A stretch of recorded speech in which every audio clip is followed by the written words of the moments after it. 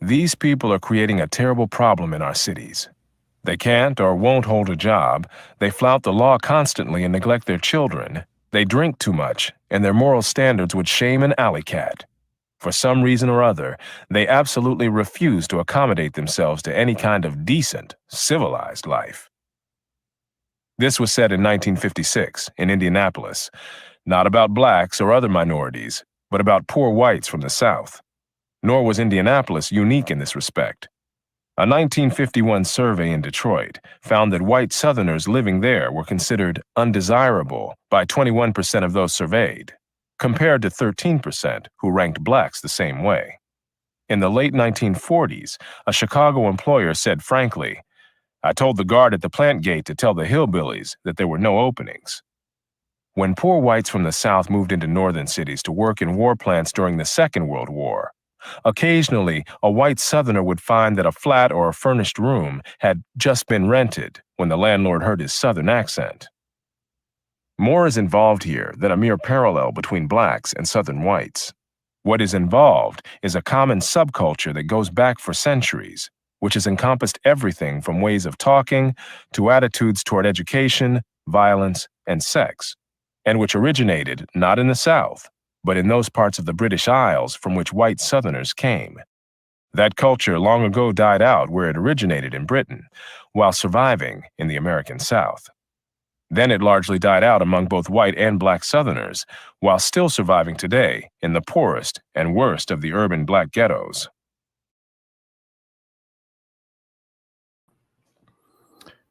Hey guys, welcome back. Before we hit the intro, I want to say welcome everyone.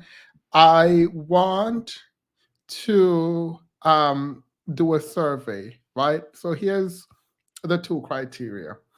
One represents personal inadequacy, and two is systemic issues. The question is poverty a product of one, for personal inadequacy, and two, for systemic failures? Drop a one for personal inadequacy and a two for systemic issues. All right. Is poverty a product of one, personal inadequacies, or two, systemic issues?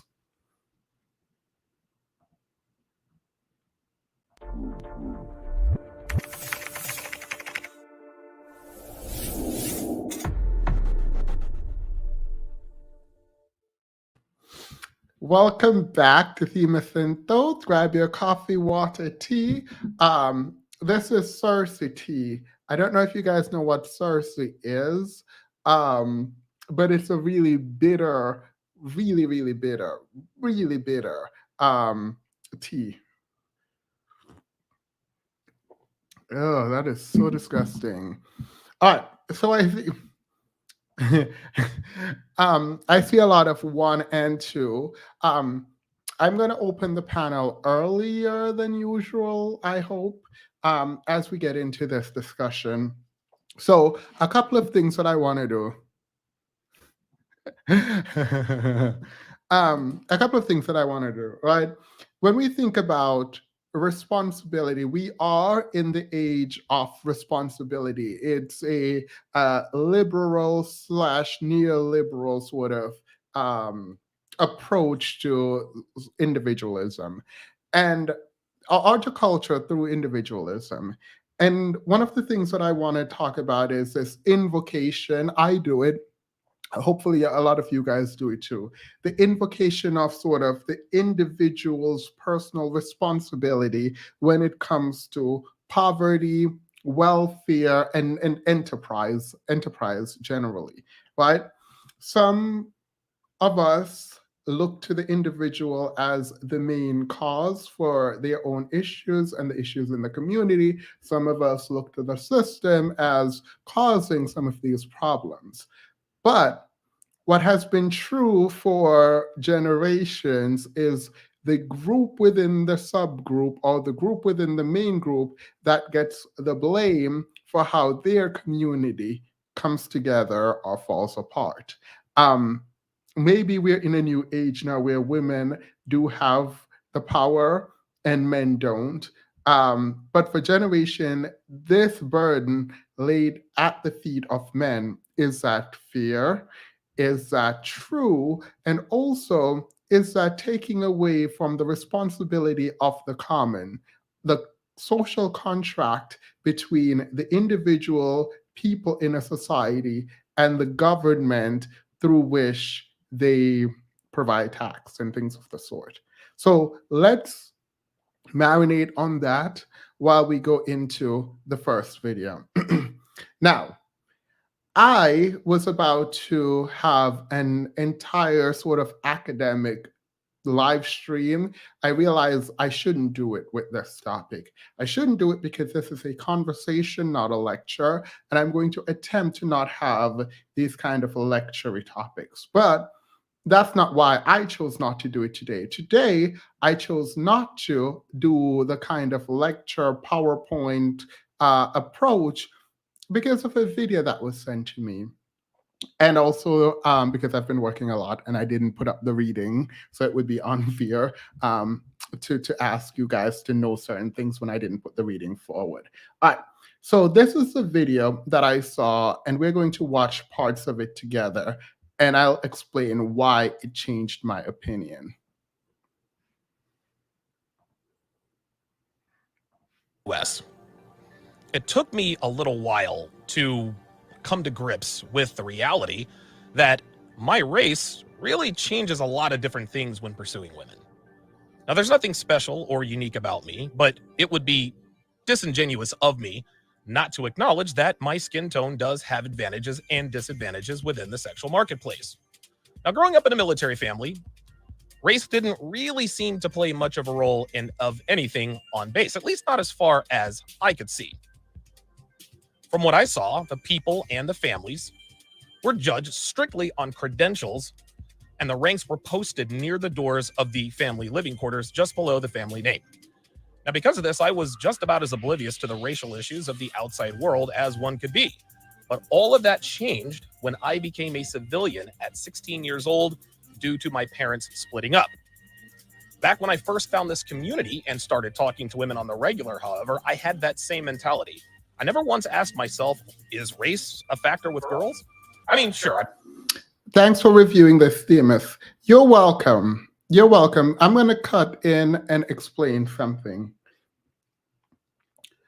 The unwillingness to take responsibility for the community, I think, is part of the fundamental problem. This unwillingness to take accountability for the community, I think, hints at what should be considered the key fracture in the community. Now, there are other issues. I think there are other issues, but I think the ways in which we have decided not to fully engage with where we are and how to move past it is going to be of consequence for generations to come. And this video is about relationship. And relationships come up a lot. I've said this before. And I think it's because it's really important. It is really important. However, if you make who you choose to date a political choice, then you are considering the community. If you don't, then you're not. It is a political choice whether or not you want it to be or not. It is going to be a political choice. When I say make public public or private private, what I mean by that is what you consider or contemplate in decision making. It does not mean you get to make the private private completely. What you do privately will reverberate through the community. It's going to either help or hurt. However, let's continue, because watching this video changed my mind about something, and I'll explain why. I mean, I knew that there were some differences, but not enough to make me think I had to make any radical changes, so I dove in headfirst and let the chips fall where they may. Now, even though I did have some success with women, it was very minimal, and I did experience a lot of rejection. However, as soon as I became aware of the racial components of game and pickup, I tweaked my approach accordingly. As a result, my conquests with women improved drastically. But a funny thing happened on my way to getting my black belt in women. I stopped approaching black women. Now, this wasn't a conscious choice. All right. So, first of all, the word conquest in relation to women is something that comes up a lot. Table that for the discussion. I promise this is going to all make sense. This is not a discussion about relationship necessarily, but it is, in fact, a discussion about community, building, poverty, and responsibility. And I hope that through hearing this man speak, we start hopefully getting an idea of why we are where we are. I do not know who this man is, did not look into him. When I got this video, it came at a really meaningful time for me last night before I went live. And I need to get through it in order to get to the points that I need to make. So I will promise to engage with you guys, but I need to get through this. It wasn't a conscious choice, nor was it something that I just woke up and decided to do. It was just a natural progression in my self-improvement renaissance. What I found was that the better I became at smashing pretty girls, the less attractive black women became. Gentlemen, I'm here to tell you, it's an open secret that black women are at the bottom of the sexual totem pole in terms of sexual market value. This is hard for them to acknowledge and accept, but that's how it is. The hard truth, guys, is that black women are almost nobody's type. Yes, there are exceptions to the rule, but as we all know, the exception never makes the rule. Anyway, the better I got at sleeping with better looking girls. By the way he described pretty girls excludes black women. I'm not here to discuss who people should sleep with. I'm not doing any of that. And I would ask that people do not get triggered in the chat. I do think this is important. I think it is important because if you cannot rely on people who seem to be at least somewhat aware of race and issues, black men in particular here, and even black women too. But if you cannot rely on people who are supposed to speak about their relationships and relationship to their community in a way that is uplifting, we have a problem. We have a problem regarding responsibility and whose responsibility it is to uphold what community. And I'm going to be very clear regarding our role in a minute. And I need to do that because I think we're getting things confused. I think we are thinking that the beauty standards, which we talked about earlier, is somehow inflexible and stagnant and it doesn't change. And we do not have an impact on the beauty standards. I think we have relinquished the kinds of power we need to acknowledge in order to shift the political and cultural and actually economic welfare of the Black community. And this particularly is why it's very difficult to do the kinds of work pushing back against the system when people who are in the system and subjugated by the system refuse to acknowledge the position of subjugation in an effort to push back against the system. So if you ignore race, if you ignore poverty, if you ignore your standing as a man, a Black man in the system, and you say, well, I'm colorblind, well, that's great for you, but in terms of advocacy, it becomes a problem. Now, I would love for us to all be able to be colorblind, right? And I'm not just talking about dating right now. This is in the context of dating, but I'm not talking just about that. I'm talking about a system in which the people who are subjugated refuse to acknowledge the subjugation. And I will also add importantly that, should I wait? I should wait. I should wait. I can't get into it too much. I need to get him to finish because what he's saying is inconsequential to the larger discussion, but it is very meaningful to me and why I choose not to come up here and attack racism every single day. Because it's going to be frivolous if we can't communicate to the people who are supposed to attack it with us. The less attention I paid to sisters, and eventually, black women became as sexually invisible to me as the average man is to the average woman. Something else I figured out rather quickly was that black women positively hated the fact that I was dating white girls and Latinas. Now, they didn't tell me this personally, but believe me when I tell you their body language and looks of fury they shot in my direction, that was evidence enough. Outside of showing proof that my relationship techniques yield good results, I've never really been one to care about what people thought about who I was dating or smashing at the time, least of all sisters. But after regularly getting dirty looks from black girls when I strolled by with yet another pretty white girl, the light bulb in my head finally went off and something dawned on me. What dawned on me was that black women are upset because they don't have the same options available to them as we do. In other words, they're mad that as a collective, we as black men can date out far more successfully than they can. And bless their hearts, they try their damnedest to convince us it's the other way around. There's a reason men like Donovan don't compare their desirability to other men. They only compare it to us. Well, that would be a losing battle, right? But so when people talk about degeneracy, I think this is kind of what it means.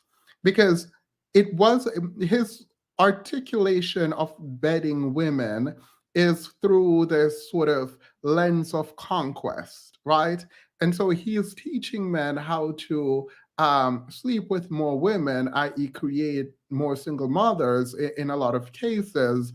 Now, with these laws regarding abortion, create more single mothers directly. And he's doing so and speaking about white women in particular. So it seems there is an attempt to take degeneracy and just trying to bed as many women as you can to another group of women. And it's kind of being praised. Again, this is not the context for which this conversation is going to be had.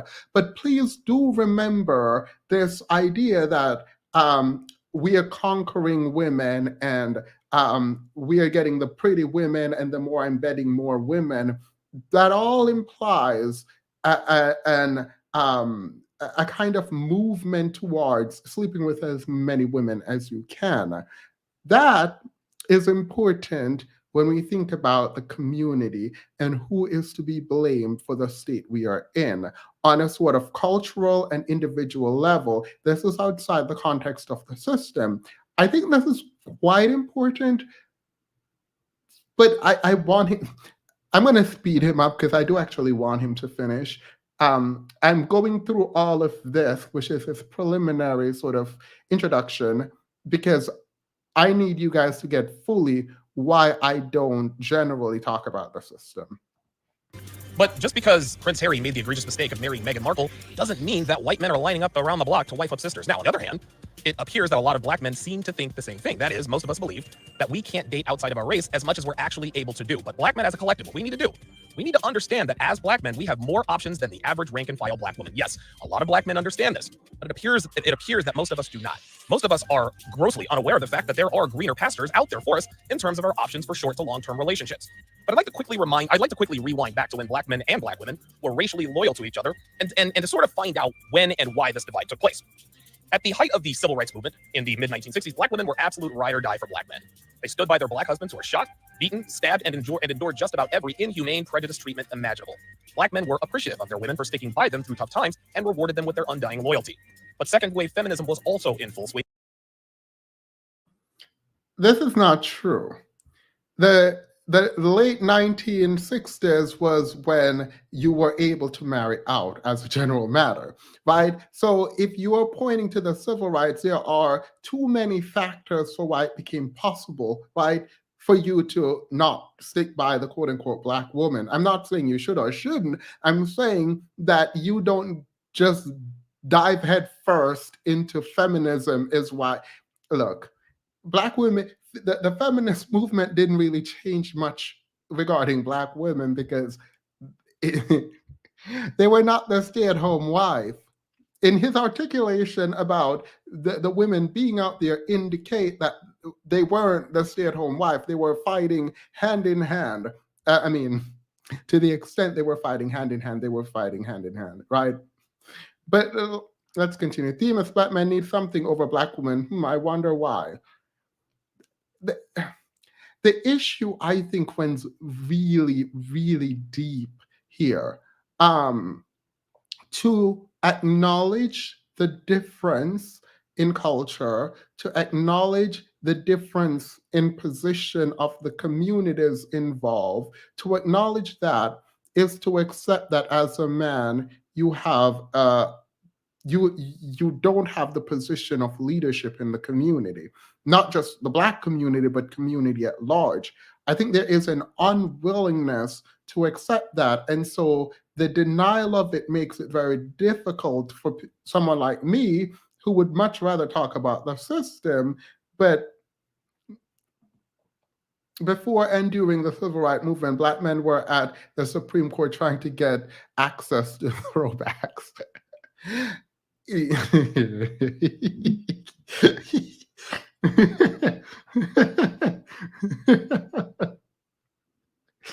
Oh my God! I wish this tea wasn't this bitter.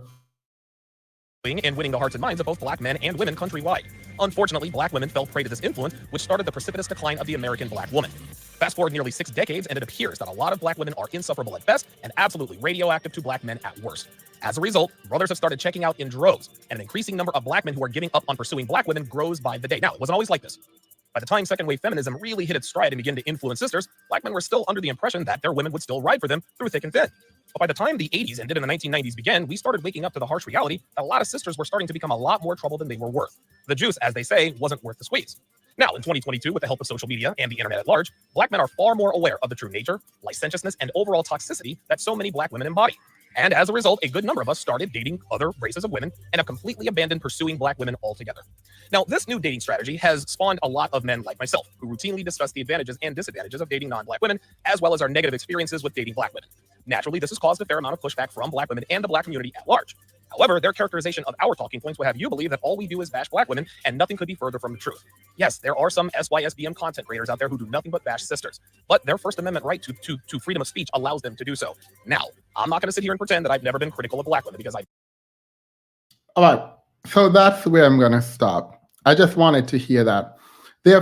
He said there are some men online bashing Black women. This bashing should be akin to hate speech. And then you're going to invoke the First Amendment that protects your speech from censorship against the government, not YouTube. So outside of not really understanding the spirit of the First Amendment, it also does not prevent the government from censoring hate speech.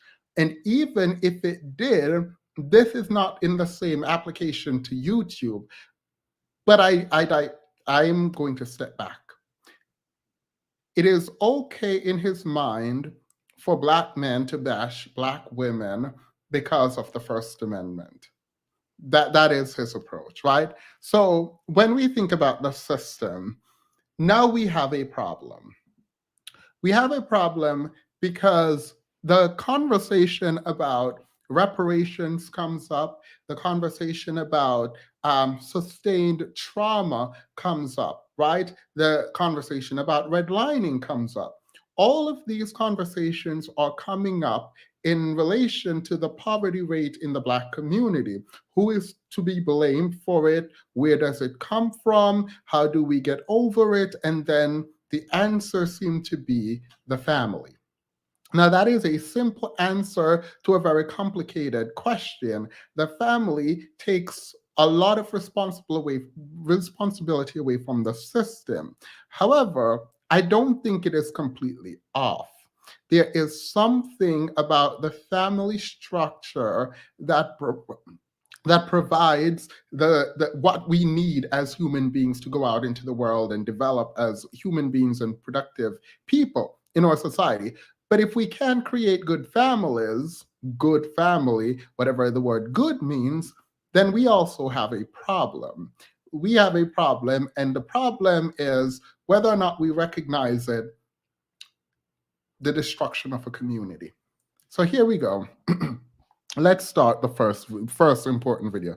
Team is let's debate selective breeding and abortion. Donovan is an example of why we need to do it. Wait, do you mean you want you and I to debate it? Because I think this might be a place where we disagree.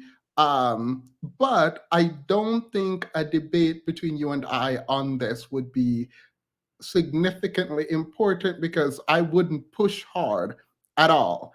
The reason I wouldn't push harder on this is I don't feel like it would be appropriate for me to have a strong stance on whether or not women should engage with their bodies in certain ways. I don't know if that would be fair for me to even have a stance on it. Like, I don't think it's fair to even have a stance on it as a man. Yes, you and I can debate it. All right, well, I'll think about this, actually. I mean, I don't mind. I will think about it because of, I'll think about it because I feel like it's kind of inappropriate as a man. Someone needs to debate me. LOL. All right, period.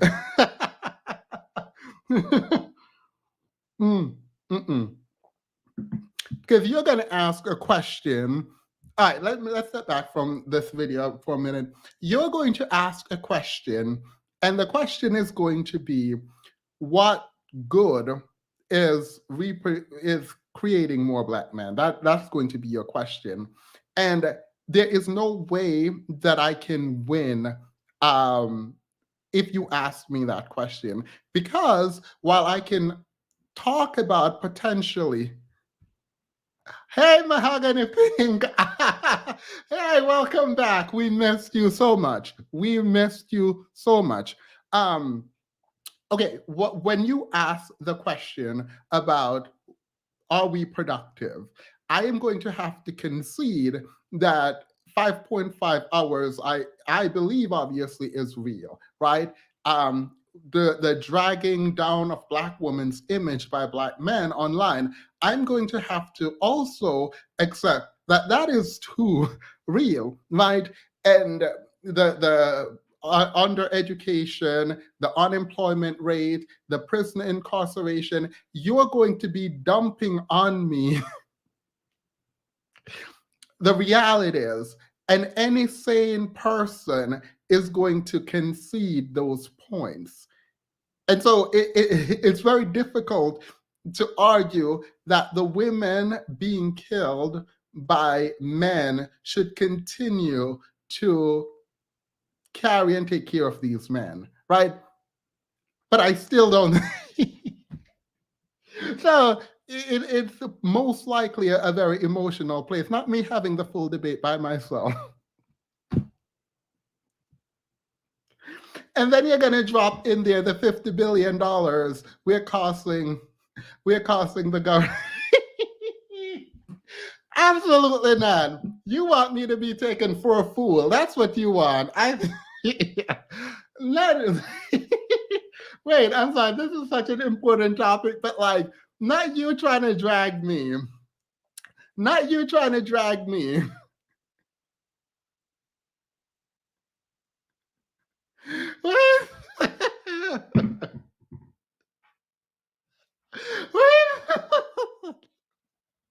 Wait.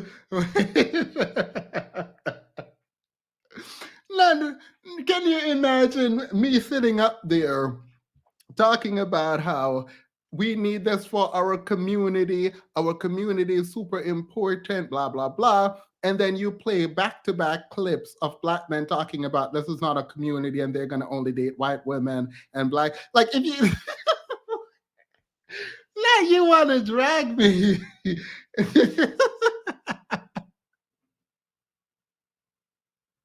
I can. I literally can.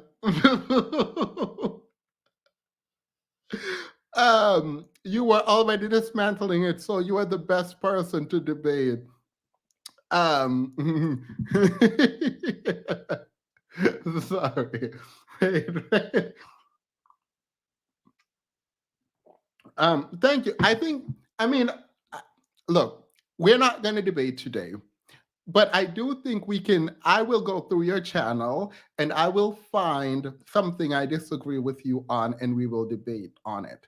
The reason I don't want to debate, like to be clear, the reason I don't want to debate is not because I don't have arguments. Like I can argue, but I don't think it's fair to argue with a woman about what she should do with her, essentially her womb. Like I don't think that's fair. I don't think that's an okay position. But thank you. I mean, we'll have a debate. Themis has turn to a lot.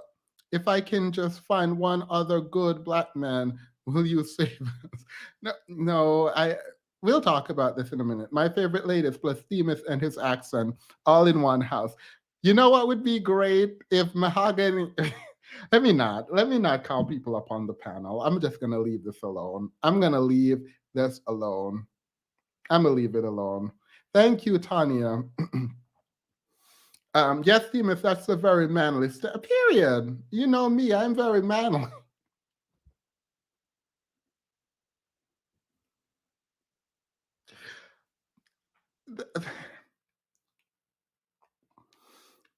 All right, let's get back to this. All right, so one of the problems I think is America is attempting to take the moral high ground, right? It is trying to, at least in words, pretend like it is okay, like she is okay with. Come on, Themis, call them up. That she is okay, she was not okay with slavery, and that it was bad, and that there is a sort of moral conscience, right? There is a conscience to the Americas. When that is the case, when that is the sense of the US and the majority, what happens is it opens a space up for people to ask for reparation. Because no matter how morally good or just she thinks she is, America, there is still slavery and what has been done to indigenous people and other groups of people, the Japanese. But for this context, we're talking about slavery, right? At Mahogany Pink, you are definitely no slouch when it comes to content. You are exceptionally good, and don't let anyone tell you otherwise, period. Period. I keep telling her, but she'll listen. She'll listen. So because of that, there is this concern, right, within the Black community that is saying, hey, you did this to us, pay us what you owe us, right? This is the reparations argument. By the way, I'm completely for reparations for African Americans. I'm for it. Stepping back, however, if America were to accept its warts and its evils and say, you know what?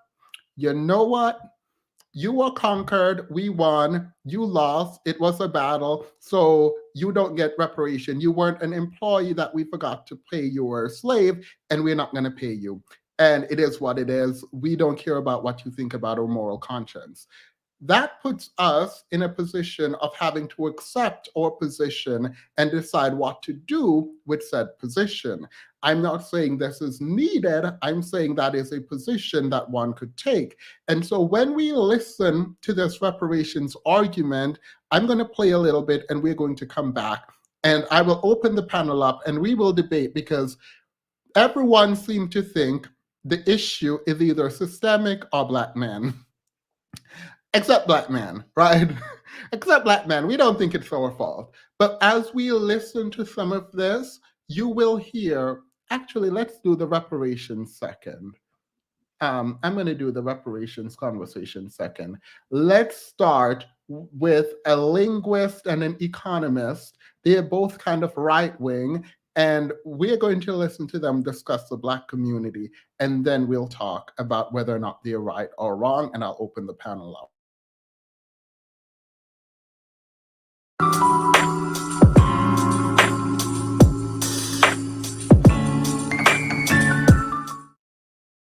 You know, that violence part is also an issue. And you know what? One of the most interesting moments for me was in any of the conversations we've had was actually that one that we had with Randall Kennedy some time ago. That there was a moment in that that really threw me for a loop, which is that the truth simply is that, for example, in New York City, Black men commit a vastly disproportionate number of homicides. And it is mostly of other Black men, that's true. But the issue is not people tend to kill people of their own color. It doesn't just stop there. Yes, white people tend to kill white people, Black people tend to kill Black people, but Black people kill proportionately many, many, many, many more Black people than white people or Asians or Latinos. It's a big gulf. I wonder why. We should be able to explain why there is that level of violence. And there was that time when I asked Randy, I said, why is it that when you read about a carjacking, you don't even have to wonder? You know it's in Milwaukee or something like that. You know that the names are going to be Black names eventually. You know that nobody white, usually nobody Latino, and certainly nobody Asian did that. It's only Black people who do that. Why? And the answer is not there's something wrong with Black people, but I assumed that Randy, in all of his brilliance, because he's criminology, he knows these things, I assumed that he would know, and even he didn't. And I'm not putting him down, it's just that I was really struck that he didn't have an answer, because I thought that's where it was going. And I'd like to know what the answer is, because of course, Charles Murray, who you have spoken with, thinks that there is something inherently violent about Black people, and that's what these numbers suggest. And he's not crazy. All right. So the the question was, is there something inherently wrong with Black people? And by Black people, I am 98% sure that they mean Black men, because they're talking about the violence and violent homicides. So I know they're not saying Black people. I know they're saying Black men. I don't think Charles thinks that. I mean, I don't know where anyway, I should let you explain yourself. What do you think the reason for this is? Then let's not talk about Charles Murray. No, I think he just thinks it's very important to take note of the fact that there's greater violence. I don't think he may think it, but he hasn't said that there's something inherently wrong with Black people. Okay. He just gives the numbers, right? Well, I don't know. I mean, I can think of some possible explanations. Social structures like absent fathers and discipline of teenage boys, or like gang affiliation and the kinds of dispute resolution that turns to violence between gang members. All right. So absent fathers, gang affiliation, again, it is impossible that they're talking about Black women. It's impossible that they're talking about the Black community. It is possible that they're only talking about Black men. It's likely that they're only talking about Black men. I promise they're only talking about Black men. Like when they say absentee fathers, they literally can't be talking about Black women. Right? When they say gang violence, like they might be including Black women, but by and large, they're talking about Black men. I'm not saying they are right, by the way. I am saying that this is not just a conservative talking point. If you actually listen to liberals, for example, when they're not blaming the system, they will acknowledge what is happening culturally and in the communities, but they'll try to explain it away with systemic racism. Now, how systemic racism makes a man kills another man is hard to explain, but they attempt to, right? And so these are the conversations that we are attempting to dissect now. I think it's cowardice to say the community as opposed to Black men. But again, these are Black men who seem to be disassociating themselves from the larger community, Why are they doing that? I do not know. Embarrassment, shame, a willingness to throw the Black community under the bus for a larger political movement, political agenda. I don't know, right? Maybe they are just altruistic and just telling the truth, right? I do not have the answer to that, but let's continue. Princess OPD, happy Pride, super chat. Thank you. Where we'd have to look on the ground. Papachristos, Andrew Papachristos is his name, a sociologist at Northwestern University, has gotten famous for his detailed mapping of, these kind of spatial representations of who killed whom, drawing links between the two of them. And you see these clusters and you can just see them, the Four Trade Disciples and the Black Pea Stone Rangers in Chicago, are rival gangs. And then the fact is that the gang leaders who might have been able to quell the disputes before they get out of hand get arrested and locked up. And then the gangs fragment into these smaller ganglets, of a few square blocks or whatever, that get into disputes with each other. And there's nobody up here who can call a truce or enforce the informal rule of law that says, no, you don't go shoot that guy because the retaliation thing will spin out of control, and then the retaliation thing spins out of control. There's that.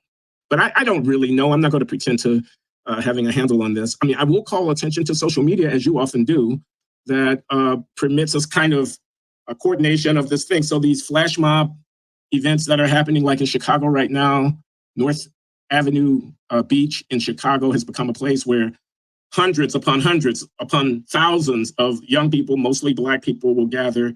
And some of the shooting incidents that have broken out there are happening because... Again, I think it's a level of cowardice to keep saying Black people. Black people are congregating and shooting. I don't think you need to... And maybe it's a part of the American lexicon, right? It's not necessarily something that was done to be too broad as to not have meaning, but as a part of the communication, when you say Black community, it implies through whatever activity you're talking about. If you're saying twerking in the Black community, you're probably thinking about Black women. If you're saying shooting in the Black community, you're thinking about Black men. But I do think it's important that you separate. But they might not be having the conversation at the level we're having it, where there is a distinct difference between those who are dying and those who are doing the killing. Actually, it's not that different, because the people dying the most look like the people doing the killing, actually.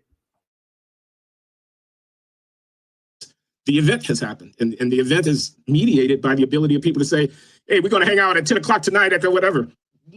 Mayor of the city is talking about imposing curfews, and downtown businessmen are going ballistic because nobody wants to come and eat in the restaurant because you can't get to your car after your meal without worrying that somebody's going to mess with you. And just the presence of these kids on the street, they're unruly, they're loud, they're irreverent, and often they're violent. There are muggings that take place. There are internal disputes that spill over and whatnot. But I'm rambling. You've asked a hard question. Why is the racial difference in violence so great? You could say culture. You would not have explained very much if you used that word. It's almost the tautology. Yes, they have values that are consistent with the expression of violent behavior, such as we are. Culture as an explanation for why the Black community is where it is interesting, but I don't know if you guys feel the same that I do, and maybe I'm reading too much into it. The way they talk about this separates themselves from the Black community. It's a very interesting thing to hear two Black men, I'm assuming these are two Black men, speak about the Black community in such a detached way. Maybe it's a problem of the academics, but it's a very interesting way to discuss it. All right, I'm going to hurry up, wrap this up, because there's one more, and then we open up. Observing, but everyone behaves in a way that in some sense is a reflection of the values that they embrace. So you will have only relabeled the problem by calling attention to the cultural predicate. It's obvious that in that world, violence is seen as less abnormal than among, for example, Bangladeshi immigrant teenagers, et cetera. And this is an important moment, because if you ask this question and then you give that answer, and this is especially for people who are watching us who are on the young side, to the extent that this is supposed to be at all educational. What you'll hear very often about Glenn and me, I think I see this said about myself probably daily. All you have to do is open up Twitter, is that we downplay racism and that that's some sort of sin, that we're not emphasizing it enough, with the implication that if we emphasized it more, we would be giving light to what the solution to everything is. We're downplaying racism, and that's like, downplaying how important oxygen is to life. No, we don't downplay racism. We're saying that racism is overplayed. And one of the reasons is, for all the people who you see out there who think that racism is everything and have whole careers based on writing about racism, think about what Glenn and I just talked about and explain, where is racism in all of that? Now, you can talk about history, but you can't go back and fix history. Is what we just talked about due to something called racism in any way that actually makes? You can pose it as an actual wise consequentialism or utilitarian argument. I could, but I think this is going to be, I think that's how it's gonna continue for now. Thank you, Chris. It's the excuse of gang violence at these high rates for me. It's contributing to illusion of this good black man, and that it's not just your average young murking his baby mama. Why do you guys use the word murking? Kayla, thank you. This seems so dismissive of death. Oh, I have a question. Here's another poll before we go on. So, is racism underplayed? Put a 1 if you think it's underplayed, or 2 overplayed, 2. All right. So is racism overplayed or underplayed? If you think it's underplayed, put a 1. If it's overplayed, put a 2. Let's continue. Thank you, Kayla. Makes any sense. And that could actually be transformed into policy that would change things.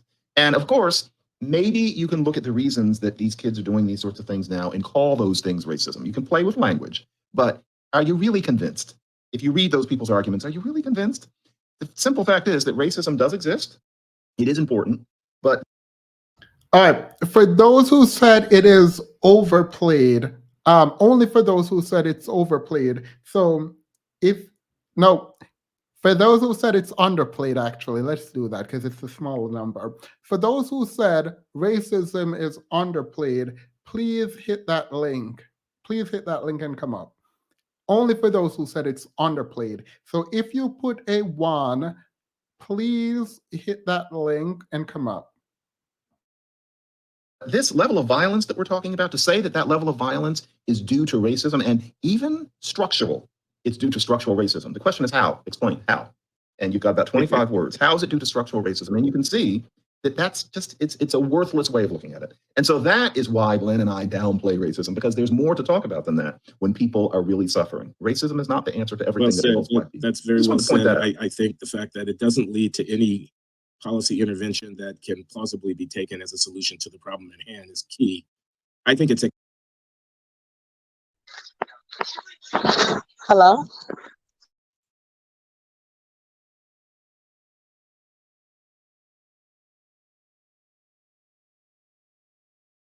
Hello?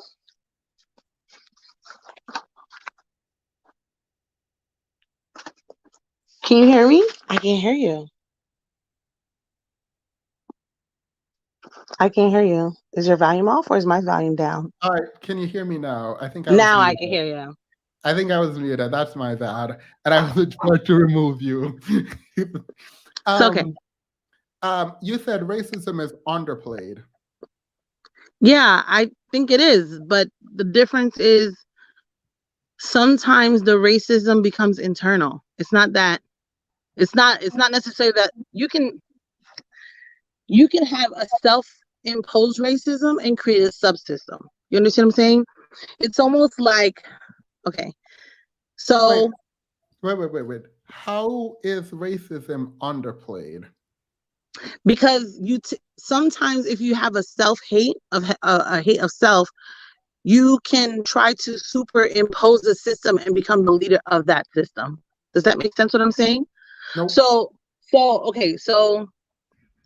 if you think about it, it's almost like you want to prove that you are not, there's two facets. There's one facet of you wanting to prove that you are not them. and therefore you want to disassociate and hate self. Then there's another self facet of Wait. internalizing I the don't think self-hate. I don't think I quite understand you. Okay, so I'm Haitian, right? So Yeah. they always say Dominicans and Haitians are the same people, but yet Dominicans really hate Haitians. Like there was a massacre in Haiti, and it was by a guy who had Haitian blood, right?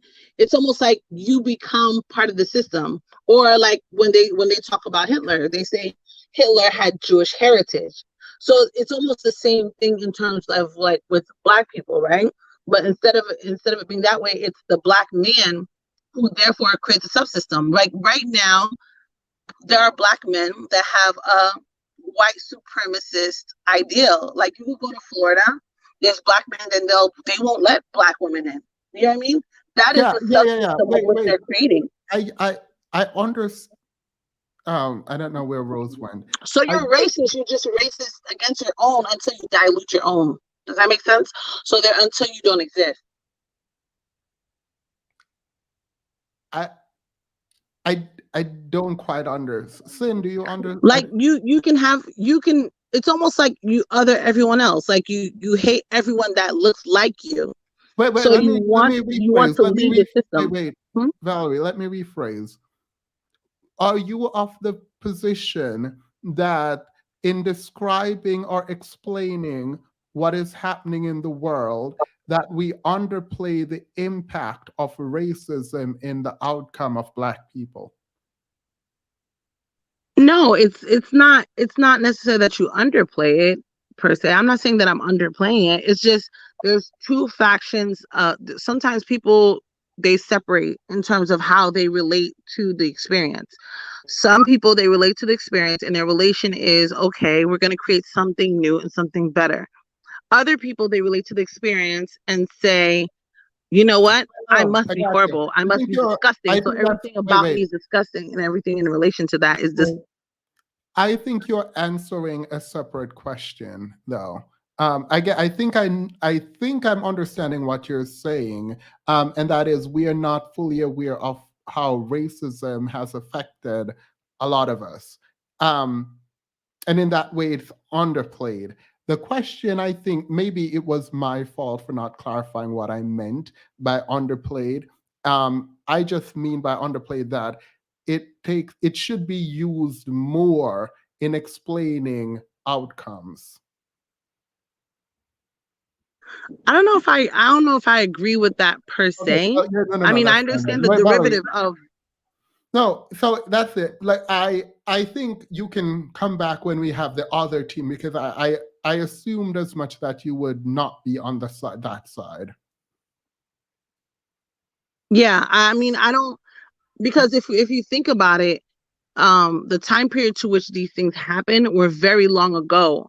At which point do you switch over and say that experience, though it was something critical and it was a crisis, now it is us taking over, well, certain people, I should say, they're taking over the system and creating a system.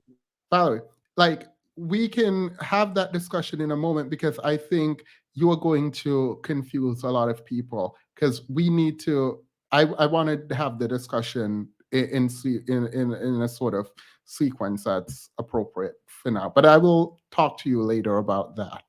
Okay, I'll hang up. All right, thank you.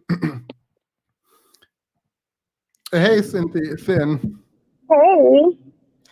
All right, we're not doing the debate right now. No. I didn't expect to either, because I know you said you even have stuff going on and you're doing these as, to buffer when you're not able to do it. But, it's funny, because I never thought when I first came on YouTube that I would be saying that I think racism is overplayed.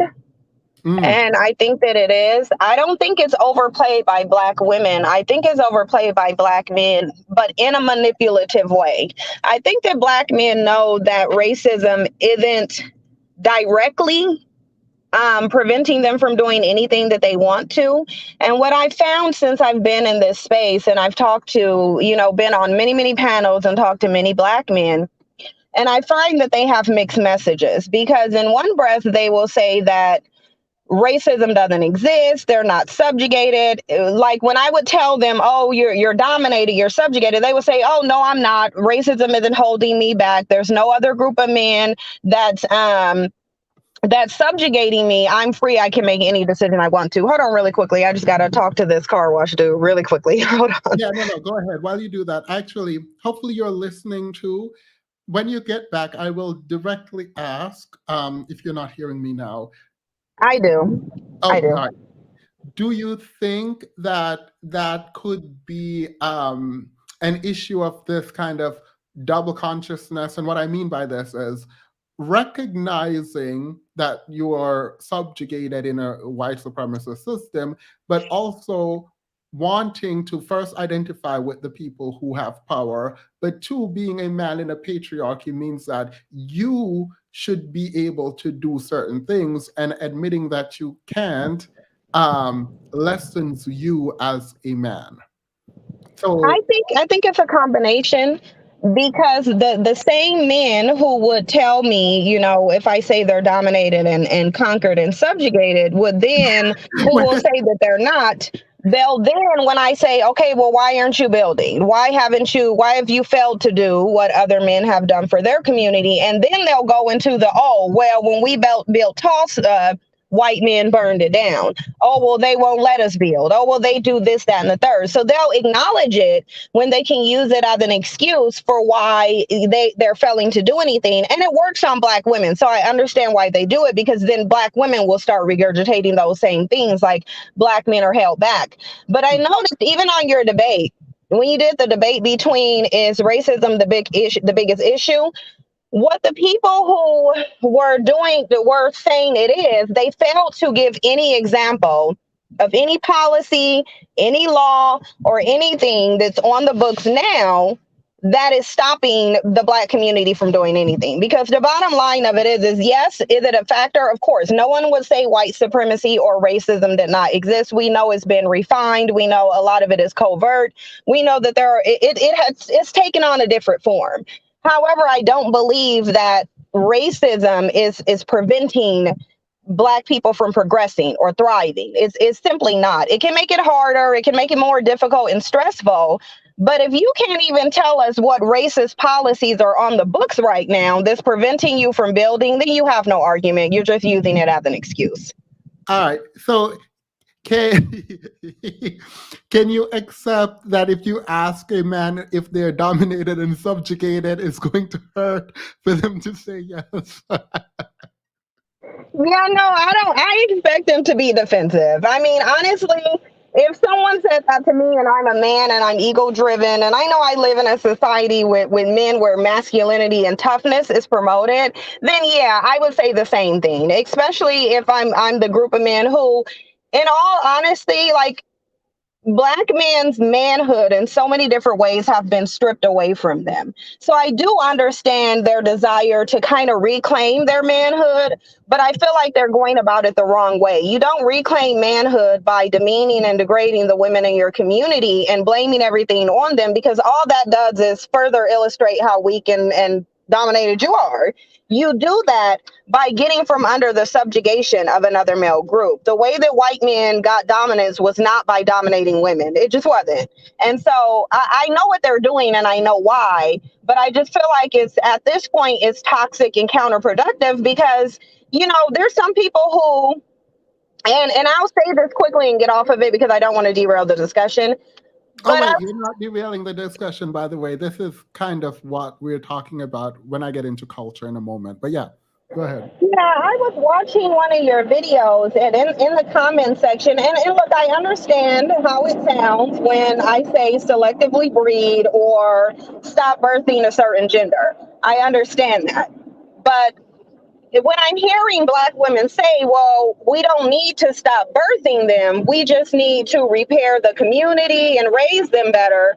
My question is, how are you going to do that with Black men acting in direct opposition of what you want? You're in a community, not just by yourself. You're in a community with these males who are stronger than you. They're much more violent, and they have a different goal than you do. So how are you going to progress the community if they're in the community working in direct opposition? Like, how are you going to do that? So you would agree that it is a cultural problem. So Glen and John, both really well known in conservative circles, attempt to articulate that there is a cultural problem. And they talk about the absentee father, they talk about gang culture, and things of the sort. You would agree with them then that it is a cultural problem. Absolutely, it's a cultural problem. And it's interesting. And I think I'm going to edit it tomorrow because I had a video that somebody sent me, and it was a TikTok video. And this lady, she recorded a group of adolescent boys. They couldn't have been any older than between the ages of 8 and 10. They could have possibly been younger. And these kids were terrorizing the hell out of some neighbors that was doing nothing to them. Like they were in the projects, bars on the window. They had sticks. They were cursing. They sound like grown boys. And when I saw the video, I was like, this is the cycle. This is how it starts, where you have adolescent boys who are sucked into black male culture and who at a very young age display the toxicity and violence that they continue to display when they become adults. And so I think when it comes to the discussion about the issues in the community, I think that a lot of Black women are not understanding that you're not going to repair a community with Black men in it unless they want to repair the community with you. So I don't know how Black women are going to accomplish that. It's like if the men are saying we don't want to build, we don't want to progress the community, and you are saying that you are, then that means the males in your community are standing in direct opposition of you. You can't build or progress the community. And it's not about you raising them, because cultural and peer influence is stronger than parental influence. So this isn't an issue of who's not raising them good enough. This is an issue of a cultural dynamic that Black men created to suit their level of degeneracy and desire to not be men. It just is what it is. Yeah. Wait, UG Rose, we're going to get back to Cynthia in a minute, but you said that we underplay racism. I think they overplay it. I think they overplay it. And UG, you said they underplay. I say that I say that it's actually a little overplayed. I understand how it can be underplayed as well, but I do agree. I'm sorry, I'm so rude. Good evening, Themis, Ensign, and No, you're everybody. fine. Wait, before you go then, Patty, do you think they underplay? Yes, I think it's a little underplayed. All right, how? So I read I believe it was either an article or a study called Concentrated Poverty, Race, and Homicide. And that's from the Sociology Quarterly or something like that. Wait, was this an article that we commit to the point that violence, well, there are certain kinds of crime that goes along with poverty? Yeah, something like that. All right, go ahead. And I think it has more to do with the structure of where people live, if that makes sense. Black people and Latin people tend to live in more urban areas versus white people, for example, who I think have more people in poverty than Black or Latin people, but they tend to live in rural areas, kind of spread out. So I think that plays a strong factor in it. Wait, so would you say that the factor it plays is stronger than the individual's decision to engage in bad behavior? Well, I don't know that. I don't know the answer to that. But if it's underplayed, how much should it be included in the discussion?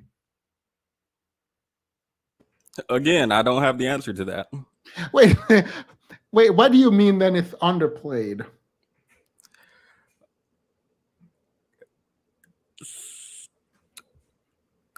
Maybe I should form my thoughts and then come back up. No, you're fine. You're fine. Well, yeah, true. I'm not going to stop you from doing that. Rose, you said it was overplayed, so I think you're in agreement with Sinji. Yes, I am. Having a family from, well, at least my mother's side of the family who is Caribbean, I've experienced, violence in my family. My uncle, his life was taken by his peers. My grandfather's mother, while in Jamaica, her life was taken by their peers. So it's a matter of and Sinji referenced the same thing.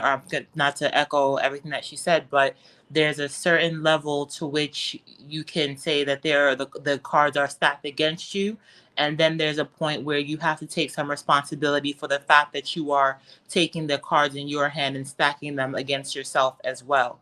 All right. Wait. For the people in the back chat, you can send me in the private channel if you believe it's underplayed. Themis, what do you mean by underplayed? It means as an explanation for the outcome of the Black community that we don't talk about racism enough and the influence of racism enough. That's what I mean by underplayed. I hope that makes sense. Overplayed would be the opposite, that it has been used too much to explain away what happens in the Black community. And there was a lot of ones, so I'm very confused now as to where the people who said one where are the ones? Petty came up, but Petty said he wanted to go back and think about it. Let's add one more person then. Truth Teller. Oh, I'm definitely not a one. So if wait. Still the time for a one, then I will go if this is still time for a one. All right. Yeah, let's go for a second. The what? You're a one? Oh, I cheated. I was a 1 and a 2, but I can give a quick argument for the 1. All right, go ahead. Okay, so it's underplayed because of situations, because Cynthia mentioned that there are no legal laws that's suppressing us. That's very true. I'm not arguing that. I think the things that are happening, obviously, systematically, is kind of already set into the culture. For instance, the study I would pull up would be the mark of criminal record. Essentially, the study was about how they would have 2 actors go into job interviews for entry-level jobs, a Black man and a white man, and they would have similar resumes, and they would look the same. They would train them to be almost identical, except for the fact that one would have a criminal record on the resume and then one wouldn't, and they would vice versa. So then when the results came back, obviously a white man without a criminal record had the highest callbacks from the jobs, and in second place was a white man with a criminal record, had the second most callbacks when it comes to job hunting. And then after that, a Black man without a criminal record. So obviously, there's something underlying. I don't think there needs to be an actual law for white people to express their racism. It's already embedded in the culture. But like I said, I'm both 1 and 2. Could I respond to her really quickly? Go ahead. So based off what you're saying, wouldn't then the biggest issue not be racism? Wouldn't it be that we don't own any industries and we lack the ability to employ our own people because we don't engage in ownership? And even when we do engage in ownership and we do have the abilities to employ our people, we engage in, we look at employment the same way white people do, basically. If you look at Robert F. Smith, for example, the Black billionaire, if you look at his company roster, you will see that he hires the same way that white people do, where most of his employees, especially in high positions, are white males. And so at this point in 2022, we shouldn't be relying solely on white people to provide us with jobs anyway. We shouldn't. Right, I agree. That's why I'm both 1 and 2. I think it's important for people to recognize, okay, yeah, the system could be at fault, but it is our responsibility to get ourselves out, because at the end of the day, the what? You're backing down, and I appreciate that. Well, I said No. I was 1 and 2. So. True. You're 1. I need someone who is hardcore. Oh, right. I'll step out. No, you don't have to. Well, yeah, I'll add you back in a moment. I promise the panel will be open again. Production inquiry. You said you were hardcore 1. Themis, can you hear me? Yeah. I don't want to say hardcore. I'm probably more hardcore than the last woman. I'll give you context. I am a highly privileged Black person, third generation college educated. My dad has 3 Ivy League degrees.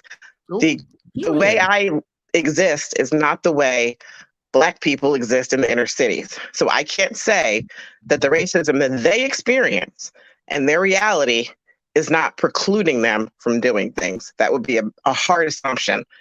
I think we don't really talk, to Petty's point, about cyclical, multi-generational poverty that much. So when you're talking about the people Sin is talking about in the projects, that's an economic discussion in addition to a racial discussion, and the behaviors they're engaging in are the same behaviors everybody else around them is engaging in. I've lived in Philly. I've had friends go to public school in Philly, who were in school almost 30 years ago. I couldn't believe that they didn't have books as children. But wouldn't, if the economic argument, if we're acting the way that we're acting because we're economically deprived, right? Wouldn't the introduction of more resources be a remedy? I do. I think, yes, the introduction of more resources like public schools. Why is it then that when we, into not individual, but into systemic, like you can't have 30 and 40 years of public schools where there's no books, where there's pervasive violence, where those areas are just underfunded, where tax dollars that should be going to the school district don't go there. Like, you can't do that for 30 and 40 years and then expect the communities, that those children live in to be safe. So whose responsibility is to economically uplift our community and provide, materials to the school systems that Black children are going to? Whose responsibility is that, though? We're all taxpayers. Our tax dollars are supposed to be used equitably. Right. But that's a very broad answer. Taxpayers. I think the problem, largely the issue that we have is that Black people have the expectation that white people uplift their community. They are not going to do that. It would not be in their best interest to do that. In order for them to uplift you, they would have to, in some way, lower themselves. They're not going to do that. And so I don't even know why we have the expectation that white people are going to have a bleeding heart and say, oh, well, let's go put all this money into the community for Black people. When you got Robert F. Smith out here, a billionaire, you got P. Diddy out here, a billionaire, you got Kanye West out here, a billionaire, you got Tiger Woods, who's now a billionaire. You got a lot of Black people, Black men specifically, who are in the same exact positions as white men are. So it's nobody's fault that Black people don't want to invest in their community but themselves. That is not their fault. And quite frankly, it should be embarrassing. And it is to me that in 2022, we still have the expectation that white people are going to pour into our communities. Like, that should never be an expectation. That's not my expectation.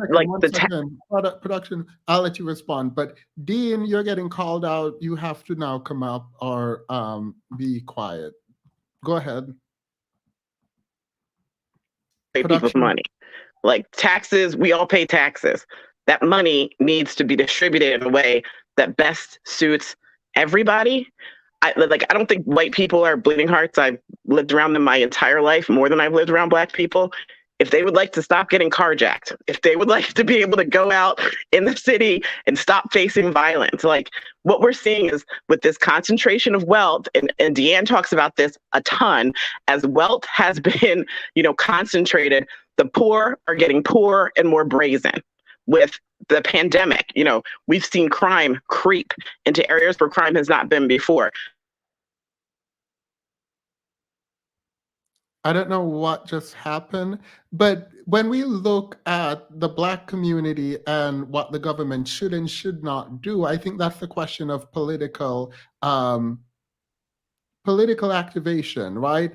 And we know that there are in some sort of white communities, there are enclaves of white groups that are impoverished that will not be getting the kind of subsidy that they might deserve in the way that Black people won't. So there is a solid argument that the government is not going to help because the government doesn't want to. They're going to bail out corporations, but they're probably not going to be helping the poor in the way that they should. Is there another argument you guys can see regarding how we underplay the role of racism?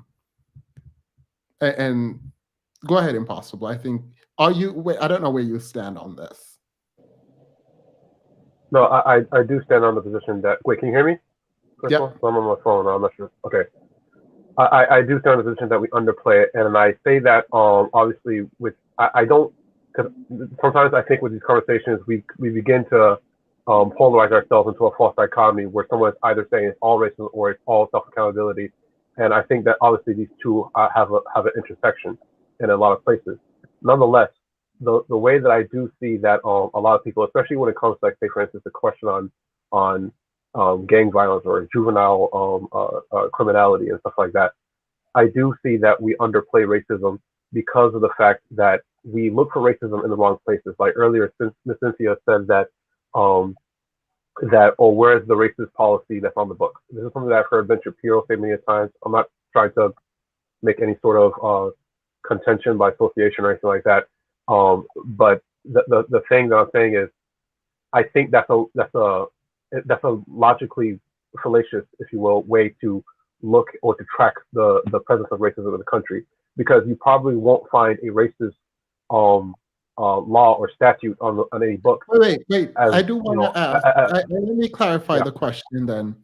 In the way that we discuss racism, Black Lives Matter, all of it, are you saying that the explanation for what has happened to the community and in the community has been done with a less sort of indication of racism than it should?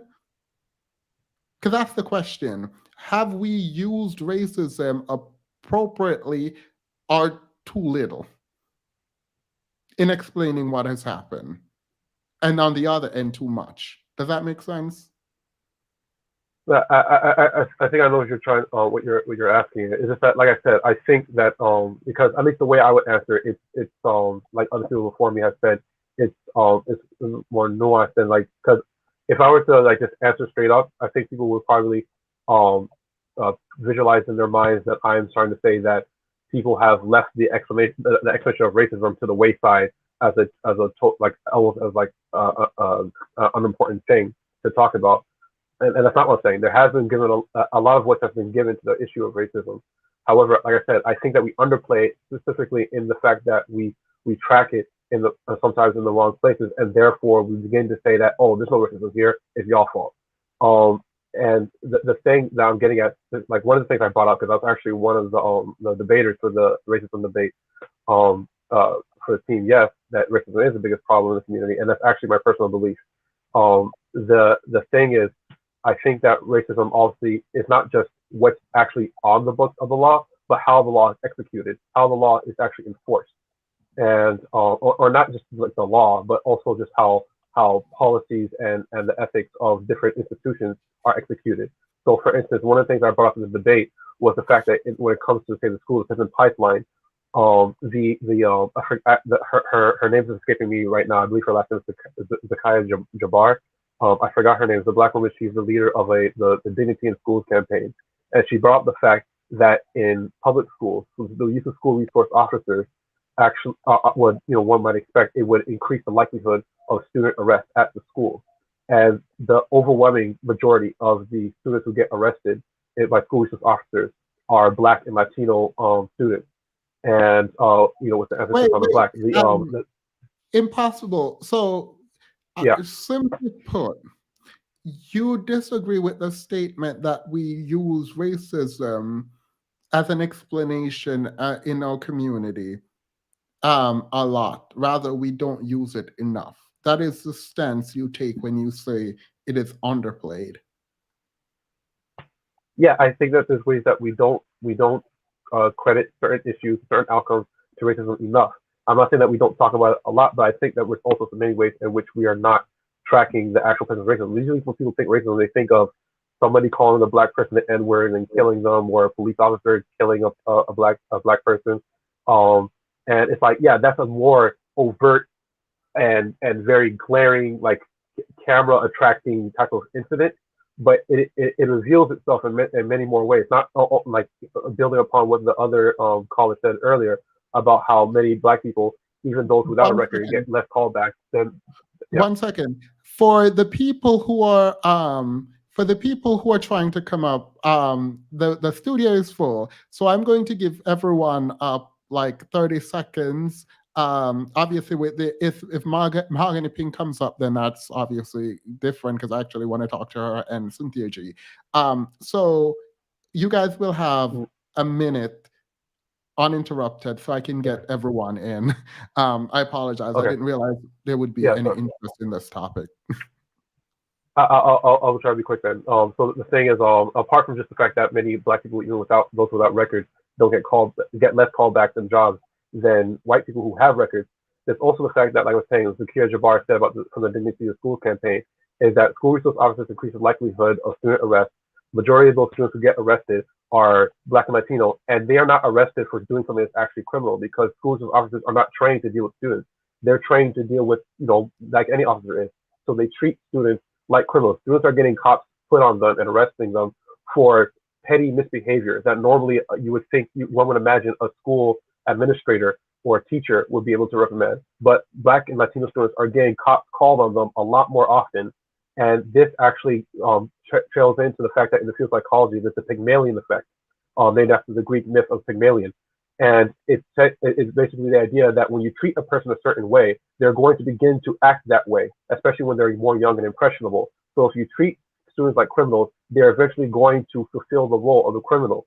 And it's actually a research fact that those students who get arrested in school resource officers, they have a higher likelihood of school dropout and also of becoming a criminal in their adulthood. And there's many other ways in which I can cite the presence of racism. I think we're doing ourselves a disservice by only looking at racism in these more overt, ugly incidences, such as George Floyd or Breonna Taylor. There's many ways in which, like Edward C. Lawson said on the Oprah Show, that there's a new racism, and the new racism is much more insidious than the old racism. Impossible. Yeah. We'll go into the after show with that, because I actually want to respond to that. But I'm trying to get through with 1 minute. All right, Cannon, go ahead. Sure. A minute. Hey guys, hey panel, hey chat.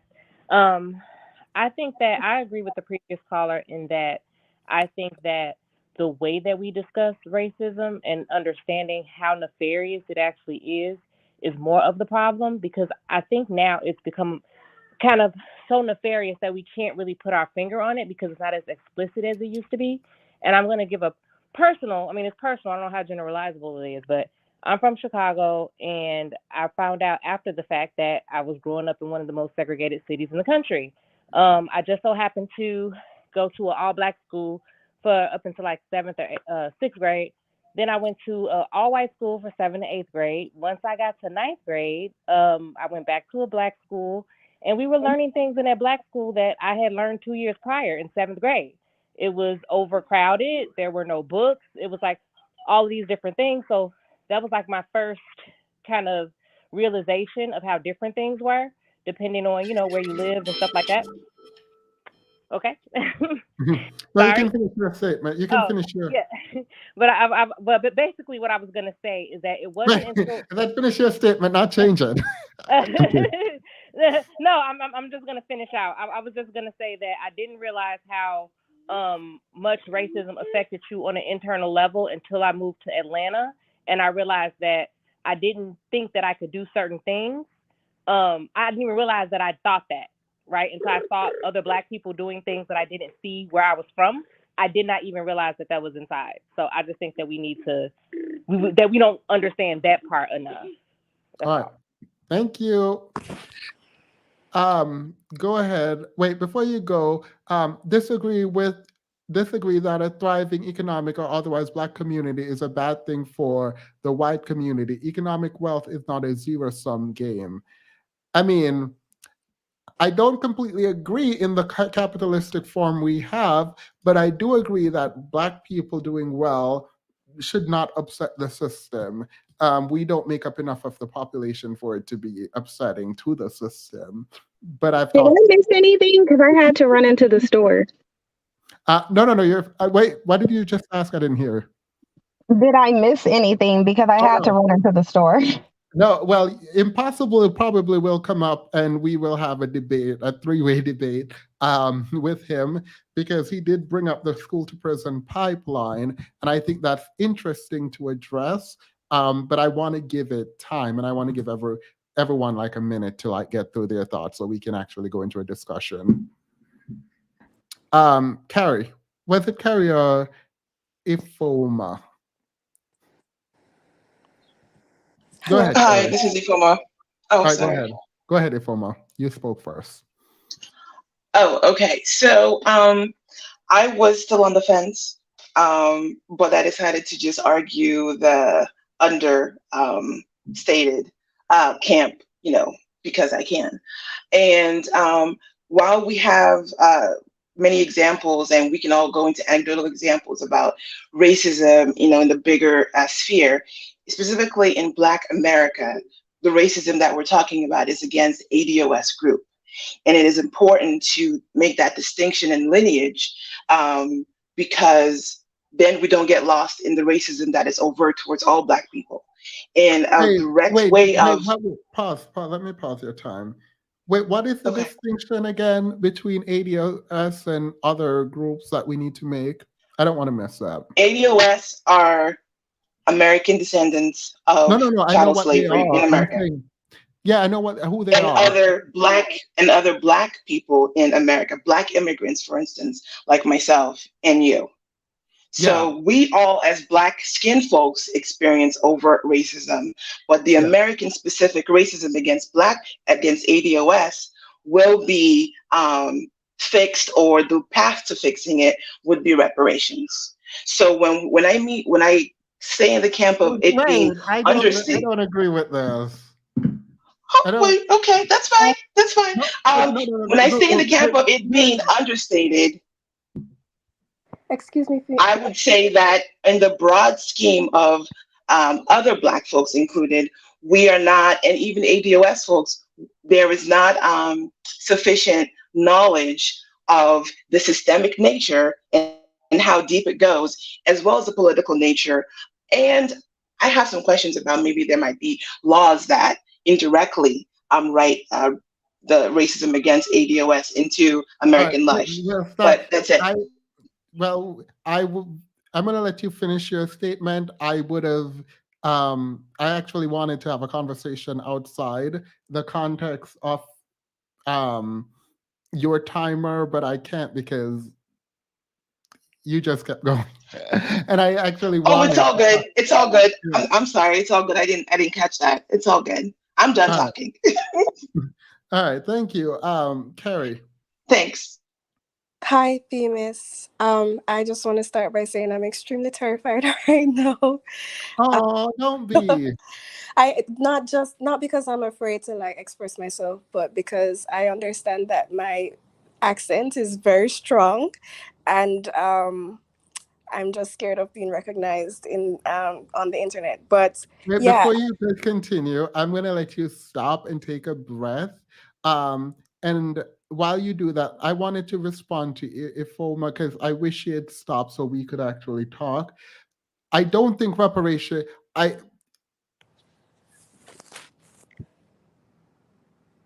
Oh, no worries, Cynthia. She said she had to drop off because StreamYard depletes her battery. No worries, it's fine. But what I was saying is, I think just giving money to people, and by just, actually, I'm completely for, I'm literally for reparations for American descendants of slaves. And I agree with that. I do think there needs to be, I don't think that will solve the problem because we've seen rappers become extraordinarily successful in terms of economics, and they still engage in bad behavior, and they still sometimes lose the money because they don't know how to invest or things like that. I don't think reparations is the fix-it kind of thing that people think it is. But I do agree that to the extent America wants to maintain a conscience and a moral upper hand, which they shouldn't, we shouldn't, I'm American now, then they owe them that. Now, if you're saying, oh, we conquered you and we don't care, then period. There's no argument for reparation if they're saying, well, no, you were slaves, they don't, I'm not paying you. And you don't get the sort of moral upper hand in anything. And that's fine. Now go ahead, Carrie. Oh, hi again. I'm not sure exactly what I should speak on. I just Whether or not you think racism is overplayed or underplayed in the discourse. Oh yeah, I know that. I was just I joined the conversation because I shared that I was an economist. So if you wanted to have an economic conversation about it, then I could add to that, like based on my schooling or my profession or whatever. All right. Well, but yeah, I basically agree with Cynthia, and I think I do because I have a more conservative mindset when it comes to those things. But I've come to the place where I am more sympathetic with African Americans who place a lot of emphasis on racism and how it's affecting them in the modern society. I just don't think that that's real. I think it's more mental than anything else. Yeah. Someone said Themis reparations would save it for ADOS Black women. I have no doubt about that. I'm one Themis simply because the only alternative is that the issues in the Black community are inherent to Blackness. And as a Black woman, I refuse to accept that, open to other arguments or viewpoints. Well, I understand not wanting to accept it, and I don't actually think that it is not racism mean that it is inherent to Blackness. It could be inherent to poverty and maladaption. It could be all of that. But it's definitely, I will fight verbally, argue with anyone who thinks Blackness is somehow wrong, or that violence is itself a part of Blackness. Like that, no. I would never agree with that. But I get your point. But no, it doesn't actually mean that. Reparations is more than money. Well, tell that to everyone. Look, if I were ADOS and I am fighting for reparations, it is only money. It is what you're not gonna do is create some BS system and say, oh, that's your reparation. No, absolutely not. Dean, why are you talking? I told you not to speak in the chat until you come up here. I don't know why you're talking. Please come up here and give me my blind spot, because I do remember you and I having a very, very heated discussion about ADOS versus immigrant, and I will replay that for you. Go ahead, Carrie. Well, you said you wanted to let me know if we had a conversation. It's not full anymore. You can come up now. I need to know what my blind spot is. Sorry, Themis, can I add to the reparations argument just from an economic point of view? So the idea that getting, cash income from the government as a payment of like the ills that were done to your ancestors, I mean, in a simple way of looking at it, yeah, that might help. But then in econ, a lot of econ theory, consumption is informed by past behavior. And like you said, and Cynthia would have said, and other persons, when you look at how the Black community tends to use the income when they get these kinds of inflows of income, it's not wise. And so end up just being wasted anyway. Wait, but it's not, I think it's kind of paternalistic to say because of how they will spend it, they shouldn't get it. If you believe they have a right to it, I think they should get it. I don't think they will ever get it, but I think they should get it. All right. But I just don't think it's going to solve any problem significantly. It's not. I don't think it is. It will solve certain financial problem in the immediate time, but I think without without certain kinds of training, you don't. If America decided, hey, look, you weren't an employee, I didn't hire you, I conquered and took control and colonized, and I have no regrets about it. It is what it is. If they take that position and have that big wart on them, that's fine. You can take that. And then I'll be like, okay, well, maybe no reparations. But that would mean you get political power and you give yourself reparations. That's what that would mean. But thank you. Movie, go ahead, your minute. Wait, before you go, Demus, I'm Jamaican American, so I don't know what it's like to live so close to my slave history. I think the distance has offered us some privilege over ADOS. I think not you, but I think as a general matter, we forget that we were slaves too in Jamaica. I think a lot of people just kind of ignore that slavery and like the sugarcane slavery that existed didn't exist. And I kind of take not Dean. Dean, I saw you in the back and you just jumped out and I was gonna click on you. Oh, there you're back. So, I mean, I'm not saying. I think the distance has offered us some privilege over. I don't agree. I mean, Americans, Jamaicans who come to America, a lot of them are doing well. But if you look to Jamaica and compare Jamaicans in Jamaica to African American, I have not done that comparison, but I don't think it's going to pan out well for Jamaicans. So to say we have privilege over ADOS, I don't think is correct. I mean, we're here, on the backs of a lot of people, including ADOS, people who fought. So I can't agree with the statement, but I take your point. I can add to that statement as Wait, before you go, I think production has to go for a minute first. Okay. I do think there's some truth to the fact that the structural racism in America is directed to descendants of slaves. And then the immigrants that come over that look like us and white people can't discern, other than a different name or an accent, they continue to get like the reverberations of that structural racism. Like a cop will execute an African immigrant for no reason, the same way they will an ADOS person.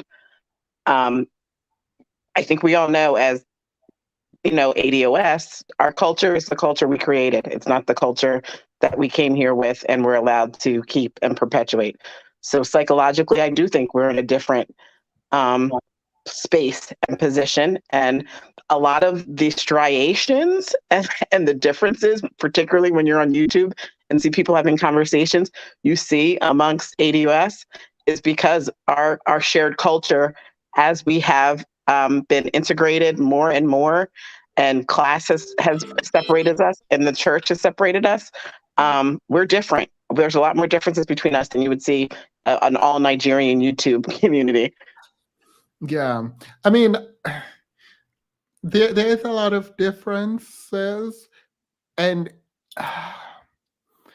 I think I don't want to say slippery slope, but I think we have a responsibility to not create that divide unless it is to help other people. So the divide between myself and ADOS will only come up ever if it's going to be helpful.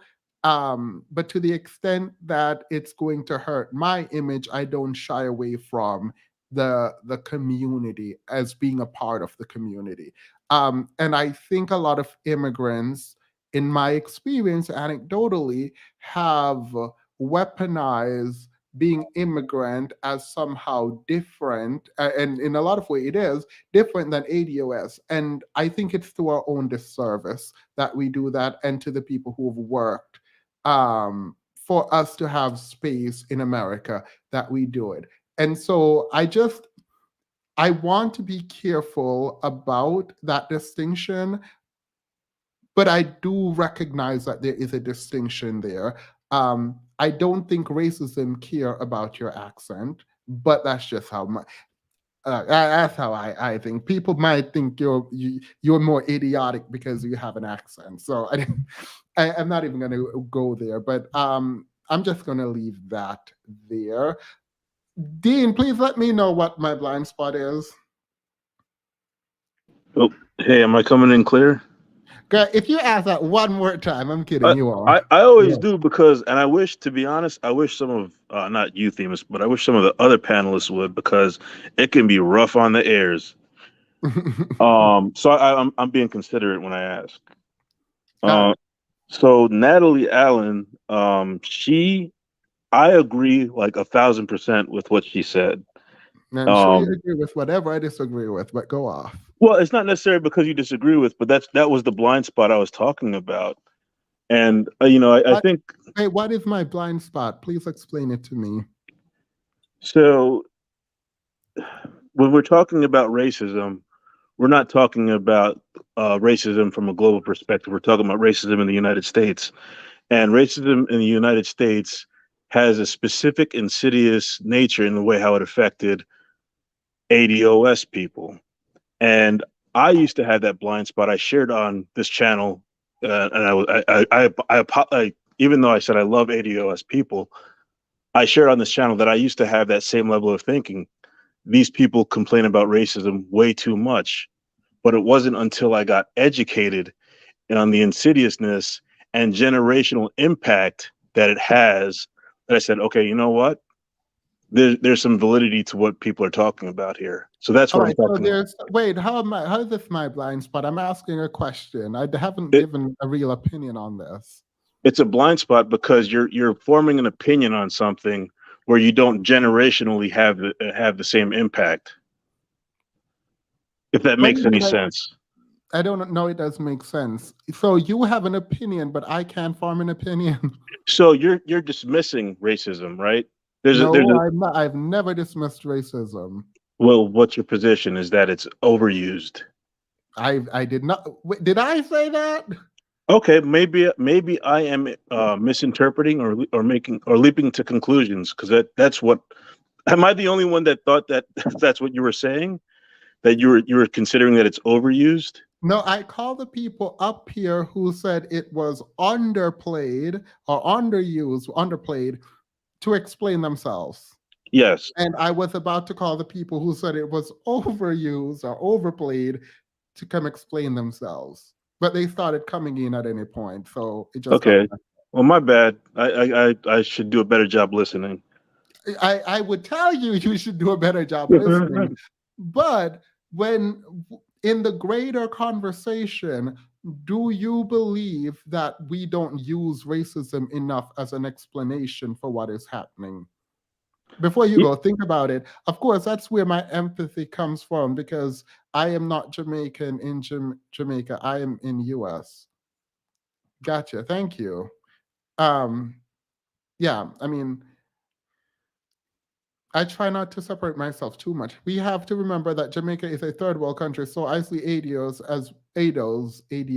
as more privilege. I think being American means you're more privileged than most people who were born anywhere else in the world. Being American is a privilege. So I agree. Go ahead, Dean. Well, that was it. I was gonna. Can I go back and twerk in the chat? Yes, you can go back and twerk in the chat. All right. But when I give my opinion, you can come back up and we can argue about whether or not I should have an opinion. But yeah, you're fine. I'm going to ask one thing and then I'd like to go, please. Yeah, go ahead. I can't believe I'm saying this, but I'd like to support Dean's point. Dean and Natalie. But Dean didn't make a point. Unless you're supporting Dean's point that I know what, if you weren't born in America, you can't have an opinion of racism in America, then I don't know. No. I don't think that makes any sense. But in terms of the fact that... Well, that was Dean's point to me, and I was very confused. I mean, regarding the idea that being from the Caribbean or Africa like, and being an immigrant gives you like a position of privilege over African Americans when it comes to this kind of conversation. No, I don't like the word privilege here. Being an immigrant who has resources does give you privilege, but just being an immigrant, like being a refugee, does not make you like. I think we have to qualify. Being a Jamaican immigrant who is a cousin of a friend who happened to come to the U.S. and don't have any resources, don't know how to navigate American system, does not give you an advantage. They don't even know the process. I Yeah, agree I with think there is a you. default. Not you, Carrie, but there tends to be this. It's good for Americans, ADOS, in conversation when they want to fight and win. It's great. However, the natural extreme of this is not good. When there is a level of, not from you, Carrie, but I'm just better than, better than in the privilege that I have than ADOS. This is not true. And I would like to disabuse all immigrants of this notion. Like, I don't like it. I agree with you, but I don't think that's what they're saying.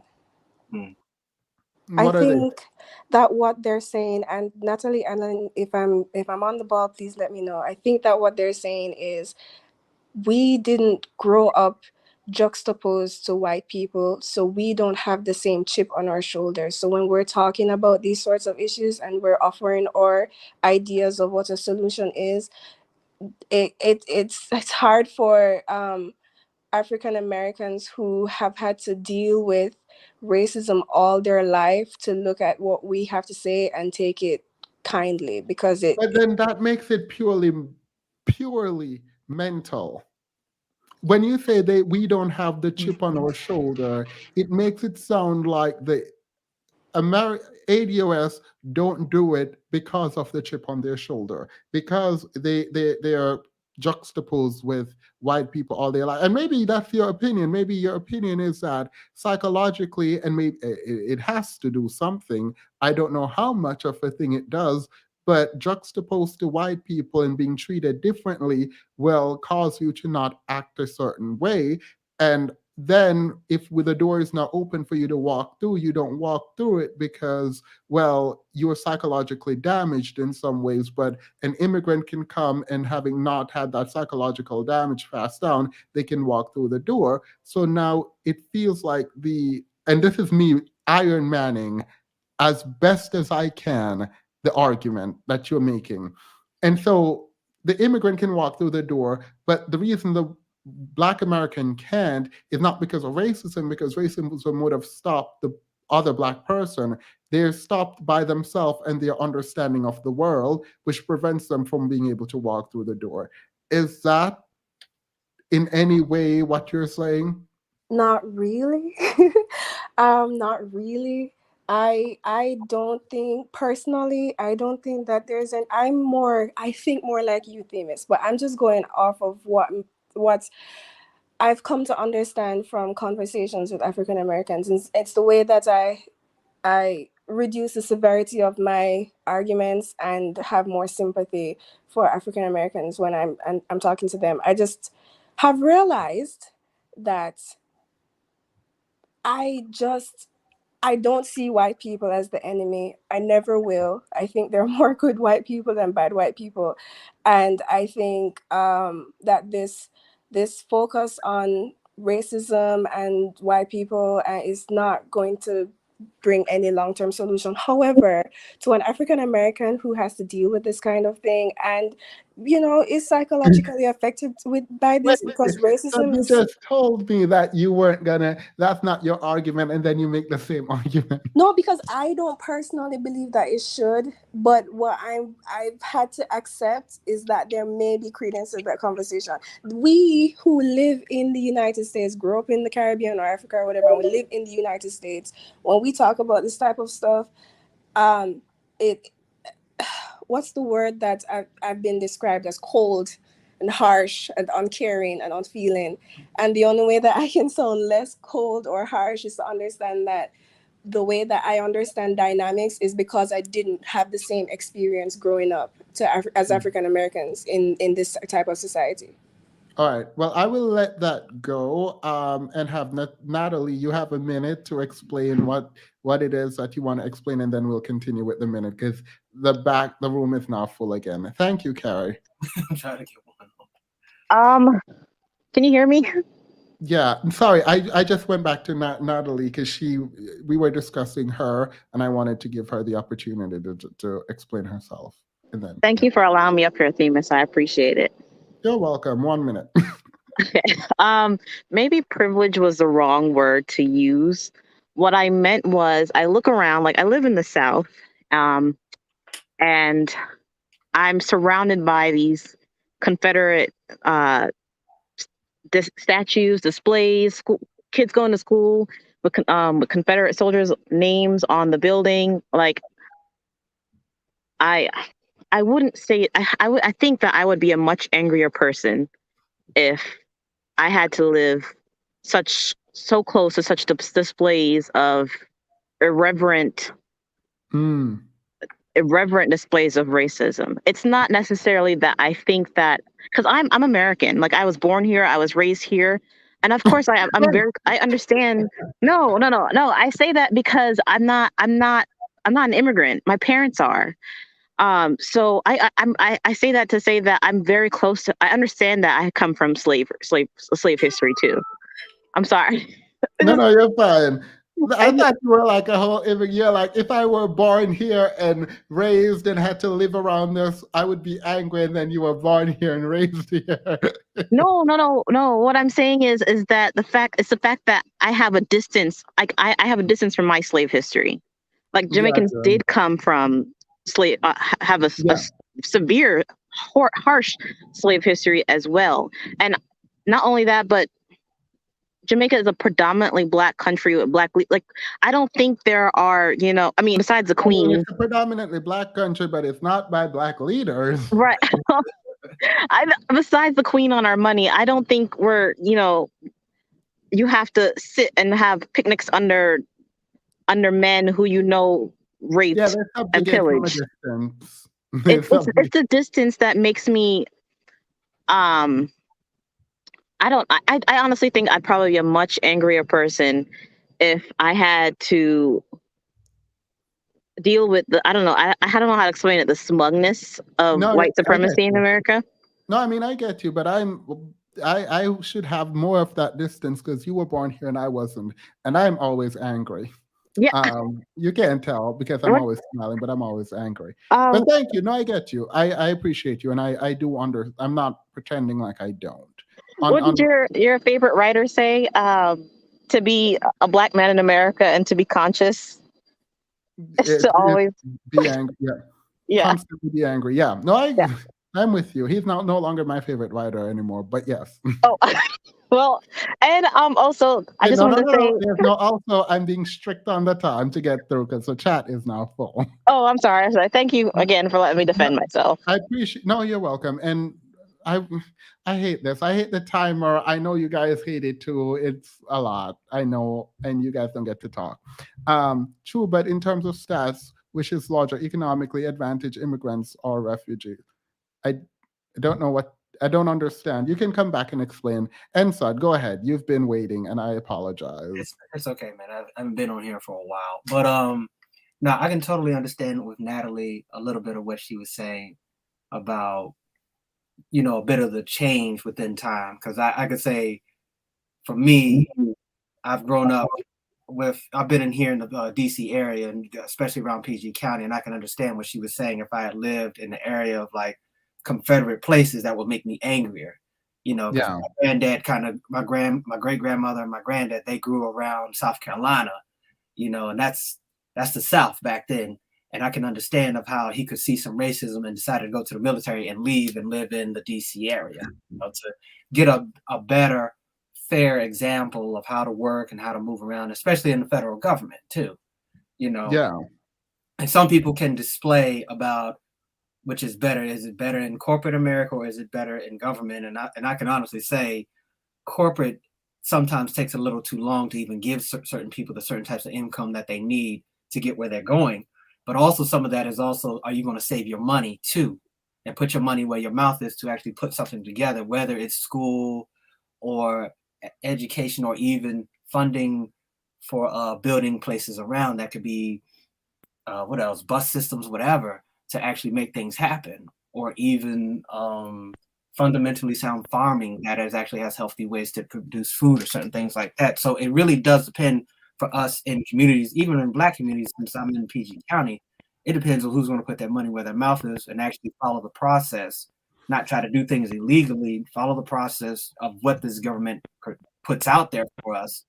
And hopefully they don't cheat us if it is certain types of racism that we do see, but it does depend how much money are we willing to sacrifice to put ourselves out there to say, we are economically sound, we know how to take care of things, and we also have our morals to know, not just for Black folks, but to help everybody else if with need be, except we don't want to get cheated out just because, oh, is it the color of my skin, or is it because of religion or whatever. It has to be, is this about economics, or is this about just we don't like you because of a certain skin tone that you have?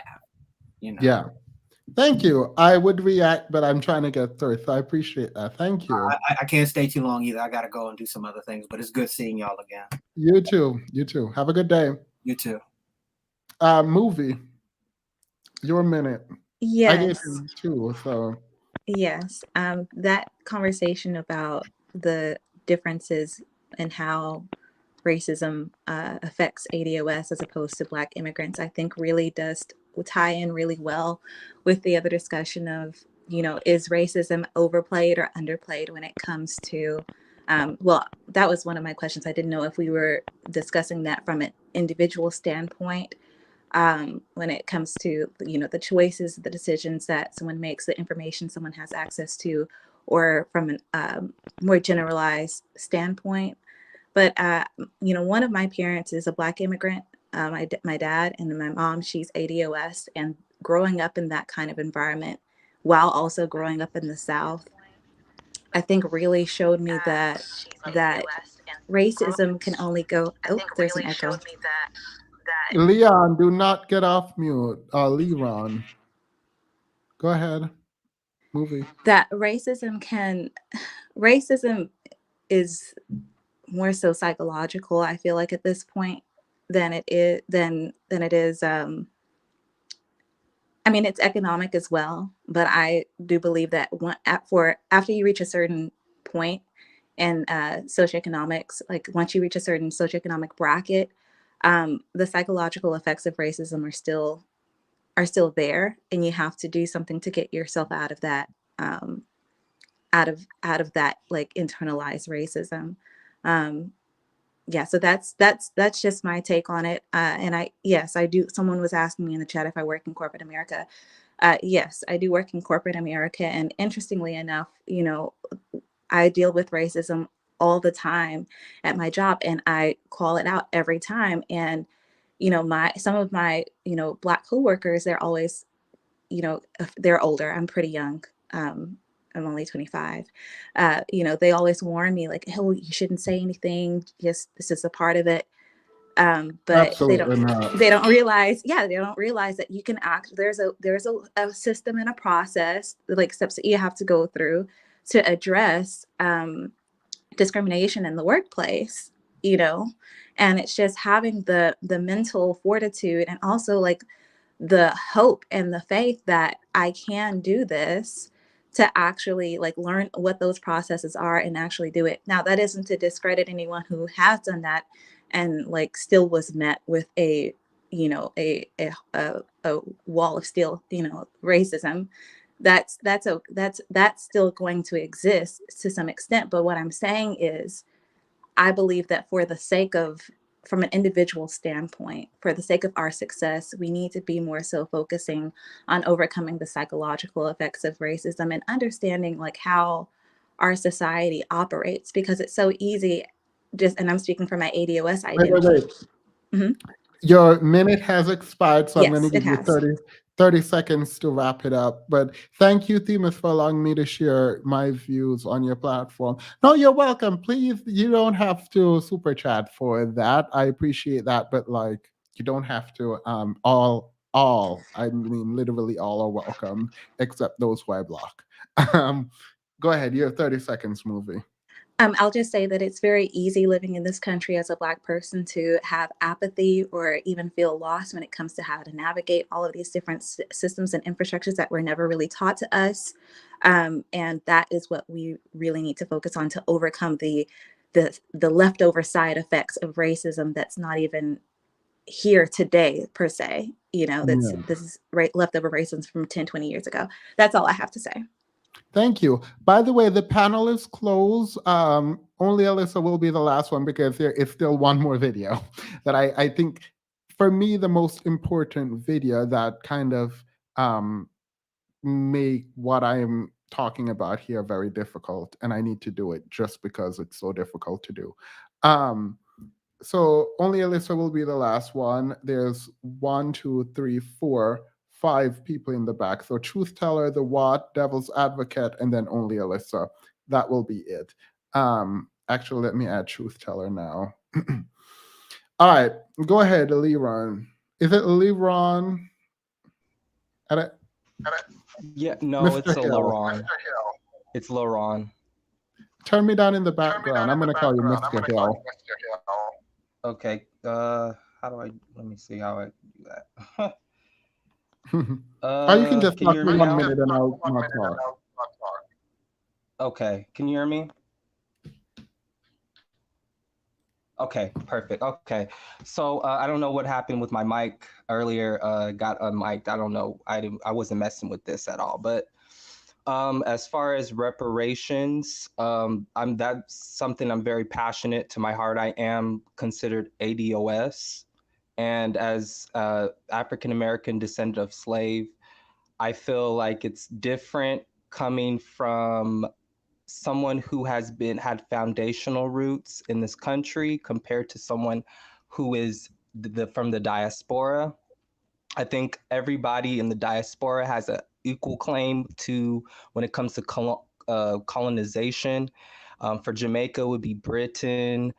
For like Brazilians, Black Africans, Brazilians, it would be the Portuguese. But specifically for African Americans, it hits different because growing up, you are indoctrinated into the educational system.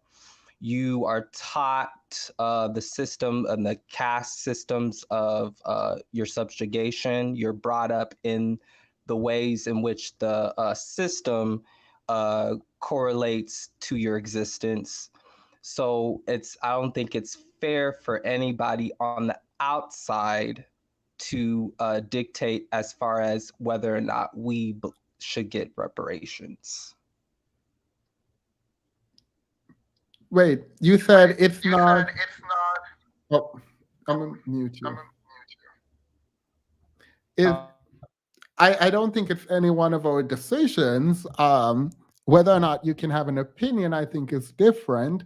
I disagree with immigrants who wait, pause, do not unmute yourself. I disagree with immigrants who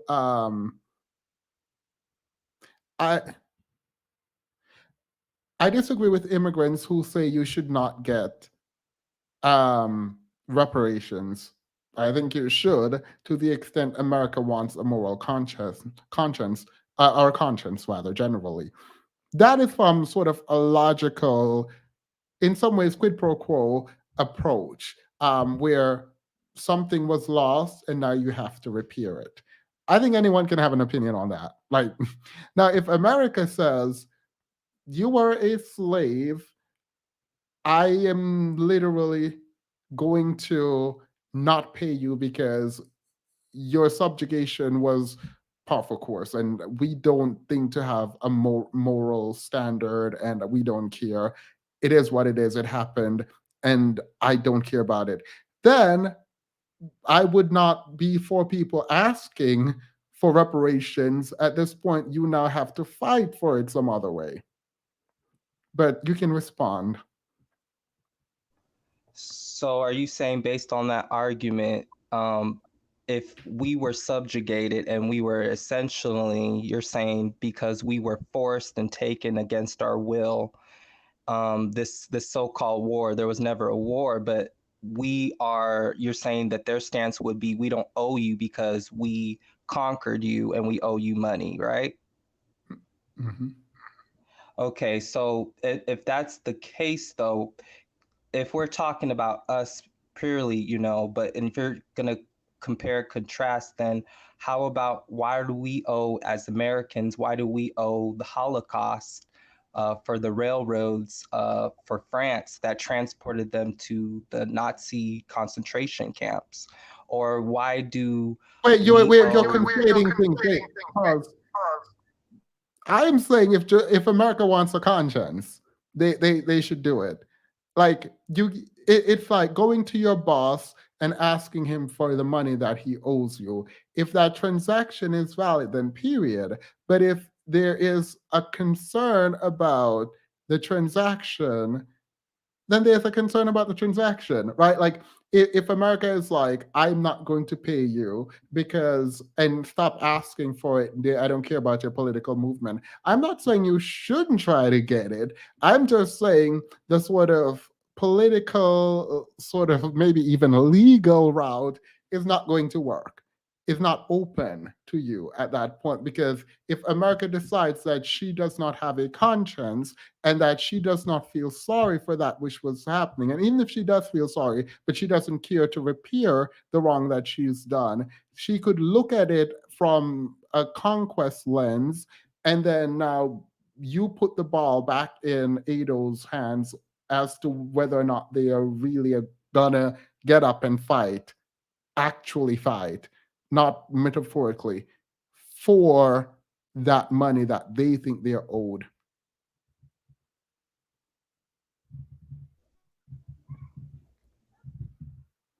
Oh, wait, hold on. So I guess if we're going in terms of the usual colonist way of fighting for it, then yeah, that would be the only reason, if we were to fight to get reparations in that context. I'm not But the arguing against question then that. is, would you guys do it? I can't do Well, the I know echo. I I don't know. would. Wait. Sorry. I muted you. I can't. I really actually kind of want to speak to you, and I will invite you back now. If you can figure out how to turn me off in the back, and then so we can only speak without me playing in the background, then we can do that. But I can't do the conversation with hearing myself being repeated back to me. I got confused just now. May I please come on? I can pay. No, please. I'm going to remove you. I'm gonna get off. I don't know how to. I'm gonna get off. Is I he don't on know how his to do cell that. phone? Yeah, I'm 'Cause sorry. maybe- I promise I'm not running from the conversation. I promise. But that's just too bad. You don't have to pay money to get on. At the point where the panel is open, whenever the panel is open, you guys can come on. The panel is now closed. So I'm sorry. I'll open it in a minute, but like I'm gonna stay strict to the 1 minute thing now, because yeah, this is not working for me. Thank you, Vitamin. Foodcake, state your grievances, period. Thanks, Vitamin. All right, go ahead. LB, I'll give you 2 minutes, and then Truth Teller. The panel is closed, by the way. I don't know why there's people coming up. Go ahead, Truth Teller. You just said LB to go. LB, go ahead. I'm confused. That's okay. So I came up here because I don't remember exactly what you said, so I don't want to misquote you, but from what I remember, it seemed like you were saying either that the racism that ADOS are saying that they face is... Wait, can we not do the ADOS conversation? But continue, I'm kidding. Just do it. All right, do ADOS. It's fine. I don't have to do it. No, you're fine. You're fine. I feel like we derailed into ADOS, but I don't want to use like black. Let's just say black people face in America, because I'm going to get attacked after this. Well, we have a conversation offline. I don't have to do it here. It was just a disagreement I had. Oh, go ahead. No. But the idea that it's predominantly mental for them, or that it's complete, I thought it was something along the lines of it was completely mental for them. Because That I said. predominantly mental, I might be okay with That I that. said. I thought so. No, I never said that. I mean, I was trying to understand someone else's point when I talked about that. We were But no. repeating their point that it was entirely Yeah. mental. Oh, okay. Yeah. No. Well, to that person's point, I'm sorry, I was doing baby duties, but to that person's point, like, I strongly disagree with that, because I think there's both like mental and real life components to it. And kind of the way that I see it is kind of like when somebody dates somebody and that person like dogs them out for like 5-10 years, and then they move on to their next relationship, and I don't know, they had a change of heart or something, or they see it beneficial to be nice to the next person. They're nice to that person. They're like, oh, so-and-so's such a great person.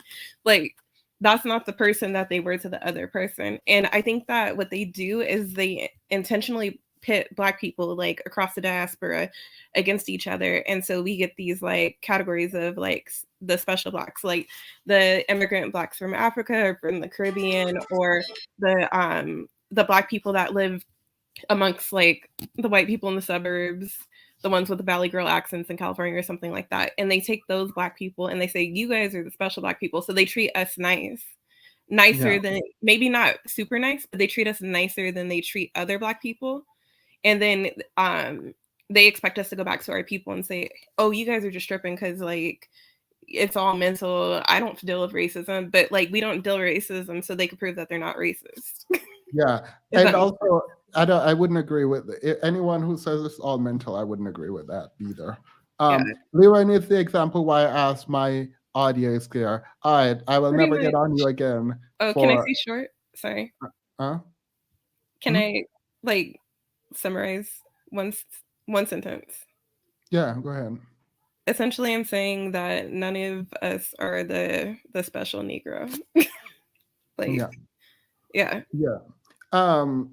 Yeah, I will never get on you, Dean, again for coming on and saying it, because I now understand the importance of checking your audio. So, period. Not I know just what it's like to be Black statement, but an observation on human condition. Coming from a very family, there is a very different experience of Scott Irish in the US. Period, Chris. Then those that remained in Scotland and Ireland in their relationship with English, despite having received many of the same types of injustice. Yeah, no, there's definitely a distinction. Like there's a distinction. Can I add one thing and leave? I'll leave after I add that one thing. Go ahead. I just wanted to say, like, what I said wasn't just based off of speculation, it's based off of experience. Like, I've experienced being grouped with the immigrant Blacks throughout my educational life. And I don't know why they thought I was one of them or decided to throw me in that category. But I noticed how the same people that would be nice to us, like me and my African and my Jamaican friends or whatever, those same people, I saw how they treated other Black people in my schools, in my communities and stuff like that. And it was completely different. And so I lost respect for certain people who do that type of, like, where they try to pit us against each other. Yeah. Got it. All right, bye. Bye. Truth teller, go ahead. I'm literally just gonna look. I'm gonna be so strict, and it's gonna be annoying, and I'm just gonna announce it now so people. When the alarm ring, you're just going to be removed, and I apologize. Oh, no. Okay. I won't even say finish your statement. As a general matter, that's what I'm gonna do. So unless we're having a conversation, so I'll move it up 2 minutes. Okay, great. Thank you. I was going to say, at least give me 2 minutes. Hello, good night to yourself and everyone. I love this conversation we're having. I wanted to say two things. I'm definitely in the camp of number two. I think race is used too much as a scapegoat and as an excuse. And that's with the understanding that, yes, racism is now more covert and insidious than it is external. And I do understand that there's a lot of more microaggressions as opposed to the major stuff that we're used to from back in the 60s or what have you.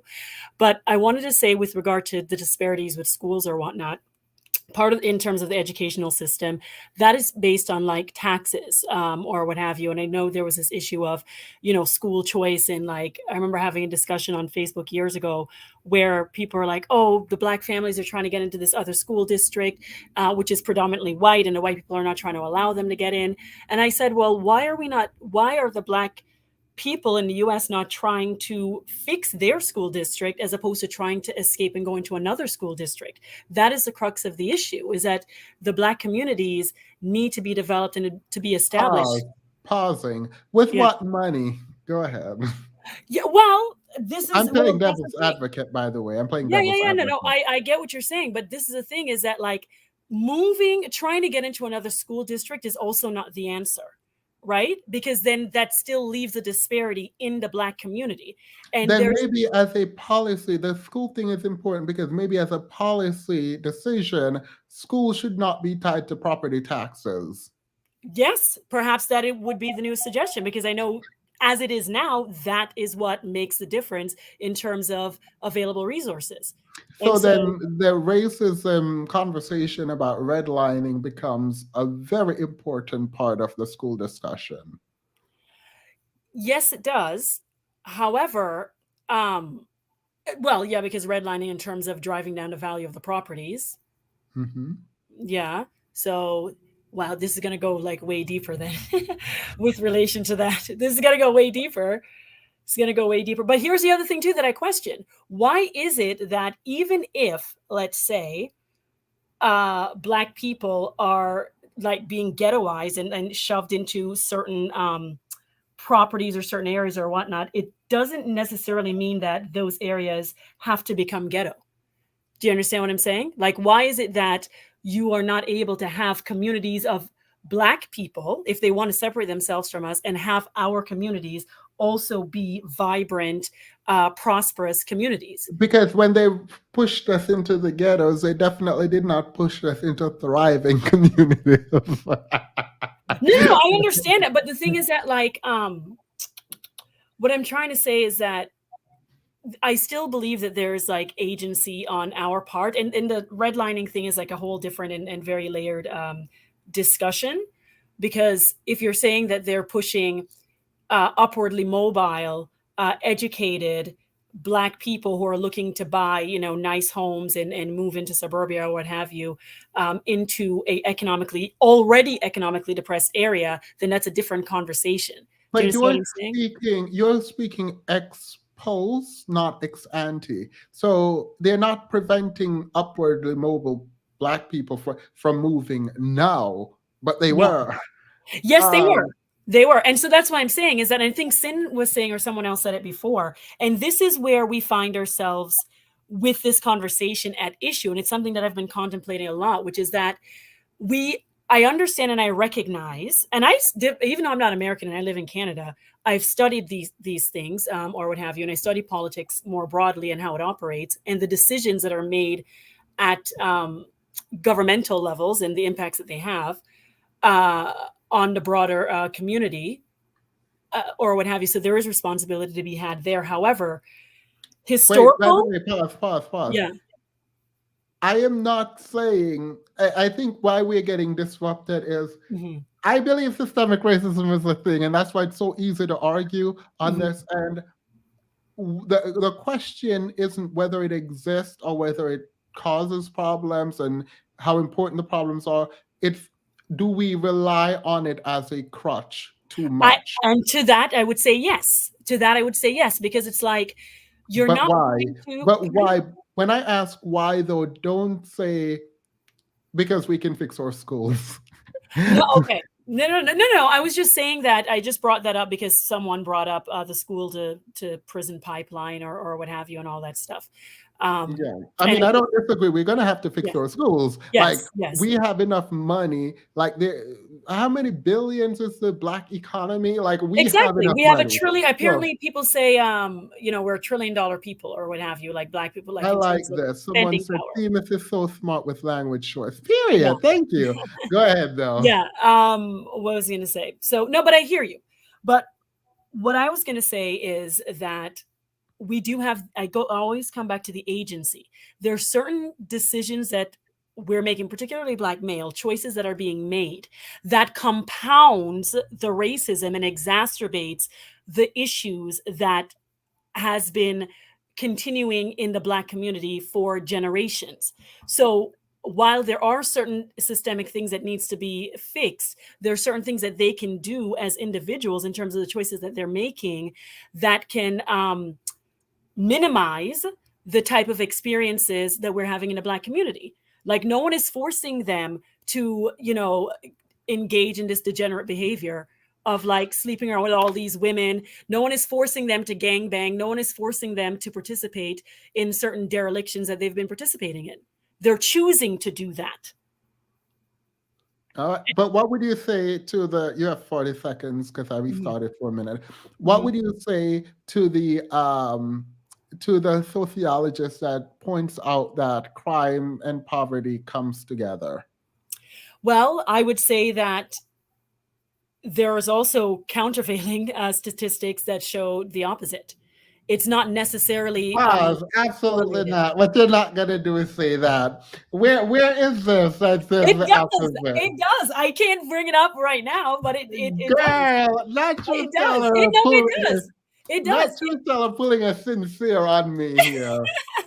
No, but it does though. There are, and I wanted to actually look into it more. I wanted to look into it more myself in terms of the statistics, because I remember distinctly asking this question as well in the context of Jamaica and the violence. Like, we at one point had the highest murder rate per capita in the world, but in Jamaica, and it was like horrific a number of years ago.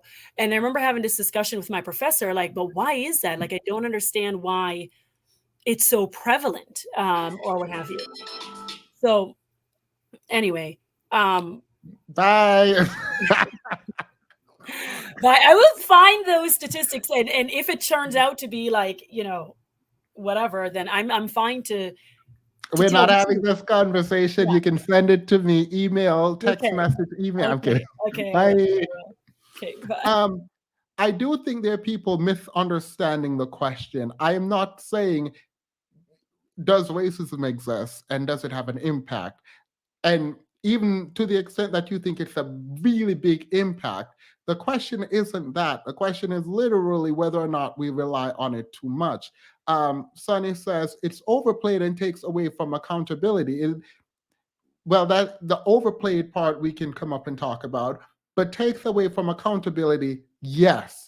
That might be like one of the biggest problem with it being used so much, because if you can blame racism, then you don't have to take accountability, right? And so that's also part of the problem, but that does not negate the question.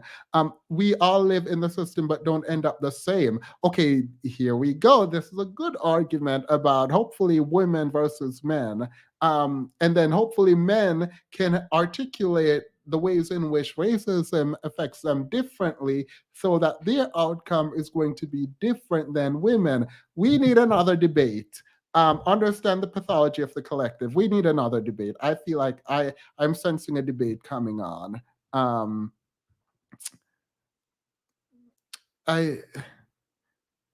It's definitely overplayed. I saw your comment about abandoning their children, and I definitely wanted to put it up, but I can't find it. I'm sorry, I'm scrolling. Go ahead. Yaya, go ahead. Your 2 Hi, minutes. Themis. Hi, everybody. Can you hear me? Perfectly. Let me put your 2 minutes. Go ahead. This is a very fun conversation for me because my family's deep roots, but I think it's overplayed, but it's understood.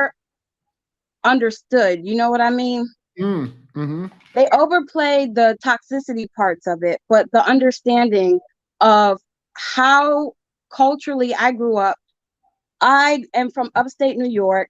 I grew up thinking it was more of a class system, but also I grew up in a mixed family. My grandfather's from Georgia, my grandmother's from Puerto Rico. Both are very like, my grandmother's light skinned, black looking. My grandfather's a black man.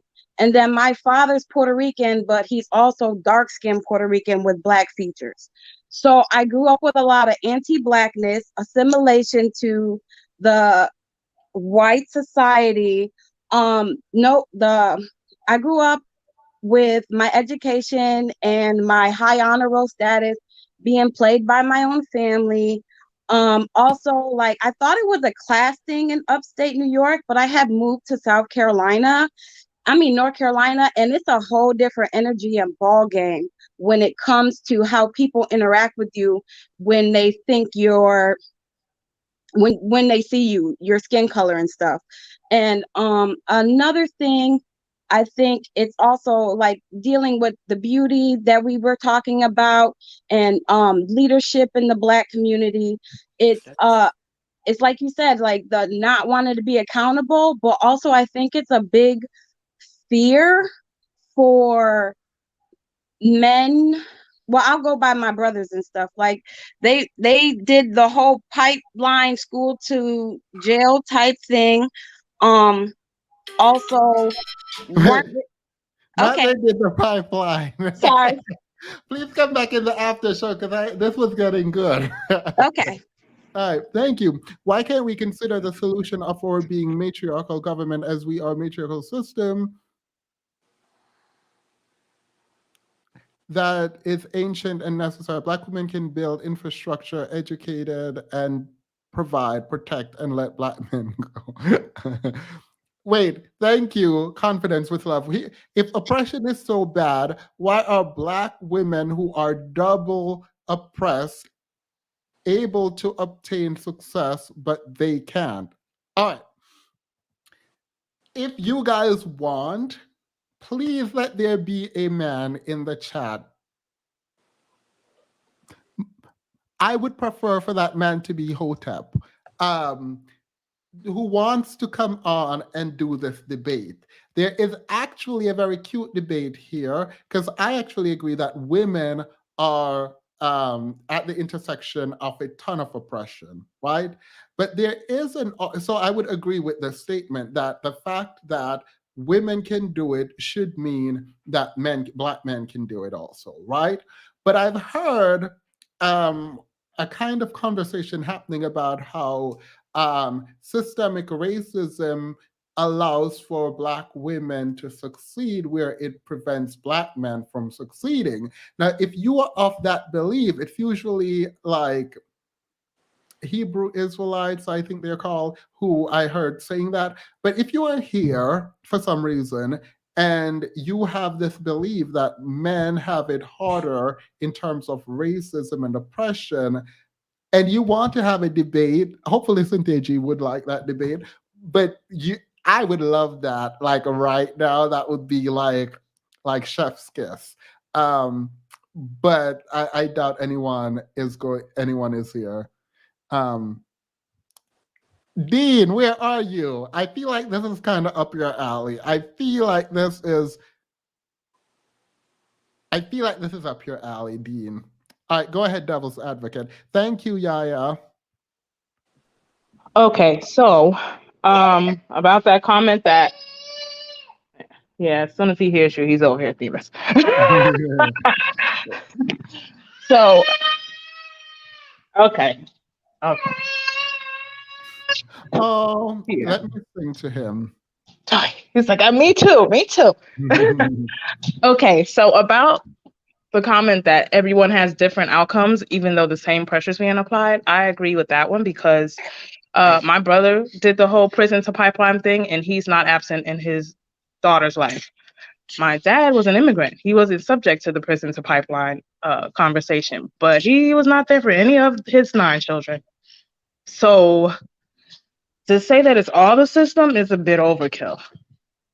On the other hand, Black women who are not taken as a big serious threat until we are, there's an insidious way that white women weaponize the system in personal interactions to kind of discourage you, but they don't prevent you.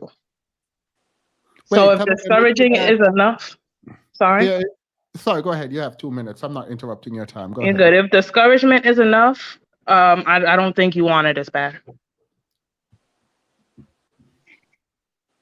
That's it. Oh, all right. So can you repeat that part you just said about discouragement? Who weaponized the system and who discouraged who? I didn't hear that well. Individual people weaponize the system in certain contexts, in the Okay. work world, in the private world, and when it comes to school districts, that kind of thing. But it's really a distraction and a discouragement. It's not a prevention, because I'm still going to get what I need for my children. Yeah. Wait. Dima Santos, I was told the lines were closed, but Pretty T disagrees with Black women being more successful, and so probably disagree with the excess of. Wait, the line is closed, but y'all can, if you. I am so wanting this debate. Like, I have never wanted a debate like this. And we can do it in the moment. So yes, if you guys, what was it, Pretty T? Please come on, and then your opposing view can come on. We can set out the points, and I want to hear it. I would love to hear it. Thank you, Devil's Advocate. Only Alyssa, go ahead. You're the last person. Hi, Themis. Can you hear me? Yep. Okay, it's good to be back. Let me get to the point. Your initial question is racism's overused or underused. I said 1 and 2, but I'm going to give you one way that our community, we should really overuse it. I see the time. As far as it relates to our finances, because the Black community does not have we don't have wealth. We all know that. So I'm not going to get into that.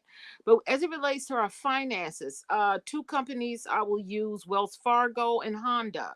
Like when it comes to financing and things like that, they had a history of running our finances for cars and home loans and appraisal for houses and things like that, undervaluing our homes and charging us more interest rates. And both of those companies were sued. This is done more often. So those are the things that we need to get louder and really, really push. Now to my last point, I have one grandfather who is Caribbean, Trinidad, and everyone else is ADOS. And just for all of the immigrants who did not grow up here, our family was taking a car ride, road trip, South Carolina, and off of 95 through North Carolina, there was a huge Confederate flag, something about as big as a building, and we could see it a quarter mile away. And the entire car everyone became quiet. And it was just like a feeling that came over everyone. That's something that an immigrant who was not born here, they will not know. That's a pure ADOS. That's it. That's all I got, Themis. Thank you. Have a good one. All right. Bye. All right. Actually, I have a treat for you guys in the after show. So one of my friend was on a dating website, and this guy, I don't know if it's Bumble, Hinge, I don't know, but there there is someone on there that tried to match with her. She did not, and I need to show you guys this foolishness and what was said in there about he want fit, feminine.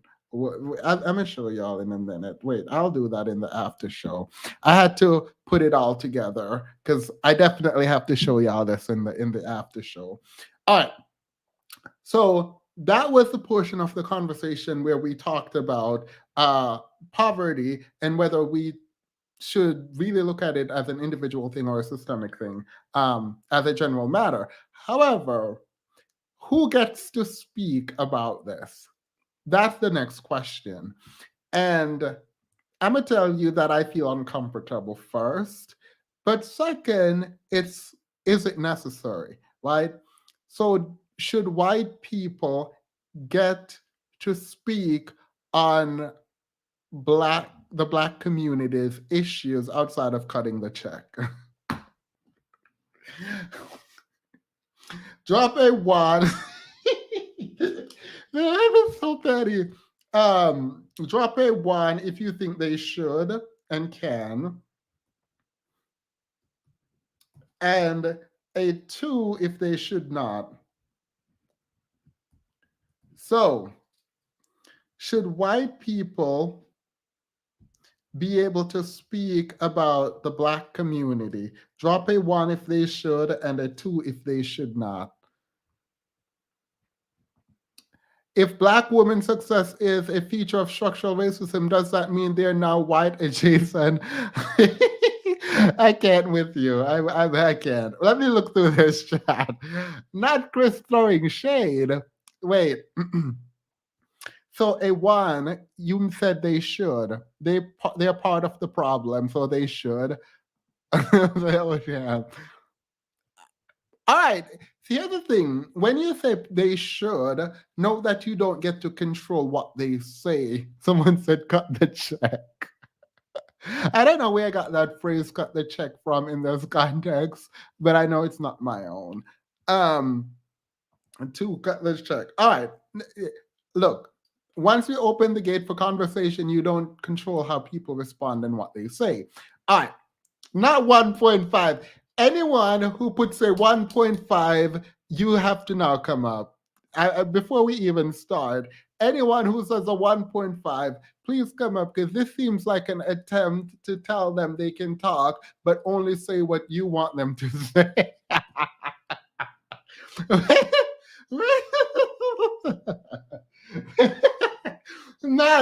Not they can talk, but they can only say what I want them to say. What?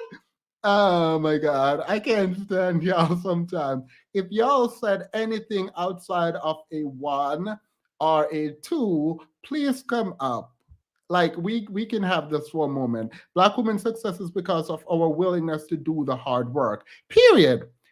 There is absolutely no one who's going to argue me down on this point. No, you don't get to hide behind, oh, the white man will allow the Black woman up there. No, you do not get to hide behind that. What Black women worked hard. I have watched Black women who worked hard, not only for themselves, but dragging me and my brother, for example, through it. My mom was like, no, absolutely not. What we're not going to do in this lifetime is fail. Not on my watch. So I've seen it, and statistically it's true. So, period. Anywho, so no one is going to come up. No one who dropped the 1.5 or 0.5 or 3 or 10 is going to come up. Y'all are too scared right now. All right, well, only Alyssa. You're the only one who came up, so you get to speak for 2 minutes. Well, we get to have a quick conversation. Okay. I said 1 and 2, so I guess that's the same thing as 1.5. Yes, they should be able to speak on Black issues in our community as it relates to systemic things. You know, yes, they should, because we're going to have to work with them to work a lot of that out. All right. But 2, no. Like take your show you had the other day about beauty, things like that. No. More personal issues, no. But how do you divorce the personal from the political in this sense? Because if you are saying they get to speak about the systemic stuff, wouldn't beauty be a part of the systemic conversation? Because some people believe beauty cannot be reached by Black people. I don't agree with this. And so wouldn't, because of the white supremacist system. As far as it relates to, because a lot of that is generational, built up, is inner, self-hate, and yeah. I don't see where they could add to that. Maybe they could, but I don't think so. But that's the thing, that the maybe they could actually means that the door is open. Like if you say they can talk about systemic things, like utilitarianism, there is an argument for it being systemic. And so you've opened the door, and now you can say, I'm letting you in, but I'm going to bind your hand, close your eyes, blind you, and let you engage with us. Okay, see, there you go, knocking my point out the water. But let me add this one to you. Like this so-called, I don't believe this gender war. Yeah. Now, you as man, how would you feel if white people were discussing that in the middle of that, as we as men and black women and black men? I don't see what ground we're ever going to come to. Oh But no, that I think specifically, if you're asking me for my opinion, yes, specifically regarding the gender war, white people should be talking. Yep. you really, why? I'm curious. Because whiteness is being weaponized.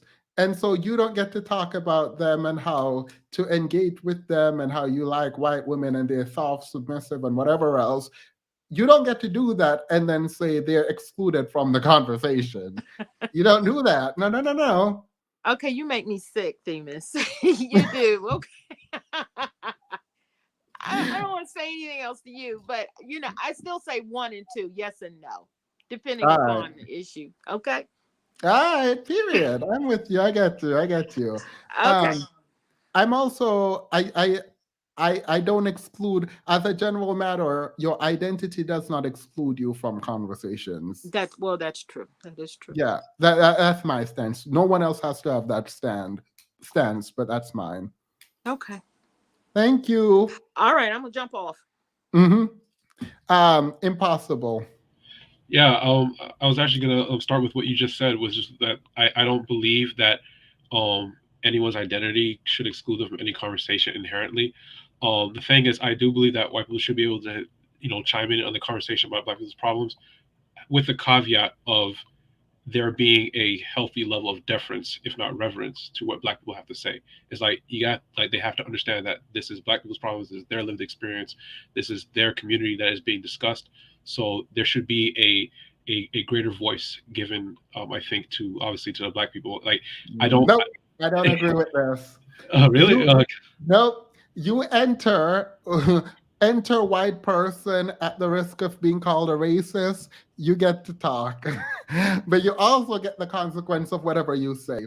But No, that's the reason I came on, because I was kind of like a 1.5 in that I do believe that they should be able to talk. But you said that if you gave the specific set rule to your question, which is that if you open the door to them, then you can't control what they say. I don't agree. Obviously, I do agree, that I shouldn't be able to control what people say, but just my personal stance, I believe that people who come into a conversation about a community's problems that's not their own, then they should have a healthy level of deference to the people of that community. You know what I'm saying? So I mean, I think they should respect them. I do think deference is needed as a general matter for whoever is speaking, but I don't think I am not. Oh my God, this is so bad. I am not for the elevate one voice based on identity, because I would refuse to elevate Candace Owens' voice over mine. It's not based on identity. I wasn't saying on identity. I was saying on the experience. So it's like, I wouldn't. Wait, no. But even experience as a touchstone doesn't work, because the gentleman that came on here, he experienced blackness in the United States, but when pressed, he could only rely on his ancestors and connection to the ancestors as an argument. So that you've experienced it does not qualify you to speak about it. Right. I was saying all this not as like a definitive prescription of who's qualified to say whatever, but I was just saying that sort of like I just take that as like a general guiding principle when it comes to pretty much any social conversation, which is that I just don't like it when people try to upend anybody's talking points or anybody's lived experience or grievances presumptuously. Is all I'm getting at. It's like I think white people should be able to chime in, but not presumptuously. So I know that you said you can't control what a person said. That's why I sound like 1.5. Kind of like yeah. No, I get you. I want them to talk, and I want them to be honest and unabashed, because I want to know. I want to know what you think. And Yeah, I don't want you to hide behind being deferential to me. I yeah, want you to tell me what you think about my community, and I want to hear it. right. Because there's one person that I do admire at some level, which is Daryl Davis, but I don't think he's doing it so much in the line of like talking to Klansmen to get their opinion about the black Okay, community. absolutely not. Yeah, I do agree in letting people. I do agree with letting people letting people be candid, but I still think that black people have a place to sort of Look, put their while foot color down. will not disqualify you from the conversation, character will, and Yeah, racism will. Absolutely. right, I'm not right. talking to a client. For what? Someone was like, you should explain to some of these people who are racist why they shouldn't. Absolutely not. I'm in 2022. Unless you have power over me, I don't really care what you believe. You can stay there and be mad with no teeth. Yeah. No, absolutely not. Paris, go ahead. Hey, Themis. Hey. So I feel like they should be able to talk, but I do feel like they need to be talking heads. The same way that we have so many black people who are willing to basically sell away their blackness to talk to white points. They have their diamond and silks. I'm trying to get some CZs and khakis or whatever we need to do. Get the chads, the bros, whoever, because they use us, right? There's so many of us willing to talk their points for them. No, I want some chads, some Brads, some Rachels, all these women who love BBCs. Start talking for us. Be our talking heads then. Where are the allies? I thought we had allies, right? And then on top of that, for real. And then on top of that, like, you can't look to the people who created the problem for the solution necessarily, but if they want to be a part of it, then they need to come correct. If you're not going to help change it, or if you're not going to be a part of the solution, then shut up, cut the check. And then for the people who are like, oh, well, reparations wouldn't solve anything, I feel like it would be a major shift in wealth because we spend our money instead of investing in our own community to a certain extent. But I refuse to take that point from people who come from other countries where, they have blackness all around them, but it still succumbed to white supremacy to a certain extent from the leadership, right? What do you And mean oftentimes to a that's why they large come here. extent? But yeah. Yeah, but then they come here and then they look down on the Black American people who, like you said, have paved the way along civil rights and all that to get the rights that we have for people to even come over here to make a better lives for themselves, etc. And with John Lewis, who was a big proponent of voting rights, they still can't get that passed. He died trying to get that passed. I don't know if people think that the people in those pictures that were throwing stones and sicking dogs on these Black people back in the day just died off or disappeared. The freaking lady who got Emmett Till killed, right? Or unalived. She was still alive up until recently. Mitch McConnell, all these people were people who were fighting to make sure that we didn't get rights, and they still are. So it's not like you can make it seem like these people don't have a voice. Look, I'm with you for talking heads. I'm with you. Pay the minimum wage. Pearls and khakis, where y'all at? Sign up. Brad, Chad, Melissa, Rebecca. Where are the mixed people? Where are the biracial people? Wait, what did Rihanna say? Rihanna said, oh, you like Black people, right? Tell your white friends to pull up. Right. And the biracials, instead of succumbing and being upset that they're considered Black, use it to your advantage. Hey, I'm going to infiltrate XYZ, move this and that, because unfortunately, a lot of our systems have been infiltrated through the Black men sometimes in America. And I am from the South, right? So Southern that there was a KKK house right across the railroad tracks. And also when I buried my great grandmother in 2002. Let me stop. Yeah. Talking about no one did anything about it. They don't, because the cops are in on it. The cops are in on it. The mayors are in on it. These people that were at the Tiki Torch rally, those are the people, prime example, right? Capitol riots. where are the cops? Those are the cops. These are people who are part of law enforcement, who are part of military, right? And I'm Yeah. from military town. Those people are in those positions of power. So Yeah. when you look at someone and assume that, oh, it's a cop, he's going to be a good guy, you can't always just infer that based on their job position. All And right. one more thing. Well, I'm sorry. I was about to say one more I, thing. I just added 30 seconds to your thing. And so I'm going to give you 15 seconds. Go. Okay. What I was going to say is I feel like people from other countries don't realize how close it is for people in America, right? My great grandmother passed in 2002. When we buried her, we went back to our family land, and there's a church there that her uncle created when he became freed from slavery. Because back then they had tons of kids. I mean, I can appreciate this, and I will stand it. I don't appreciate immigrants being weaponized against ADOs. The conversation about ADOs and immigrants stops here. Guys, I can't do it right now. All right, let's continue.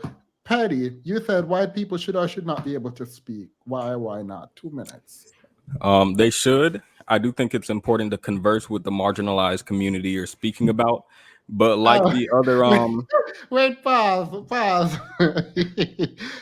I hope who is the marginalized community in this scenario? Because I can't play with you today. If we're talking about white people, that would be black people. All right, I thought you were just trying to flip the scripts. Continue. No, I think like the other gentleman said, I agree with him. Your opinion matters more than your identity, and I think it benefits you to have white allies. For comparison, you're a black man, you talk a lot about issues specific to black women. Just because you're not a part of the black woman community does not mean your opinion doesn't hold value. It doesn't mean your opinion is less valid. I don't think, in fact, I think your education and your insight on the matter and your willingness to take criticism from black women as you navigate the community. I am a hypocrite. I'm a hypocrite. I don't actually believe you now. Oh. Wait, I don't consider myself BWE because I'm not a black woman. And I don't think a black man should feel comfortable in BWE spaces. I actually do fundamentally believe this. So with that logic, I think I didn't say you should feel comfortable. I said you should be allowed to, because I feel very uncomfortable when we have Cynthia G and I go to channels like this and it is very much black male dragging, which I think is deserved, and that makes me uncomfortable. Wait, But that channels like mine is black male dragging? Yes. When did I drag black men? When you chose not to coddle black men 2022. I can't stand you. But yeah, I think even your education and some of your opinions on the matter are more valid than even some black women, maybe like, I don't know, Candace Owens or somebody. Like the other day, we talked about white people who understand they have privilege using their leverage to assist you in getting a job, for example. So I think they should be allowed to speak, to summarize. I don't even know when you're trolling or being serious. I agree with you, by the way, just now. But like, I'm just so over you, just as a general matter. I'm tired of you dragging me and my channel and the people here. You gotta understand that Prince Petty in the chat is different from Prince Petty on screen. They're separate people. It's a dragging channel now. LOL. No, Dean wants to come up here and twerk. So no, you can stay in the chat and twerk. I've not dragged anyone. If I have dragged you, then objective reality, to the extent that reality can be objective, is just a drag on you. That's just what it is. Because I've not dragged you. That broken table that I put on the thumbnail is the table. Like, it is just, it is what it is. It is the table. If there is a table, that is the table. I'm not dragging you. I'm helping. All right, Sonny, go ahead. 2 minutes. Should white people get to speak about black issues? Say me? Uh-huh. Oh, sorry. I actually want to speak to what you were saying earlier with the 1.5 and the 2, the 1 and 2. Like, you want white people to speak, but not speak the freedom, speak the way you want them to speak. I want to speak to that part. I think you're right. When you say 1.5 or 1 and 2, they want white folks to speak on behalf of them, not to speak their truth. Yeah. And I think that because that, I think a lot of us are followers, because what would you not want to know what white folks think? Literally, like, what do you think?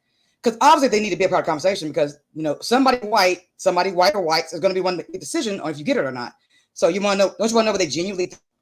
And I think because I say we're followers because we have no example. White folks don't ask black folks, what do you think about the white community? They don't ask us anything. They don't even challenge themselves in the white community. If somebody doing crazy in the white community, they say him, her, them. They separate themselves from the problem. They separate the problem. They know them over there. Wait, pause. I'm going to pause your time because I love this, and I want you to continue. Okay. But because I guess I only want you to continue because I agree. But let me say, Dean, I do say kings. I do ride kings. What do you think I'm going to put there? I'm not going to put king because we are not kings. And how is that dragging black men? By pointing out, for me, when I do that, I'm pointing out that it is ridiculous for us to be calling ourselves kings without a kingdom. That is not dragging you. That is explaining to you how ridiculous the notion is. That is what it is. All right, Sonny, go ahead. I feel like what's petty is what, because I'm not coddling, I'm obviously dragging. And I take artistic license. I was just saying that, you know, white folks separate themselves from the problem. We don't do that. We say Black Lives Matter. They say White Lives Matter. When we say Black Lives Matter, they say that, but generally they didn't come up with White Lives Matter. They oppose us, but they separate themselves from the problem. Somebody shoots school up. He did that. His family messed up. His family failed him. White folks separate themselves from that. We don't do that. So I think that they put the 1.5 and 1 and 2 because they don't understand. We need to know, folks, what do you think? What do you think? If you want reparations, we need to know what they think. So that, I agree with you. So I came in here, like, I guess I came in here on the opposite side. You know, you said coming in, like, I agree with that. I don't agree with what they're saying. But I'm saying I think I know why they're saying that. Because if you have no example, we follow white folks' lead. But this part right here, white folks have no lead on it. They don't do it. Now we're winging it. And it looks crazy as hell to me and look crazy as hell to you. Like, we're winging it and we say, well, we want you to talk to us, but just say what we say. No. So no, but yeah, I think we're winking it. That's why it's crazy right now. I'm looking at it. So I just want to come in and say that part. That was all. Thank you. I appreciate that. Like, Demas, you know damn well. I don't know. No, absolutely not. I do nothing wrong. I don't drag black men. Well, maybe I do. I mean, is it drag warranted though? Is it warranted? Is it inaccurate? Is it false? The thing is, I don't even know how to drag someone. I actually don't know how to drag. So this idea that I am like dragging people, it's not real, and I make fun of it. But I literally have no clue what that means in terms of my ability to do it. I'm gonna tell you what it means. It means self-accountability. No, I know what it means. Huh? So it means self-accountability. You put in personal accountability. That's dragging. Yeah. I gotta be accountable for me? No, for me, not me. So yeah, that's what it is. You're dragging them by saying accountability. No, not for me. Not Dean think I'm dragging someone because I say king within a. They have a kingdom. They have a kingdom in our society. It could be put like that. So like, hey, we say we're kings. So why can't you say it? Doesn't matter if you don't fit the definition. Somebody said it. We say were. So past tense. Were is past tense. Okay, fine. Past tense, present tense, they're really close. Teach past and present and future together. So why not say king right now? Dragging. I feel like, is it dragging when you're attempting to put someone in their place who've been out of order? Yep. Accountability is dragging. Accountability to them is dragging. All right, well, then I know how to drag, period. Tell the truth. Tell the truth. Then I guess I do drag. Yan, how are you? I'm doing pretty well today, Themis. Thank you very much. Okay, how long do I have? 2 minutes? Yeah, well, yeah, you have 2 minutes. Okay, I will attempt to. I talk a lot, so I'll try to. I will start your timer 2 minutes in. Okay, I'm going to try to be a good example because I talk a lot compared to other people that come on here. Okay, so I said 1, on the grounds of they can. You cannot tell anybody that owns 99% of the media, including what we're using now, that they can't talk. No, absolutely not. Get off my live stream, Deanne. I'm just saying. Since Get off now my that live stream. Wait. you only got a minute and 30 seconds left, Demas. I'm almost done. I promise I am.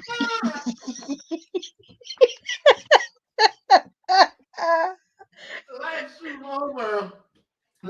Live stream over. We can't have this conversation here. We're going to have to go on a black-owned platform to have this conversation. We can't have it here.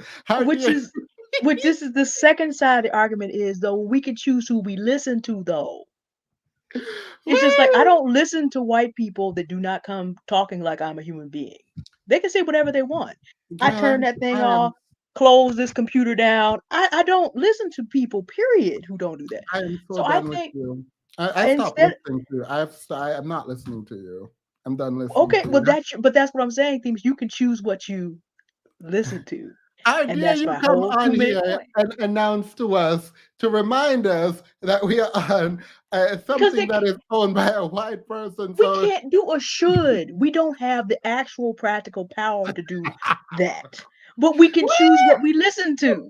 You don't have to listen to me. I can leave whenever you're ready. And that's the attitude we have to have toward even the white people that we entertain because we are actually sovereign human beings. period. And that's my 2-minute statement. I could do a lot. I tried. 2 I minutes. don't like you no more. I don't like you no more. Okay, I'll get out of here before the timer goes. See y'all later. I'm so tired of you, Deanne. Why you come up here, shut down the whole live? So, if we decided that white people can't engage, they could decide that we can't even have a conversation. Period. I'm just saying, as a practical matter, how you gonna tell somebody I can't do something? It's like you trying to come to my house and determine what I'm gonna eat today from Washington D.C. How we gonna do this?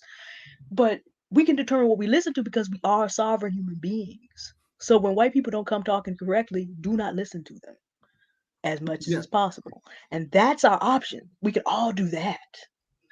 No, I'm not saying that, Sunnyside. I'm saying exactly what I'm saying. I was a professional journalist. 99% ownership, 93% of the editing desks, white men.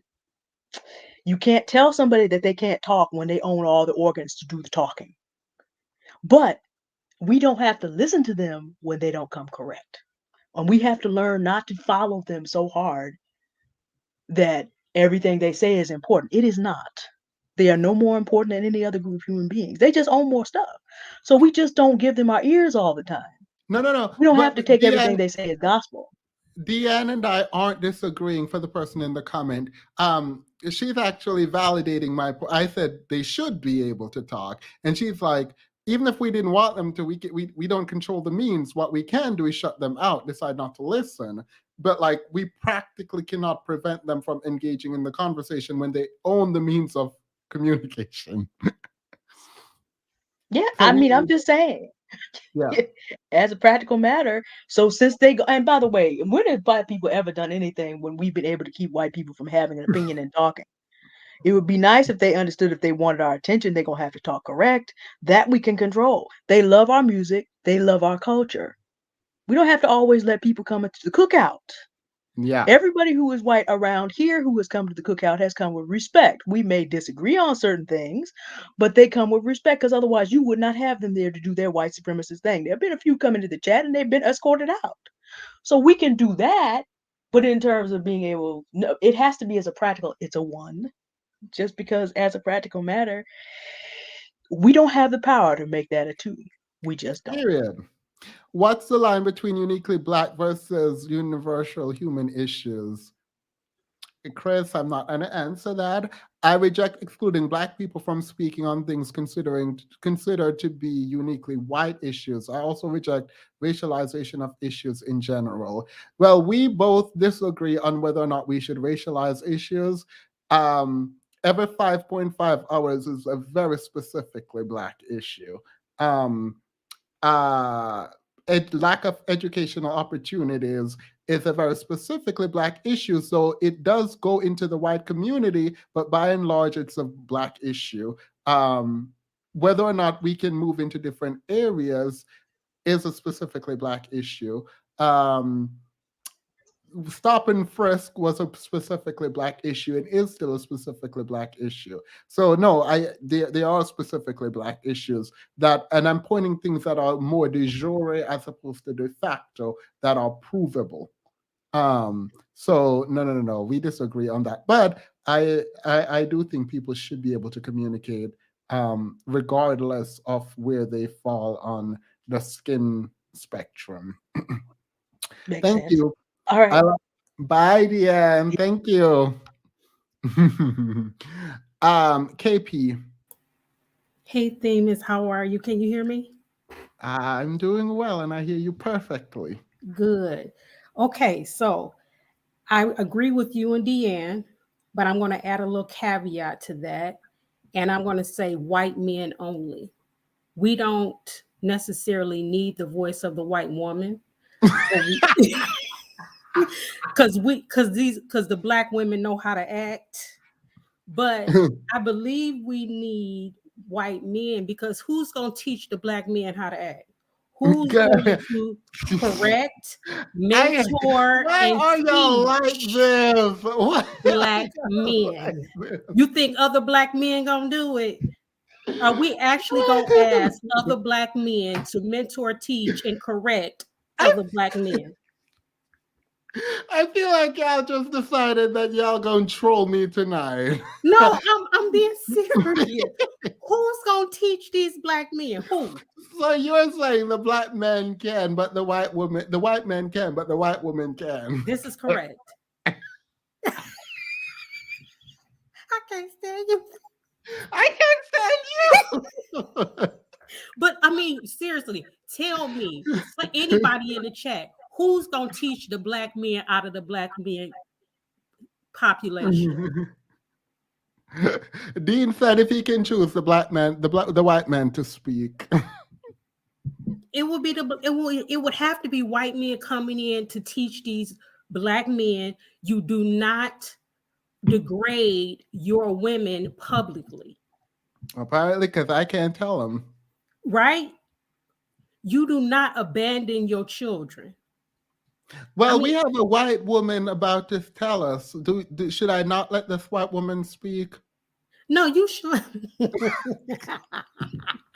You can let her in on the cookout long as she talking right. Oh, right? no, not to Don't the come up in here with no cookout. Not to the cookout. No, you can see across the street. As far as okay, think about this: the culture. Okay, one more point. The culture. Who gave us the culture? We didn't come up with this culture. Think about the food, the music, our socialization, and all of that. That came from white folks. Because we're the orphans, we're the abandoned people of the whole world, right? We don't have a nation we can go back to and get any type of sovereignty or any type of anything, right? So we're really subject to them. Yeah. So this is the reason why they have to be a part of the conversation, except for white women. Okay, that's all I want to say. Not you with the except for white women bit. We know how to act, Themis. We're ladies. We got enough people, enough Black women in the community that can clean that thing up. All right. Is it Mr. or Miss Walker? Hi, Themis. It's Miss Hey. Walker. Hey, Miss Walker. Hi, everybody. Yes, so I'm one of those folks who put the 1 point plaque in the chat.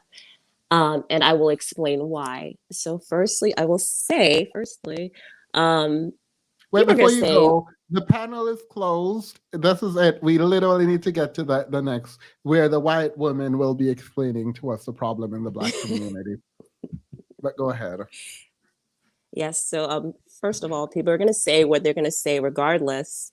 I think when we start policing who can speak about what, we get into dangerous territory because it can be just as easily flipped on us.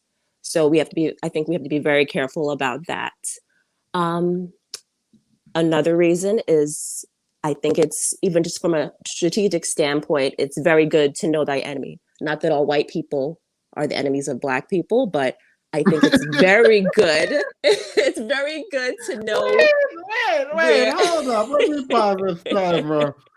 Y'all really just want to destroy my whole life tonight. So Wait. serious. Let me pause this. Where is it? Let me read. Oh, it's restarting. I don't care. All right, wait. Know thy enemy. But they're not really the enemy. What? No, exactly. So, okay, so I'm going to fix that up. Not every white person is the enemy of Black people, but there is a certain mentality that's out there. It's a global mentality. I would say it's a white supremacist mentality that's there, even in the best of people to one degree or another. And I think it's good to know where people come from, because regardless of whether they say it, they're going to be thinking it. So it's very good to know where people are coming from, what you're dealing with, who you're dealing with. It's important.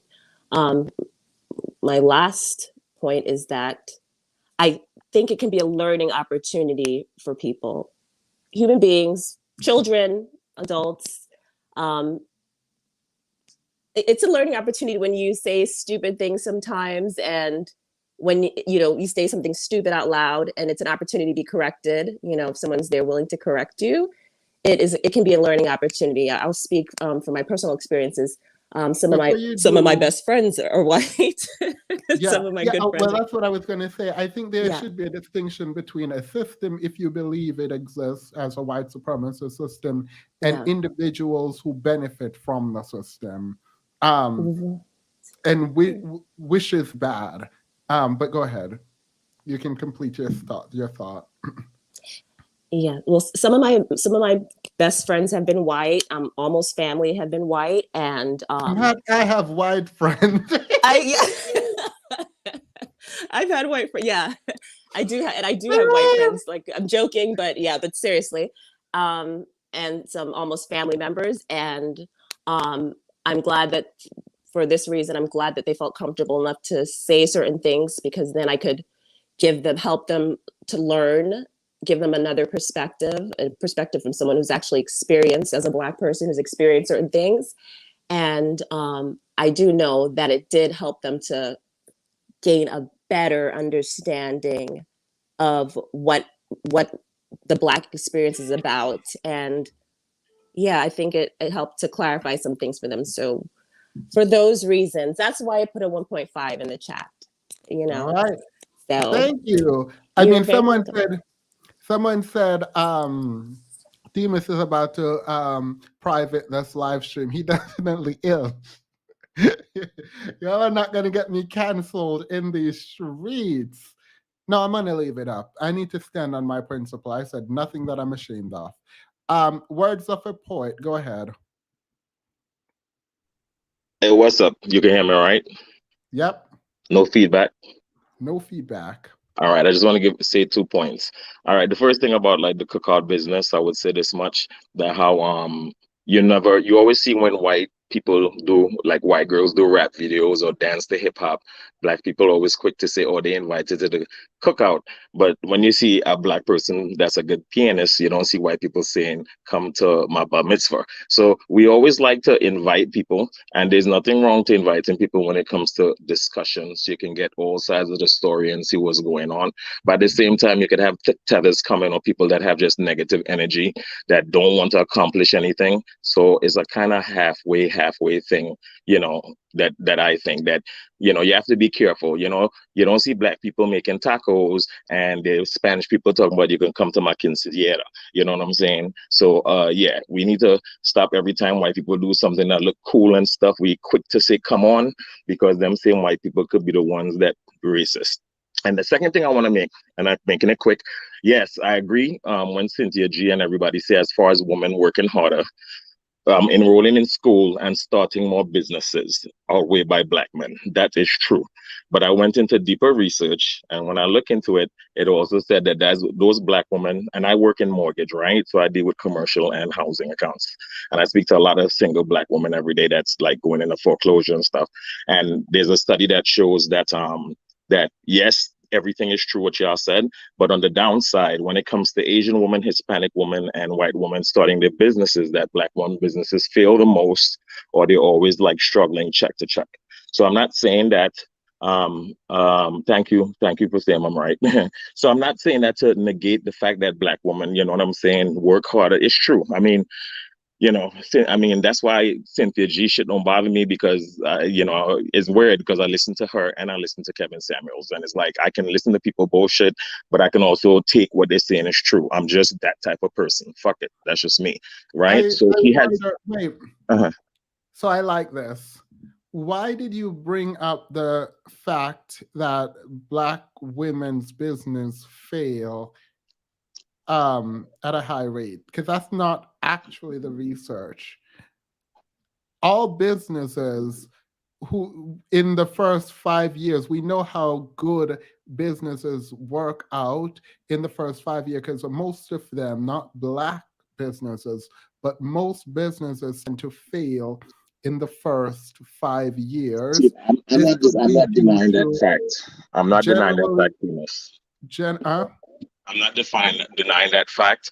I'm telling you, if I need to look for it and show it to you, I will do so. And I could always email it to you. But it does says that even though black women do open more businesses than black men and go to school more, that when it comes to the woman category alone, that they're the ones failing. So I'm saying that to say just because that be true. Okay, so I will email it to you. I'm not gonna debate it. No. You are making very broad statements about failure, and I'm trying to get you to narrow it down. Okay, I'm sorry. Go ahead. It highlights it highlights not, I'm not calling you ignorant, but it highlights an ignorance in sort of how business operate, right? And so I can appreciate you pointing out that some black women's business fail, but when you say they're the ones whose business fail, that's not an accurate statement, right? The statement is that most businesses fail in the first 5 years, right? Can I rephrase it? You can rephrase it. Okay, all right. Because this is how Cynthia G catch me last time. Y'all smart as hell. All right, so here we go. No, I will point out. I mean, this is my area, though. This now is my area. So yeah, go ahead. small thing. All right, so so I would say this.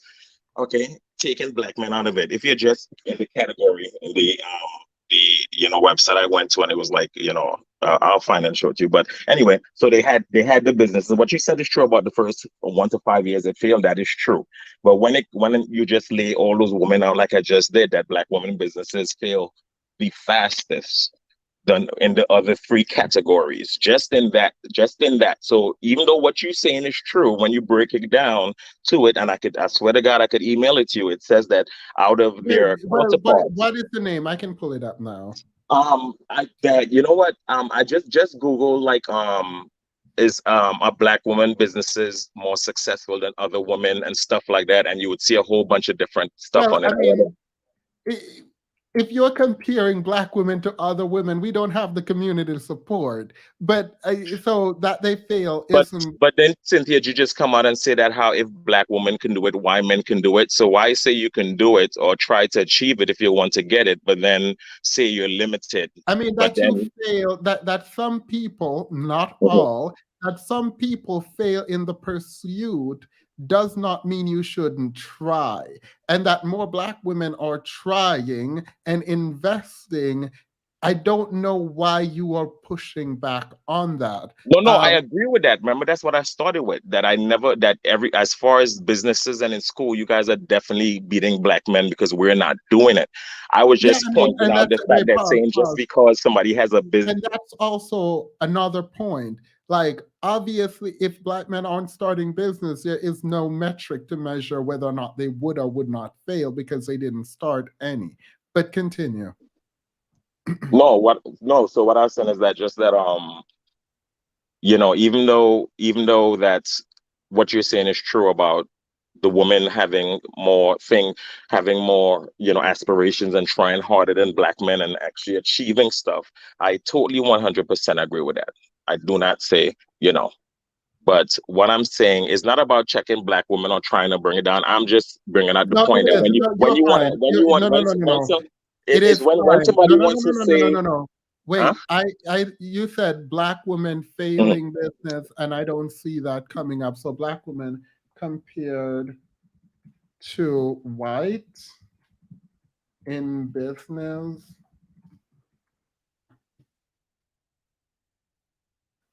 All right, I don't see them. Black women are more entrepreneurial than white women. Black women are more likely to start a business than white.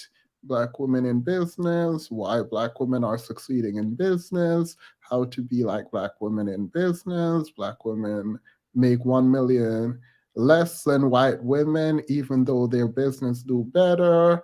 my own, and like I said, I wasn't doing this because I know some people saying I'm No, no, doing no. this You to said throw Google shade. it, and I've Googled it, but like now I need that information, and it's not because I'm pressing you, just Right. as a sort of general matter. I now need to read it because there is most businesses fail within the first 5 years of its creation. It could be undercapitalization, it could be a buyout, it could be a merger that is essentially a takeover that destroys the business.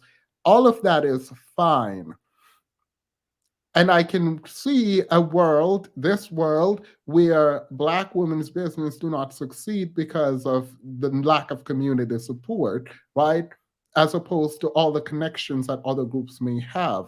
But I now need to see that research, I need to investigate it, and I need to be able to explain. But you just said, I'm sorry, did you just say that how you believe that it would be that because they don't have the community? No, I said it could be that because we might not have the community, but black women have been selling to other black women. So that But I would black agree with that also. Yeah, no, but you're saying I don't want to humble, but that's essentially what you're doing, and I don't mind, I don't care, honestly. But I do want to make sure that the way in which you're doing it is accurate. Like I don't care, but I need. You said Google it. I Googled. I couldn't find it. So now I need a name. Okay, so if I go locate it, can I get it to you and come back? Yeah, definitely. Okay. So yeah, so I was just saying that not to try to just I don't care about the comments because you know the woman in the comments gonna say what they say. But between me and you, I wasn't saying I didn't bring up the point to try to knock down black women, but I brought up the point saying that how when you sit there and brag about black women do more than this than black men and stuff, as far I'm not talking about doctors and lawyers and people that go to college and get jobs and career. I'm talking about business owners. I'm just saying that how when it comes to the 4 categories that our women are the ones businesses that are doing worse. And like you said, if it could be because of community, that could be a factor, you know, but it doesn't change that fact what I said. So that's why I brought it up. You are attempting to humble, and I wish you had just not said that part that you just ended with, because it sounds like you are trying to make them know, black women, that they're not doing as good as they think they are doing. If that is true, I would question your reason for bringing it up, but I can't question facts. I Right. can't accept any of that as true without you providing how much black women are failing in comparison to other groups of women. I mean, black That men start is not. businesses, that Black have men is not businesses. even Okay. in the. I know black men is not even in the realm of conversation. What you said? I'm sorry. I know black men's entrepreneurial adventures. I'm going to use adventures because I'm not going to use enterprise. Aren't included in this discussion. I had read something else. Tell me if you believe this or not, because I'm gonna have to look for that too. Do you believe that it says that even though the black women start more businesses than black men do, that when black men start their businesses speed up in wealth and do much better, even though they have more numbers, that the black men has more success when they start Well, theirs? no, Do I you don't agree with that? believe that. No, I don't believe that. But if they, Wait, why would you say if I believe? Did you read something that says that? Yes, I did, but you know, you didn't believe the last thing I said that I read. So I'm gonna find it before your show is done. Like when I get off, I'm gonna go look for it because you know I can't do it now. While, but yeah, because I need to focus and find the exact because I gotta find that exact Do you document. know how probability works? Of course. Can you explain probability to me? Oh gosh. So probability, you know, the chance of Welcome, something, Savon. the chance of like something happening, like is if something is probable to happen, it's possible that it can happen, you know, but it doesn't mean that it's a high possibility. It's a probability. So yeah, I know what it means. All right. So, in the context of black men not opening business and then some do, right? Can you explain probability and outcome in this scenario and why it might be a difference? Well, the probability, well, there'll be a difference because Pause. Don't answer. Uh-huh. The reason I ask you is you claim that you weren't attempting to humble black women. You claim that you are okay with everything that is being said. You claim that you agreed. But not only did you provide statements that you cannot back up, you also went a step further to compare black women directly to black men in a way that seems very strange to me. Not only do you need to admit that black men do not start businesses at the rate that black women do in an attempt to get some financial resources, you use the fact that very few black men start businesses and you do not provide any support that these businesses are doing well, but you use that to compare against black women to claim that black men are doing better than black women in business. However, it's interesting because you came up here hiding behind the fact that you are just stating facts for which you do not have a citation for. So you came up here. I mean, you can't say that until I go look for it. I have to go look for it. You came up here to attempt to humble black women, not only in the face of other groups of women, where you are comparing them based on a study you haven't cited, that they're not doing as well as these groups of women, but you also then compare them to black men who are not starting businesses, to say that the ones who do are doing better than I'm saying they have a higher success rate of success when they start theirs than when black women start their businesses. Then you did it in a frame where you're asking me if I believe a statement that you have not provided any evidence for. Then I ask you about probability. So this is really interesting. I don't know if you even understood what animated you to come up here to say black women need to know their place, essentially.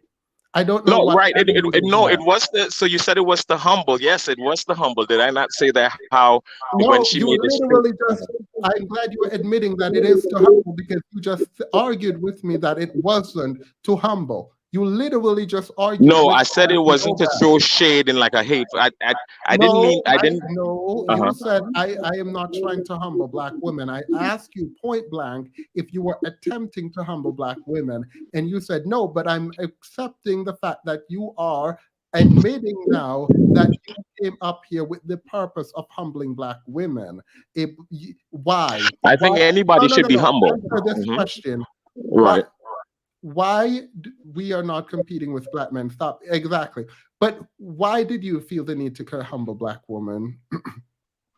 Because of the statement. I said that from when you said humble before, I must have not heard it or paid attention to it. But no, I didn't, humble, yes, because the statement was made that you repeated the word humble back to me. So it's not a matter of you not hearing. You heard perfectly well the word humble. My question to you is, why? Why are you attempting to humble black women? Why do you feel that it's necessary? Go ahead. You can unmute yourself.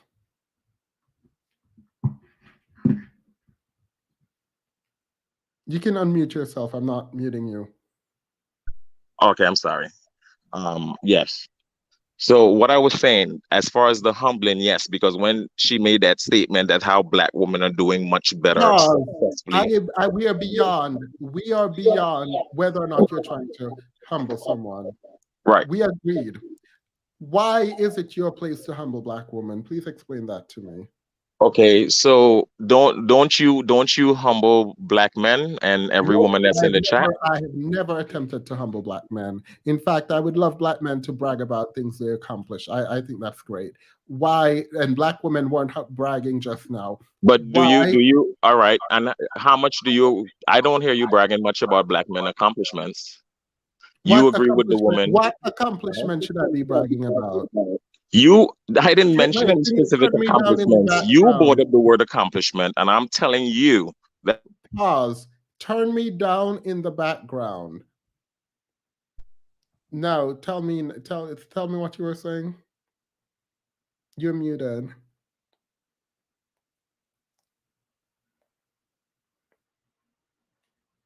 What should I be bragging about?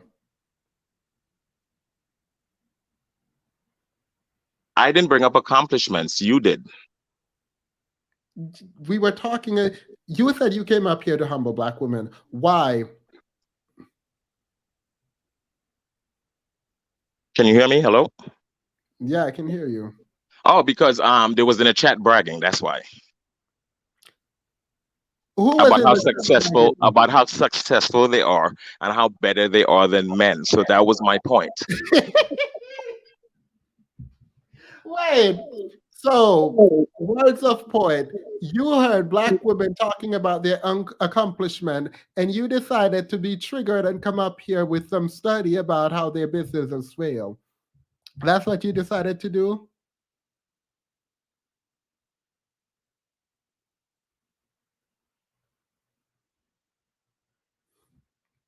Unmute yourself. I don't know. You keep. I don't know why it keeps muting. Okay.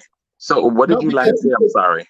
Wait, the reason I keep muting you and I'm going to do it again is because there is a feedback happening whenever I speak. So if you can turn me off in the background or down in the background, I won't mute you. But like whenever I speak, I have to mute you because I hear it back. Is that better? Wait, yeah. Yeah, that's better. Go ahead. Okay, I'm sorry. Okay, what was the question you were saying? The question you asked? Question.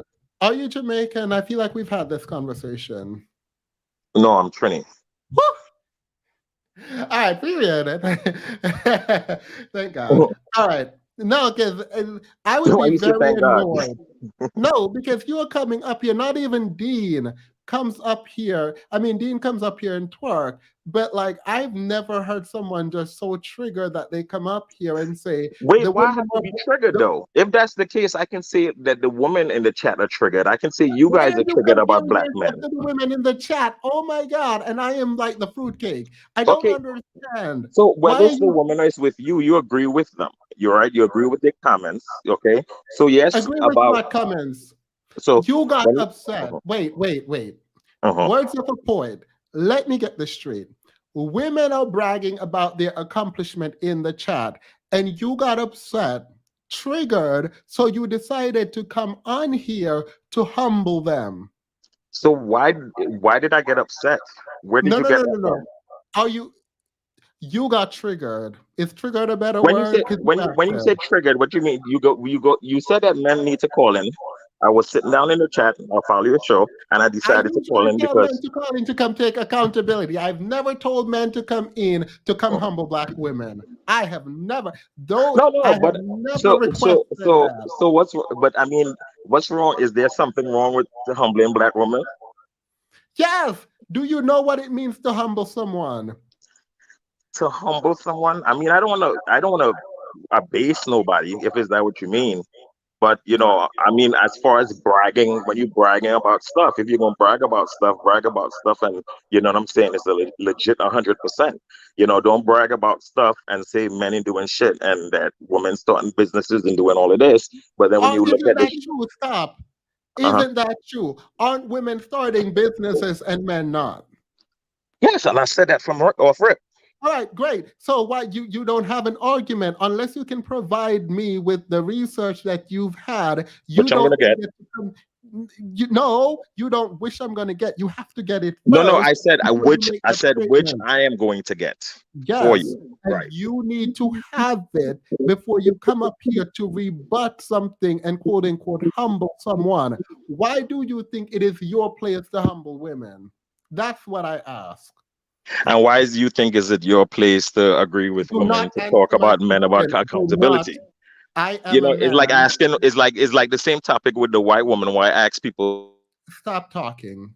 You don't get to answer my question with a question. You can address me and ask me a question after you've answered my question, but we're not going to do this. So why is it your place to humble women? And then I will answer your question about why I think it's my place to hold men accountable, as if I'm not a man. Go ahead. Humble anybody, humble black woman, humble black man, white woman, white man, it doesn't matter. Why This is is it a black your woman, place? this is a black woman forum, so that's Why why is it it seems. your place? But okay, but why is it you guys' place? Okay, you still don't answer the question. Let me take that back. All right. Because I want to.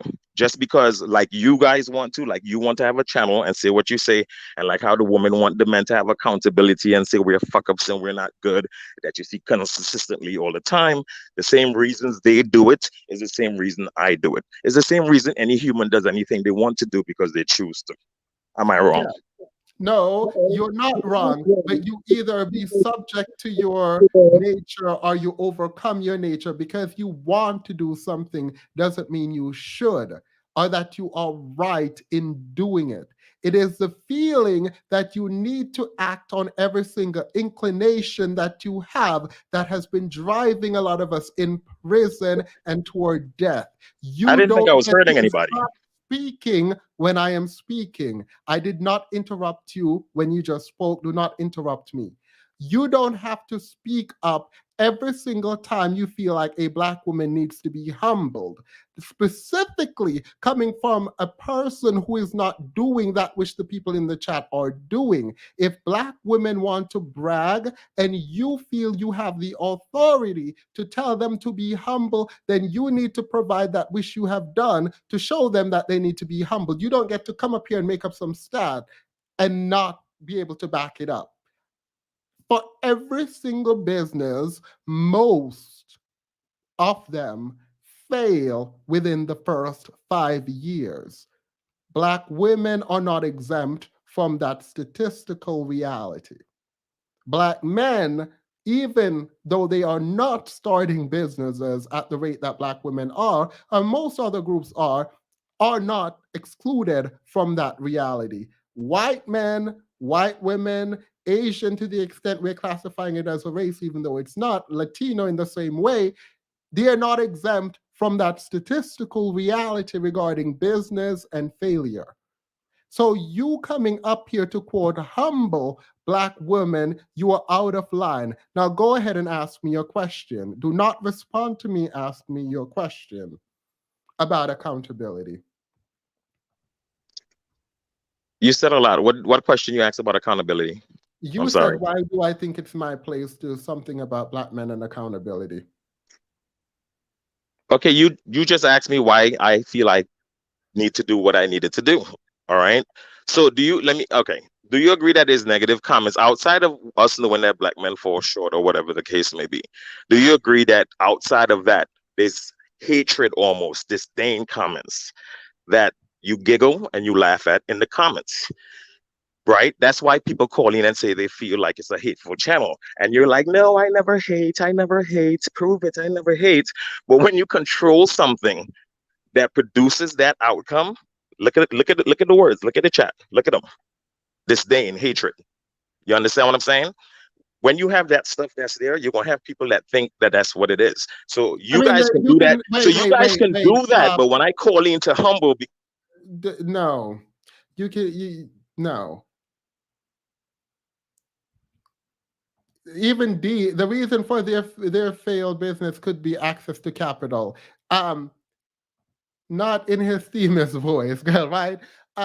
When I ask what I have done, you need to tell me specifically what I have done. I have said this many times that I laugh when I'm uncomfortable. Yesterday, when I was talking about this woman trying to date, I was laughing because I was extremely uncomfortable. When I get uncomfortable, I laugh. Are there any other questions? No, I actually didn't have no questions. I mean, I just came to say my comment, regardless how unpopular it was. I will find that research It's for not you. about popularity. It's about It isn't. it is not about whether or not your comment is popular. It is a Black man deciding that instead of uplifting the people doing the work in his community, he wanted to humble them. And that is a problem. That is a psychological problem on your end. If I ever seen one, I cannot diagnose, but I will attempt to Can I fix say it. something? But you can I wait don't have after a I read this. Timothy says, once you segregate what is universal, then the other by if the goal is for white people to see Black people as intrinsically equal and valuable. Well, here's the thing, Turd. I don't care, like, unless I don't care about the ways in which other groups of people see Black people, honestly. Unless you have power over me, I don't care. I wish Black people would see Black people as fully human. That's what I wish. I wish we would treat each other with dignity and we would not try to come up and humble each other for doing the work. That's what I wish. My platform welcomes everyone, but what I am not is caring about what white people think about me. That's something I've never done. How is the accomplishment if white people see those as Black only issues when the solutions are? I don't know. Go ahead and ask your question. You speaking to me now? I'm sorry. Yeah.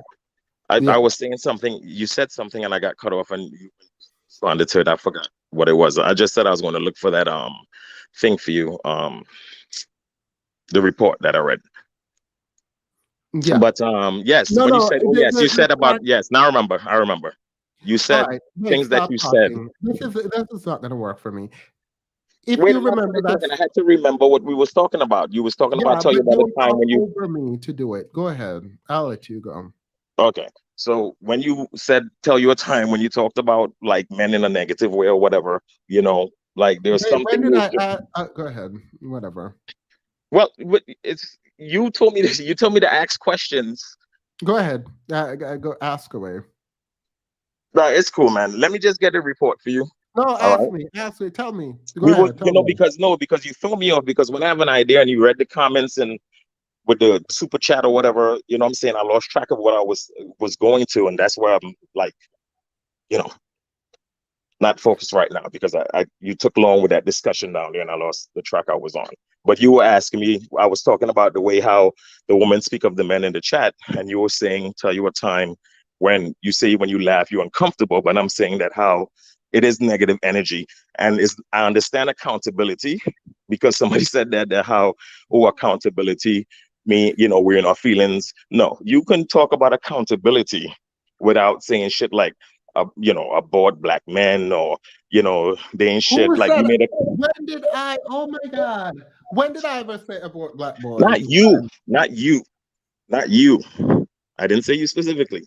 That is the whole You idea. literally Like, let said me me. let me. Okay, trust me. Okay, so I'll put it this way: if you had somebody in the chat, or like everybody look up to Cynthia G, right? Right, all of them, women, whatever. So she put up in the chat and say, "We just need to abort Black men. We don't need them." I guarantee you, everybody be like, "I agree, I agree, I agree, I agree." All right. Mm-hmm. All right. So even if talking about accountability and the bullshit that Black men do and leave their kids and the murders and all this rubbish, you know what I'm Mm-hmm. saying? When you say something like that, how can that not be seen as hatred? And that has Wait, nothing to do wait, with wait, wait, accountability. wait. You're talking to me, Cynthia G. No, I'm talking to you, but I'm saying it's the same mind frame. What I'm saying is, Wait, is wait, the wait, energy around the whole thing. wait. No, I don't know what you're talking about energy. I'm going to need you to stop saying the word energy. However, me pointing out statistical reality regarding the death rate in the Black community, you're saying is the same as prescribing a solution from Cynthia G.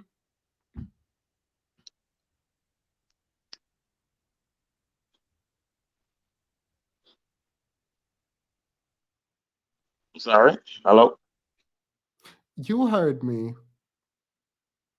Okay, you froze for a minute. What did you say? You heard me.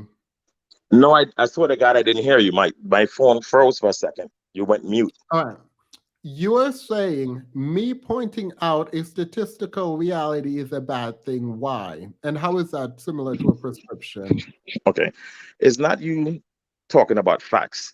You see how there's a lot of women that used to say that how a lot of times Kevin Samuels would say things that was true, but it's the way he said it and he was degrading people. You can talk about accountability, okay, but y'all go beyond accountability. Okay.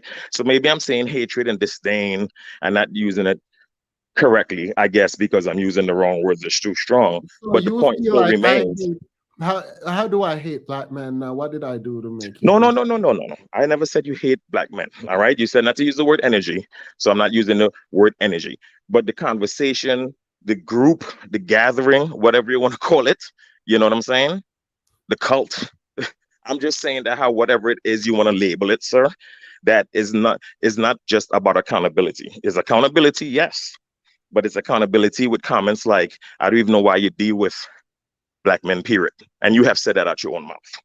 Yeah, wait, but I don't know. So you think the cult here hates black men, and that's my fault? No, no, I'm not saying it's your fault. I'm saying that you help with that. You're like the leader of the pack.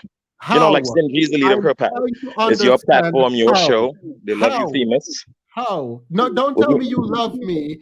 No, no, no, no, no, no, no, no, no, no, no. I never said that, How? rude boy. I How? said they love you. How?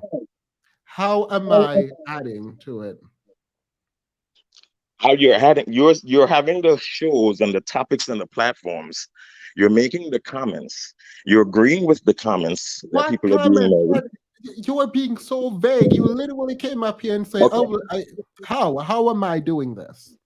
I just gave you an example. When I said that, how you sat there and laughed one day, I was like, oh my God, I don't know how y'all deal with black men. I don't know how y'all do it. I wouldn't do it.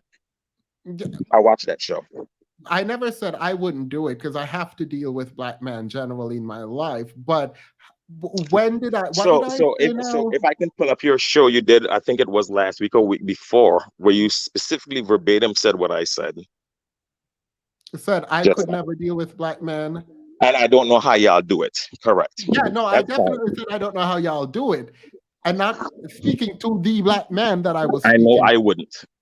I know you The have to deal one with that black men as far as business or into just living in the on the planet themas, but you was also saying I don't look, know. I wouldn't do it. I was speaking about the man that I was talking to, and it is what it is. I never said that about black men generally. I don't know how y'all spoke to someone like the one that I was speaking to.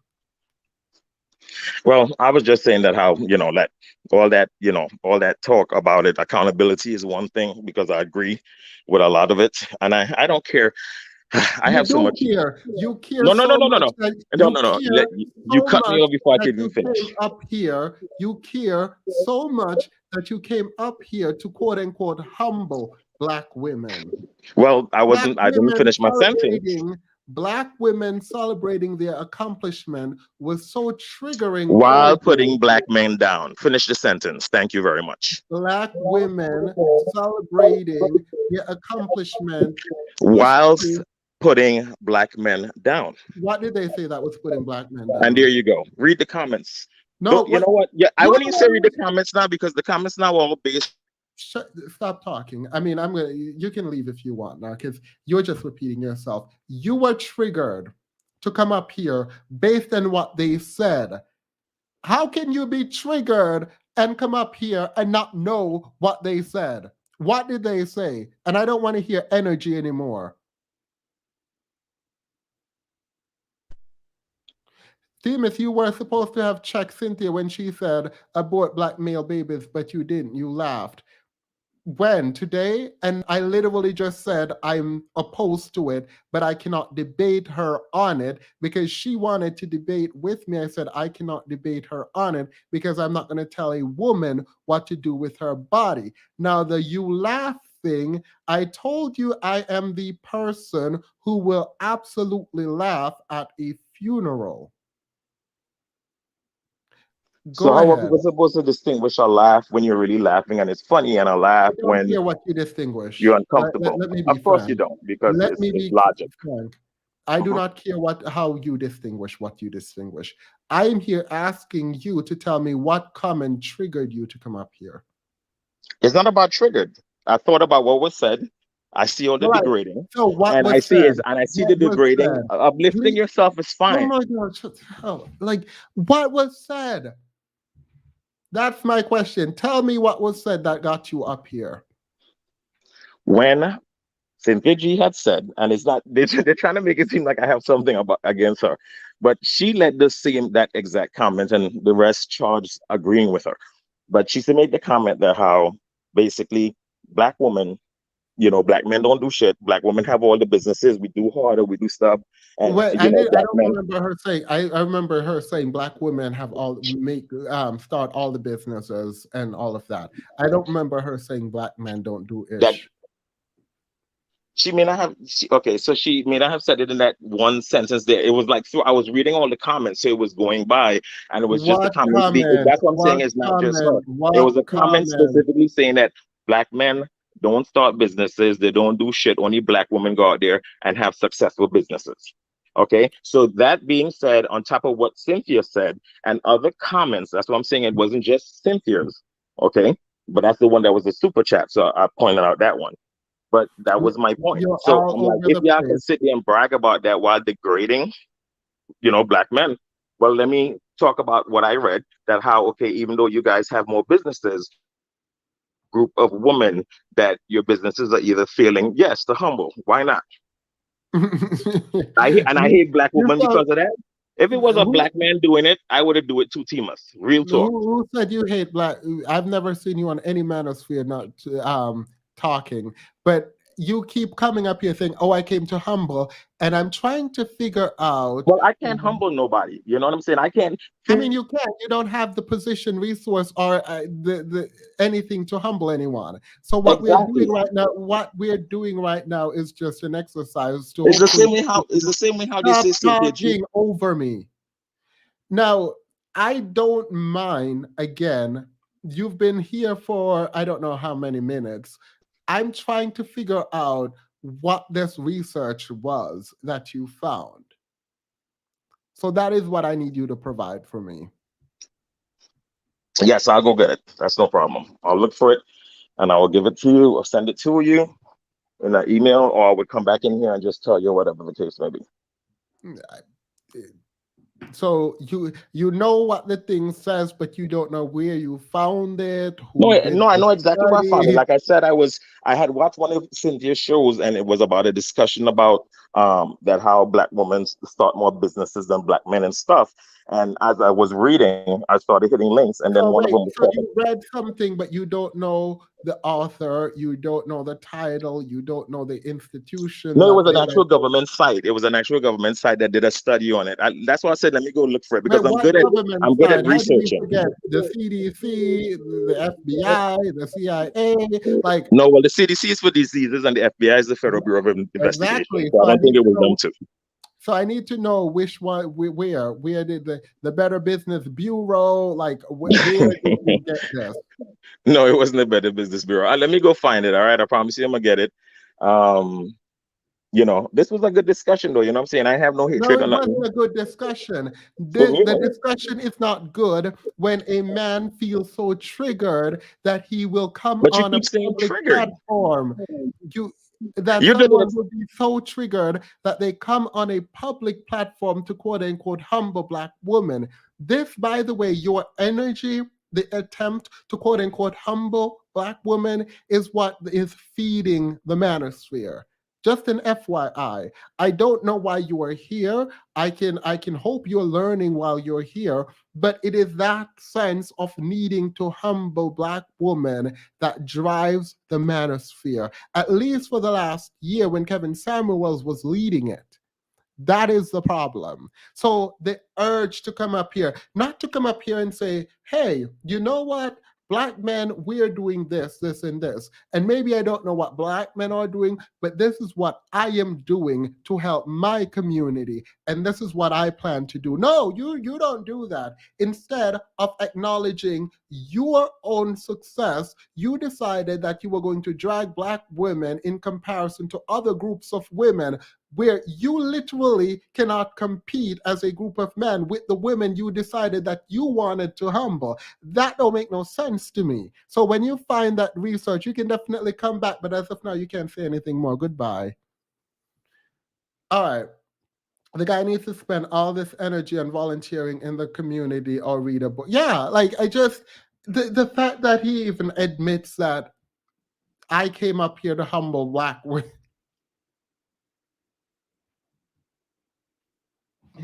I can. I literally can. Like, how is this okay? Like, how is it okay that your position is that I am going to humble Black women are bragging about their degree and their education and their businesses.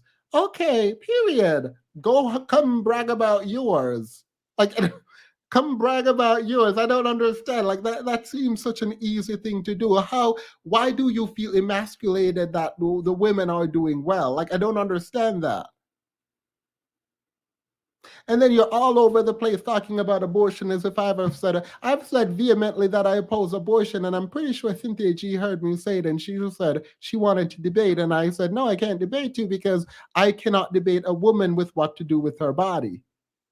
What do I look like? If you say abort Black babies, I'm a Black man, I would have been aborted. Like, but I'm not going to tell someone, I'm not going to look at a woman and go, how dare you say abort the man that is killing you? I'm not going to do that. I can't do that. I have no grounds morally to do that.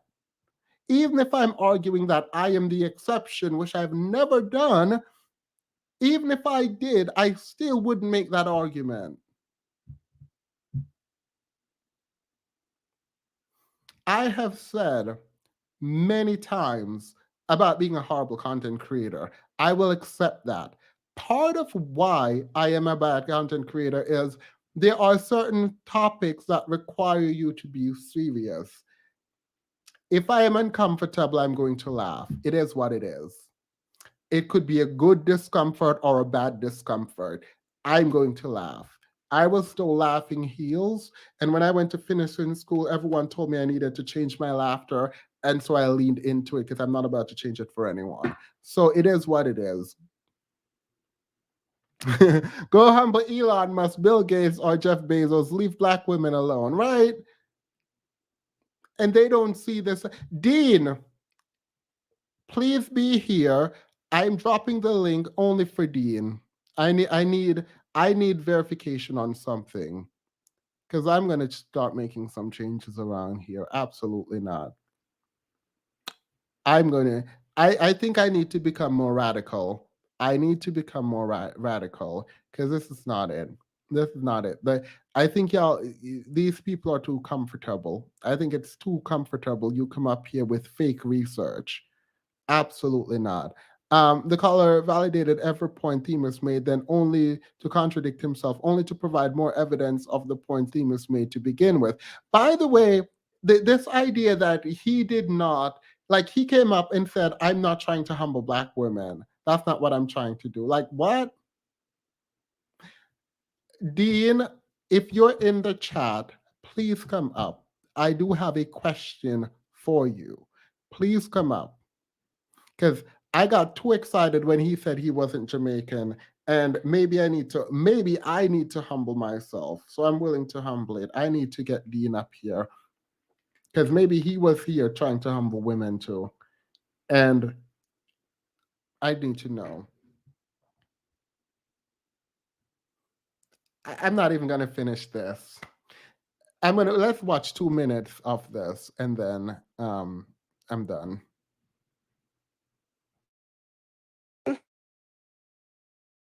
The social organization of these communities, the parents, the families, the values, the norms, you say a breakdown in civilization, whose fault is that? Whose fault? Boy. Is that the wrong question? Well, it's a difficult question. I think the first step is simply to acknowledge that there's a problem, and then start thinking about what sort of values need to be revalorized, to use a disgusting academic term, to change that. Again, historical causes, I don't know it, but at some point, I mean, it would be good if we could get the left to even acknowledge. Dean, please come up. This woman, no, someone. So this is my, this is the discomfort that I was telling you that I feel. I don't like her opining on this, and I'll explain why in a moment. Because I do think people should engage in the conversation, but when you do, you're going to get pushback. There is no possible way. There is no possible way, none, that I'm going to sit here and speak to someone of the majority, like a white person, for example, they can have their opinion, and I think you should, and I would, but you are not going to say the problem is just you. I'm not going to get like, I cannot do that when I think about the macro level. I can't do it. Can't do it.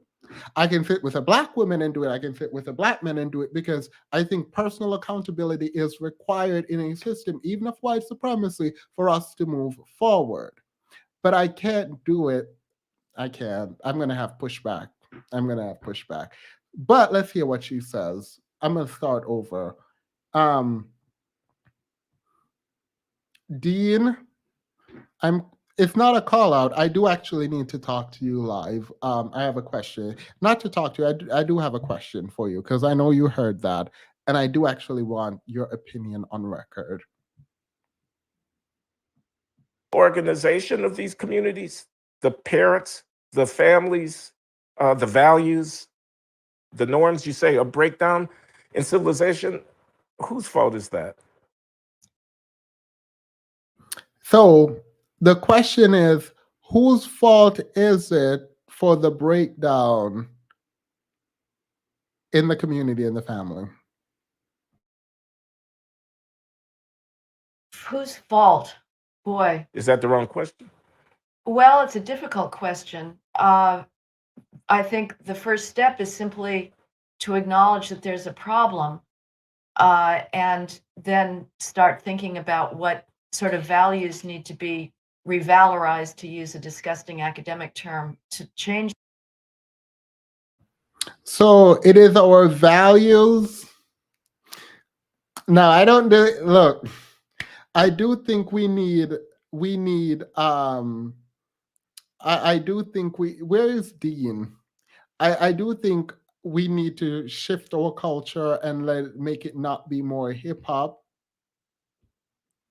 Oh, thank you. However, I think we need to get better conflict resolution skills, right? But I'm not about to ignore racism and the economy. I'm not going to ignore. No, I will definitely do it speaking to a black man. I will definitely do it speaking to a black woman. I will definitely do it speaking to black children. And to like uplift each other and tell us that we can do it on our own. But I'm not. I'm not willing to do it here. Absolutely not. I'm not. I'm definitely not doing that. If you're in the back chat, so let's continue watching this. And then I'll deal with whatever I need to deal with anywhere. That. Again, historical causes, I don't know it, but at some point, I mean, it would be good if we could get the left to even acknowledge family breakdown. If it then wants to blame slavery exclusively for it, that would be a step in the right direction, at least. At some point, though, I would say, again, Pache, my earlier remarks, looking to historical causes may be in some sense accurate, but at some point, it's up to a culture to take account and responsibility for itself. But I remember, I mean, Deborah Dickinson has pointed out years ago when I was mentioning family breakdown, just the very complicated relations between males and females in the Black community. And I think that's right. And it's a very tough thing to try and figure out how to fix. I remember doing a ride along in Chicago with this gorgeous Black cop. And, you know, he had a stable job, was going to have a great pension, but he had kids by several different mothers and was married to none of them. And, you know, and that's not, I don't think that is an abusive relationship, but there's real complexity there that I have no ability, knowledge to comment on, but fixing what has become now the pattern of, which you know as well as I do, of multi-partner fertility, where any given female may have children by several different males and any given male may have children by several different females. That's just a recipe for very, very tragic childhoods. Yeah.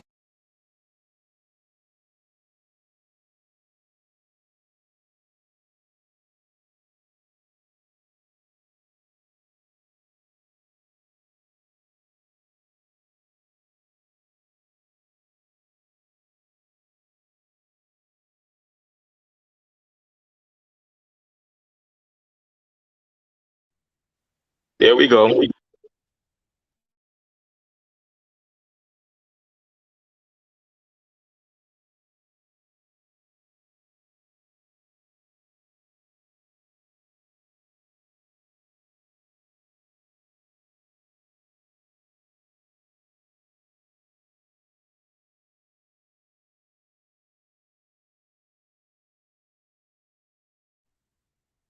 Well, I can't hear you. All right. I cannot believe this is the article, right? But you said that this article says Black women business fail more than any other group of women. You also said that Black men's business succeed. So let's start with read through the article. Where in the article should I go? I have read this article. It doesn't say that. So where in the article should I go for this? Okay, scroll down. Scroll down. It's a long article, man. Scroll down. Yeah, I was talking y'all rah-rah. Yeah, I was talking y'all rah-rah. Now I got the facts. I've read this article before, by the way. Now I got the facts. I have. Now I got the facts. Now I got the facts. Now they're saying, you see how unfair they are, Timus? Now they're saying that Forbes isn't White Zaddy the man that owns everything. I'm gonna mute you. Turn me down in the back when you talk. Turn me down in the back when you talk. Do not listen to the chat. I have read this article before when it just came out. In fact, well, I'm not going to tell you about that yet until you show me what you have interpreted as to say Black women's businesses fail more than other groups of women. Actually, let's do this. Control find. I'm almost 100% sure that the word fail does not show up in this article at all. The word fail, control find, does not show up in the article at all. So please let me know where in this article Black women business fail. If women face a lot of troubles when it comes to capitalization, a lot of troubles when it comes to using their own finances to provide for to capitalize their. I agree with all of that. I never disagreed with that. No. I'm not saying what you agree with and what you don't agree. I'm asking you to tell me where in this article, because I'm actually getting frustrated, where in this article does it say that Black women's business fail more than other groups of women? I literally just went through the entire.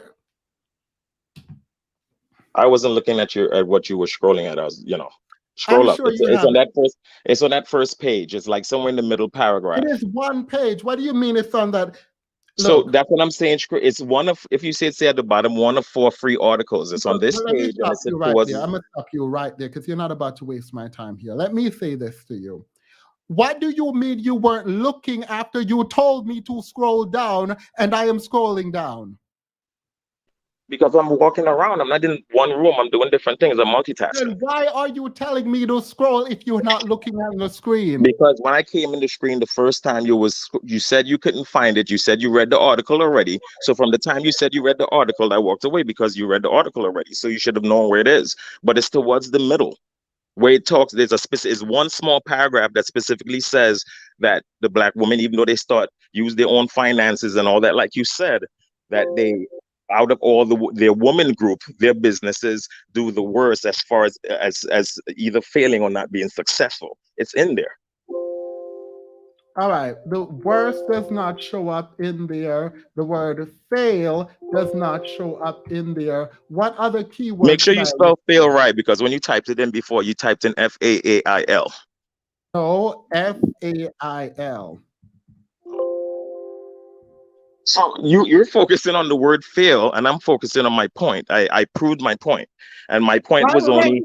No, I'm going to support you. Ain't no way you're going to say you proved your point. When you told me to scroll down, maybe I can spell fail. FAIL is how I spell fail. Is there another spelling of the word fail? Let me zoom in on. Yeah, bring it back up. I'm gonna stay and watch this time, and I'll show you where it is. It's towards the middle. No, let's scroll down, and I'll tell you when to stop.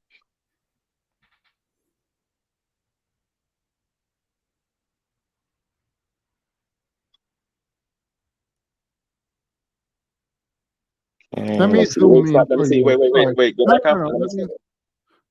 I'm zooming in for you so you can see. No, I can see good. Thank you. Scroll back up a little bit. I don't know if that was it up there. Up. Let me see.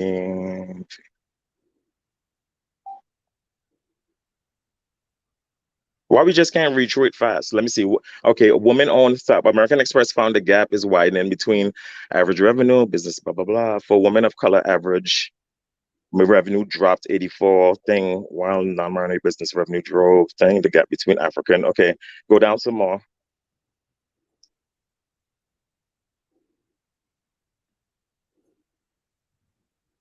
Okay, the gap, is that what it says? The gap, all women businesses. There's a gap between the and pretty evident and one primary reason why stop businesses for sure some job. Go down a little bit more again.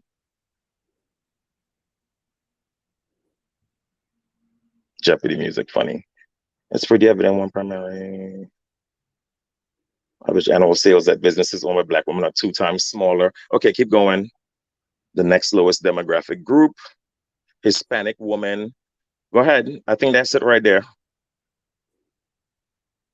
All right, Hispanic women are close to 5 times smaller than all women-owned businesses, according to Federal Reserve.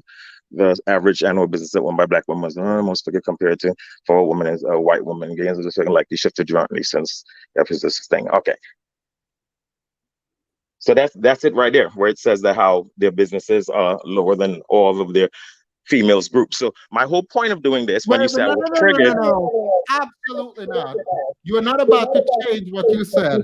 I have read this article before for a write-up. This article came out, I don't know how many years ago, but it's fine that you're using it. Read for us what your argument is. Please read what this says, and then tell us what your argument is. Because you're about to frustrate me, and I might just ban just generally from. I might just stop speaking to y'all from. I might just stop y'all from coming up here, just as a general matter. You came up here and you said Black women's businesses fail in comparison to other groups of women. And then you send me an article that doesn't have that in there at all, or the article that I have read multiple times. So please read for me. We're in this. Okay, give me the benefit of the doubt that I did say I read it a while back. I'm not giving you any benefit of any doubt. I'm not giving you any benefit of any doubt. Let me just stop and pause this right now. Because you came up here to humble Black women, and you're about to get humbled in your inability to read properly. That's what you're going to get. I am not mad. You want to know something? You want to know something? Let me step back and say this.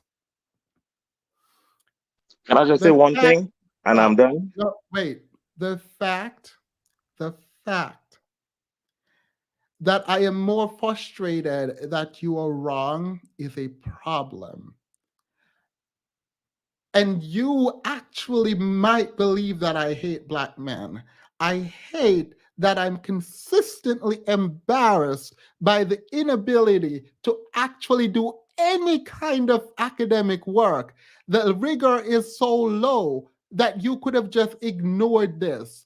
You had to go and Google something. I know you did not read this article because there is no possible way you could have read this article and then send it to me as some justification for the foolishness that you came up here and say. It was months ago. It was months ago that I read it. So my point was that this is the only point I'm gonna say, and then we're done. Okay. My point is, you guys were bragging on Black men. You guys were bragging on how successful in your businesses are, and I'm showing you, okay, if you're so good, why you're not surpassing the other woman? If you're so more intelligent and so more better, and the Black woman is the queen and everything, why they're not surpassing their counterparts in businesses as far as they don't have to. No other group of men is being beaten by their women in certain areas. So the fact that you are even coming up here to use other groups of women to compare with black women doesn't make any sense to me. You should be uplifting Black women, not attempting to humble them. And I don't care as much for the fact that you're saying, oh, my point, I don't care. You said that you are humbling Black women because their businesses fail. Now I am going to put the article back on the screen, and you need to tell me where in this article it says that Black women business disproportionately fail in comparison to other groups of women. I am going to need you to show that to me. No problem. Put it back up. All right. So where is it? You said it was here. And I didn't come to humble all Black women. I came to humble the Black woman in here that was talking shit.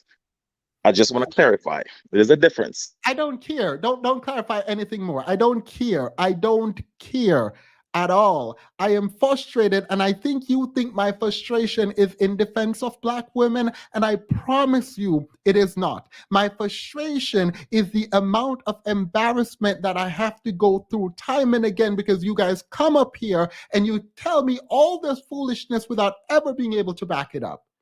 Like, that's not okay. This is not okay. Your attempt at humbling is not okay because you can't even do that properly, because to do that would mean you have to have read something to back up what you said and could provide it in real time. You decided to provide this, and I don't know what please.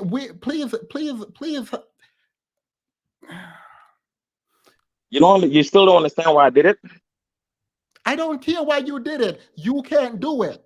I am trying to help you to do it now. Then let's say that I'm giving you the platform to do it. Do it. You can want to do something. It doesn't mean you have the capacity to do it. So you want to humble them, humble Black women by telling them that their business failed. Where does it say I their don't want to business humble failed? them. I want them to humble themselves.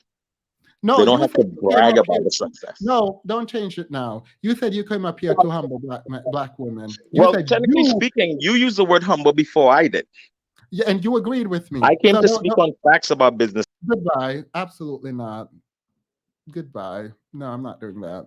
I'm not doing that with you. I'm very frustrated, and I'm going to explain my frustration right now. I am not I was annoyed. I was very annoyed when he came up here and said he wasn't trying to humble Black women by pointing out a stat that didn't exist, right? I was annoyed, but I was like, you know what? Okay, let's hear it. Fine. Then he admits to wanting to humble Black women because I saw through the foolishness. I saw what he was doing. He was attempting to humble Black women. Fine. If you have the facts, the one thing I am not going to do, the one thing I will not do, I think it is important to protect the vulnerable people. So I'm going to always attempt to do that. Fine. What I'm not going to do is lie in an effort to protect the people that I care for, right? I'm not about to lie for anyone. So if you have that stats and I need to change my perspective, then period, I will change my perspective. I will allow you to help me change my perspective. I will not sit here and lie about a stat. So that's what I'm not going to do. I allowed him to go figure out his stats so he can come back and let me know. And it would have been fine if he had said, you know what, I can't find it. I wouldn't have believed him, but it would have been fine. What he did, he went and Googled something, didn't read what he said. Like, I am subscribed to Forbes. I get most of the article, particularly the business articles. All right, fine. I'm unsubscribed now. You send me something that you did not read. You come up here and you're going to sit here. This is the audacity. This is the audacity. And I've been reading the DSM-5. But how do you sit here? Were you just wishing that what you said popped up? Like, I'm confused. Were you just sitting here like, look, I haven't read the article, but let's go through it to see if there's anything to justify what I said? Is that what you did? Who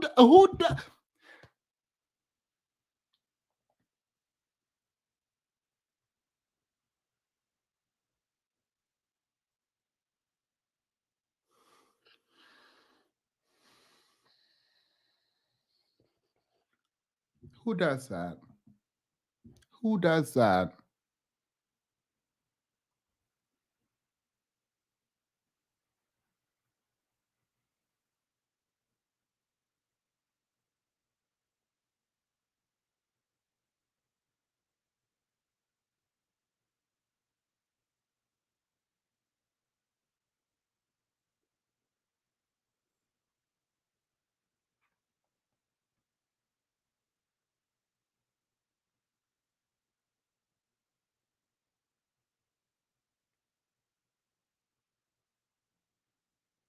I don't understand why you would do something like that. Like,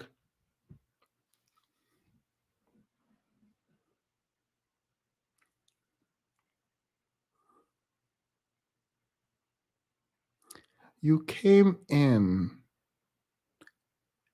you sent an article you didn't read, and you were going to sit with me, slowly going through the article to see if it could possibly justify anything that you said.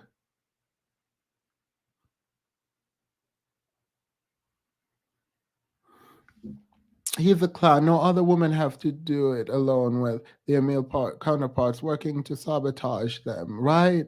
Like, the fact that he so proudly proclaimed that he came up here to humble Black women.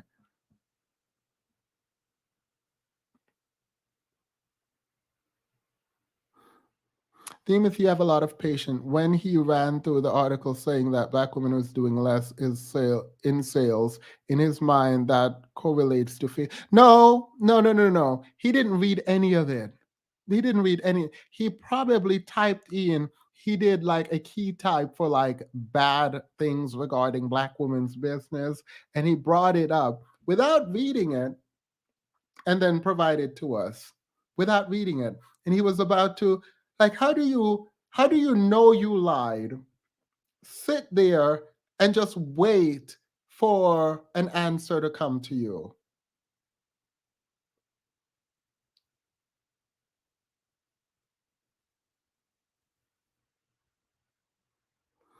Demas, you have a lot of patience.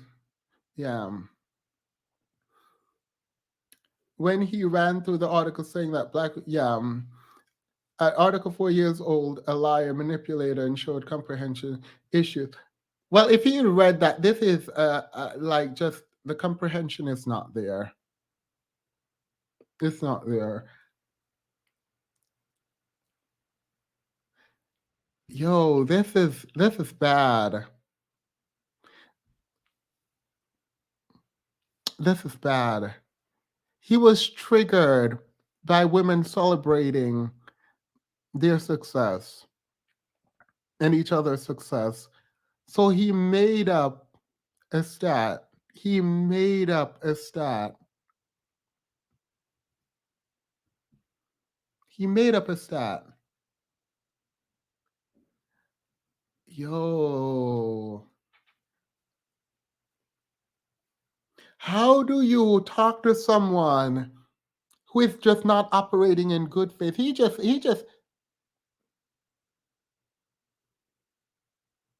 I'm very disappointed. He was so defensive and combative. No ounce of positive energy was present.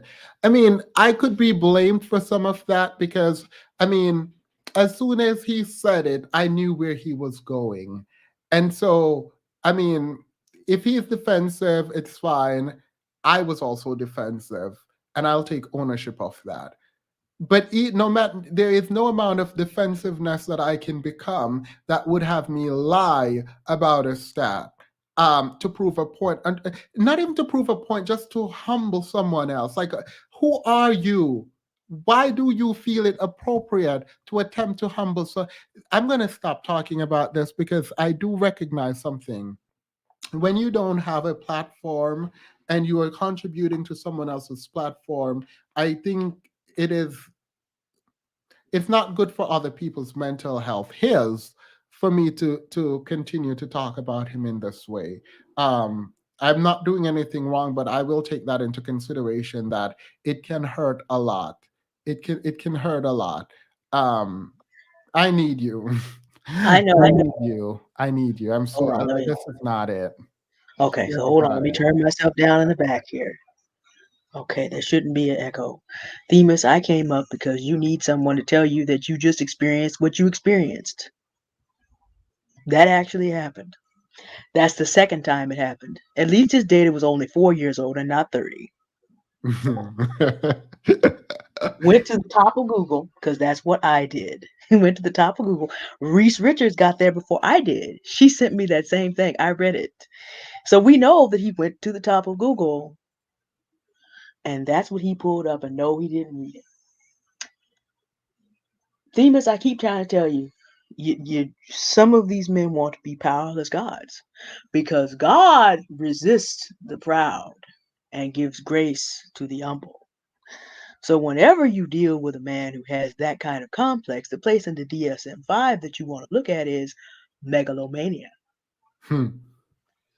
And Themis, just understand the megalomaniac does not care who his victim is going to be. That can still be you because you came to this with the kind of good faith that a lot of Black women approach these men with, because it's not even conceivable. And the other thing, Themis, is you also have to understand another place in the DSM-5 that you might want to look is borderline personality disorder. Because here's the thing, you are not Sinji, and you are not the 765 people in your chat. As if you are responsible for 765 sovereign minds. And Themis, if I'm talking to you, I'm not looking at the chat. Why? Because I respect you. And so I am talking to you, right? I'm not looking at the chat. I go back to Monday later. You experienced the reality of what happens. Now, let me do some other data. Black women, according to the Harvard Business Review, and I'll put that, I got to get that link again, but I'll put that in the private chat for you right now, are starting more businesses at this moment than even white men. 17% of Black women have a business right now. How much is that? If the U.S. Census is out here, and I'm just looking away from you because I'm looking for Black women businesses again. This data is from 2021. 17%. So if May 11th, 2021, and I'm going to put this in the private if you would like to share it with the crowd. Here you go. This those horrible Google links. Hold on, I gotta clean that up. Hold on, I hate when Google does this. But we're gonna just cleanse our timeline here. Let me do this, and I'm gonna put my data up for you, okay? While you do that, let me run the outro. So Okay. this is the after show. Messed up my whole mood.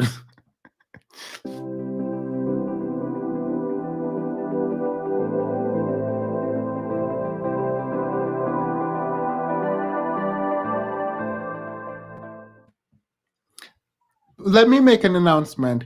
That clip, I said I wasn't going to do it, but that if you're a content creator, please cut. I will leave this up for a week. I probably will just leave this up.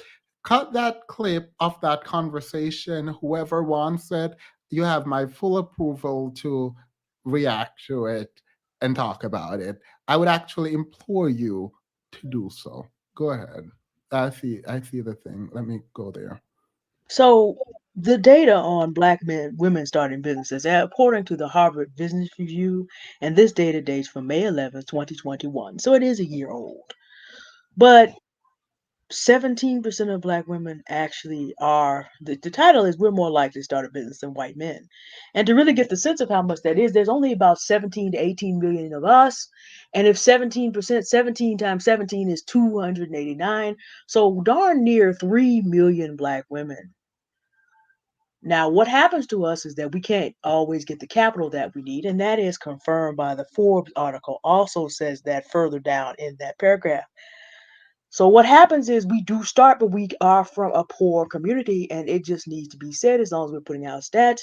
Multiple sources confirm that one of the reasons our community is poor because 1/3 of the men in our community are convicted felons. So the men in our community are not in the situation that white men, Latin men, and Hispanic men are able to provide their women capital. So it makes it much harder for us. Nevertheless, the Forbes article says we keep trying. And right now, we are trying at 17%, even without having the support that we need. And this is why Goldman Sachs, and I need to do a correction. I will humble myself in terms of saying Marimi AJ, subscriber Marimi AJ had to humble me about my math. It wasn't 10,000 times 10,000. It was $1 billion, which means it's a total of 1 million black women. So thank you for Marimi AJ for catching those other two digits. Because as I've said to people before, math matters. This is to say that Goldman Sachs is going to change, is going to provide capital for approximately 1/3 of black women in business. You do not get that from Goldman Sachs if you have the highest failure rate.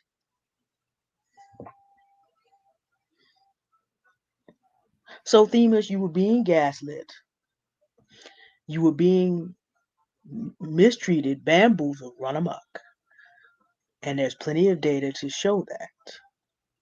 This is what we deal with when we attempt to work with many black men. Not all, because like I said, you are an exception yourself. But Themis, the only thing, and I'm a few years older than most of you, at this point, Themis, to protect yourself, you just can't let them get their run going. That's where you really need the timer. Yeah. The thing is, it's not like I'm hopeful that I'm wrong, but I generally walk with that, like, you are wrong. Like, there's always like something in the back of my head saying, you're wrong, you're wrong, you're wrong. So, like, even when I'm certain about something, I have space to allow for people to prove me wrong. But what you're not gonna do is lie to me. Like, you're not gonna attempt. You're not gonna. What you did was just wrong. Like, you were just wrong. Like, that's not okay. Like, and I don't. The thing is, like, I can't believe this kind of stuff is going on. The disingenuous, bad faith conversations that I actually engage in with, I don't know, opposing counsel in a negotiation during law school, like, even doing my master's or even in uni, right? Those conversations are harder to read. I can spot you being disingenuous from a mile away. I know what you're going to say, essentially. I know your stance. I know why you're doing it. And so you sitting up here just lying, it's just like you weren't even, I was going to say, man enough to own up to the fact that, you know what, I made that stat up and I'm wrong. Or just say I'm wrong, I probably misread it or whatever. Like, bow out gracefully. Don't double down and send me a link you didn't read. Don't waste my time. You're going to continue to get this, Themis, because you are dealing, and of course, he's from Trinidad. But we've had this whole diaspora wars in the comment today. No, this is not just something that's an ADOS problem. Oh, well, yeah. Thank you for bringing that. Thank you for putting that back in here. Yeah, this is not just like people are like, oh, this is black men. Well, yeah, well, I guess because this is not ADOS. He was not African American in the way that ADOS are. So, But it it's the applies across the same. board. But here's the thing, and it's not a fun thing to say, and it's not a kind thing to say.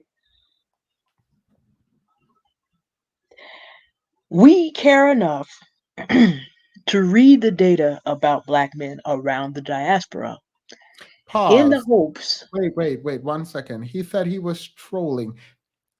Well, thank you. He will never be allowed back on this panel. Please remind me, the chat, please remind me that words of a poet that should never be allowed on here ever again. He wasn't trolling, he's lying. He's backing out now because he realizes how idiotic it was. Sorry, DN, I won't interrupt you again, but go ahead. That's okay. I was just looking at I'm just.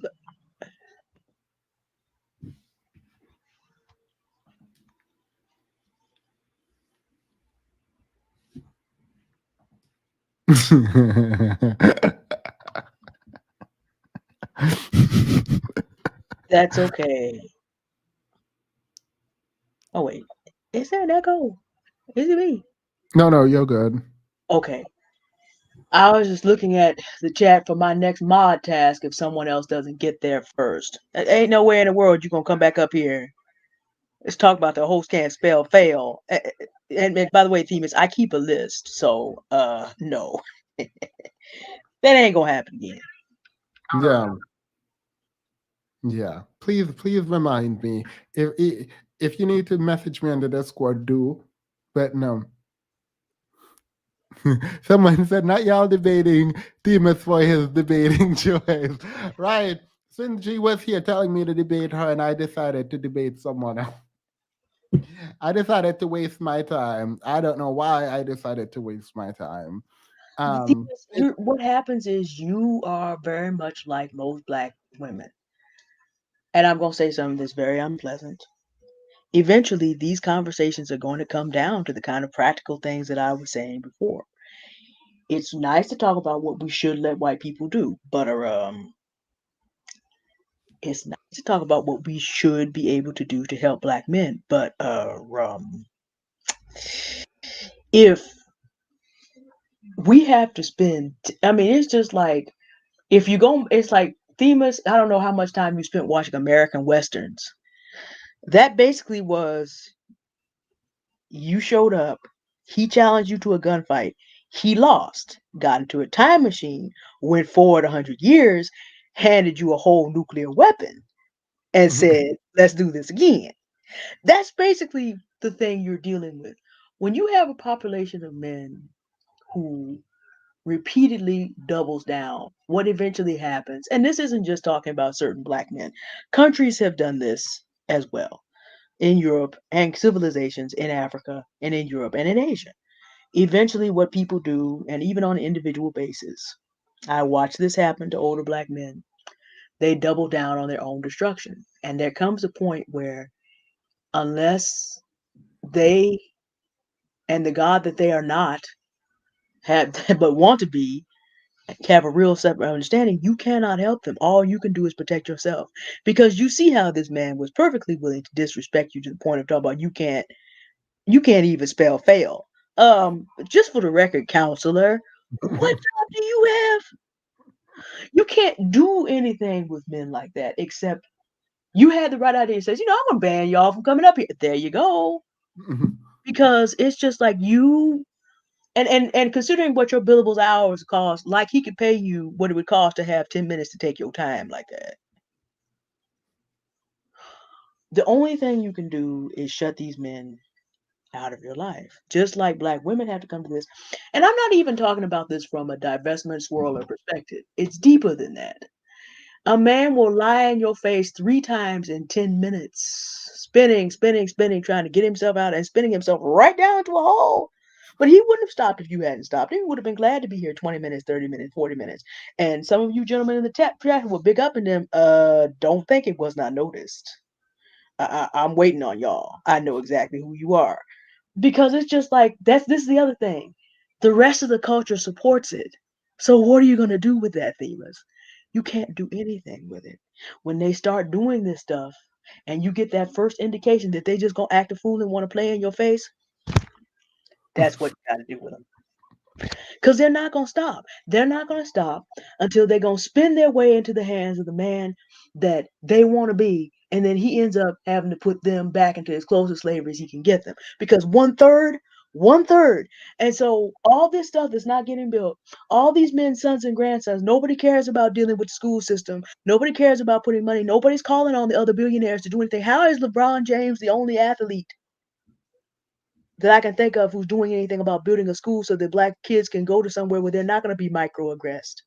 How is it that we can let Michael Jordan, Tiger Woods, P. Diddy, and all the rest of them these black men look up to, and none of these men are saying, hey man, you need to bring some of this money. You're going to go find Patrice Con coolers about her houses, but you ain't got nothing to say to Jay-Z. So if you don't care about yourself, your sons and your grandsons, well, guess what? Ain't nobody out here being able to take a group of grown men and make them do anything. Even God himself is not coming down that hard. If you want to take yourself straight to hell, you can. So don't expect us to all. This is the thing, Themis. You can't do nothing with that.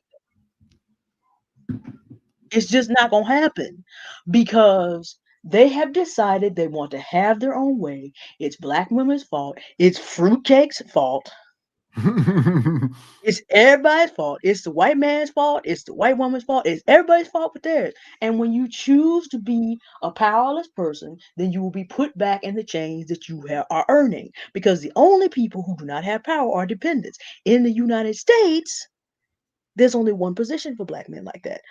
1/3 have already fallen under the 13th Amendment. 1/3. Felony imprisonment is the exception. So it's just like, if that doesn't motivate you, the remaining 2/3 to be as serious as they can be about at least grabbing everybody's sons and grandsons, Themis, what you about to do with that? Why are you continuing to hurt yourself, even attempting it? And I know it's because you care and because it's not easy when you hope that you can reach something that someone else. And so many black women end up in situations they don't need to be in because we think we're the one who's going to reach in. Choose better. We trying to help y'all's butts, hoping that we can take you along as we try to move forward. There's black women out there who are taking care of generations of grown men's sons and grandsons. Beware the day that we decide that we don't want to do it anymore, though. And Themis, if I were you, because I'm not going to tell you how to run your platform on your platform. This is your platform, just like white folks on YouTube. This is your channel. I do look forward to you protecting yourself. But, we'll talk about some of this in the mob meeting. We ain't got to do that out here. Yeah. Themis, be comforted. You did the right thing. You're just dealing with a reprobate. And you can't do anything with a reprobate. It's too late. You have to let people now deal with their consequences. Yeah. That's all there is. Yeah, I mean, I appreciate that, and I mean, these people are just coming up and just lying. Yeah, it's gonna be bad in a while. When I get back off of vacation, I have one more week, and then I go on vacation. But when I get back, I'm done with it. Like I'm just gonna just hang up. Like like at this point, there is no need. There has also been a fear, I'll admit, that like I will miss something. Because like again, I feel like I know what you're gonna say before you even say it. As soon as you open it, not you, but like the men that I've been talking to, before you even open your mouth. And so like in my mind, I'm like, but you could be wrong, but you could be wrong. and I'm not wrong. Like I've noticed a pattern. You're going to bring up something from someone else's channel. You're going to say something about the comments in the chat that you won't be able to remember. So you're just going to make something up. You're going to provide me random stats that you either can find, or in this case, which is rare, you send me things that aren't valid. And then you're going to attempt to tell me that I misunderstood you initially, even though you have confirmed multiple times what I said you said. You might not know this, but in almost every conversation I have, particularly with the men who came on here, for all of them, I will ask, did I correctly state what it is that you are saying? I have learned that in therapy, and it's a way of active listening. I do listen to the people who talk to me. I actively listen. It is extraordinarily draining to do that over and over and over. It's easier for me to just surface level and click off, but I do listen. I think about, and I put on all cylinders when I'm talking to you, as if we're actually in a court or a negotiation or something of that sort. I am listening and I'm trying to understand before anything else. It is tiring. So the fact that you were trolling, I mean, you weren't. You weren't trolling. You were lying. That's what you were doing. The fact that you were doing that is a waste of my time and yours. But you don't mind your time. I do mind my time. Remember that what I said about white people can do all the talking they want, but we control what we listen to. Themis is like every black woman who is not going to get tied down has to decide. All that energy, no, we're not going to use that. You tired of hearing it. All that effort and all that love that you have, you see what happens. You see what happens. Yeah. So you just have to follow your instincts. And you're finally honed instincts. You are an attorney. If you know what the pattern is doing, you don't have to entertain these men. You don't. No, I This don't. is why they tick over into my channel trying to find a new home and they get banned on site. Don't come over here because we're not gonna go down the road at all. It's just like I've already seen what you do, so you can't find a home over here. So Themis, as soon as you decide you're gonna snatch that plate, snap the plate, get the welcoming mat, pull that back, and all the rest, then they'll find somewhere else to go. Half these men over here, I have a profile on them because they're out there twerking in everybody else's chat. Erica knows what I'm talking about. She sees them.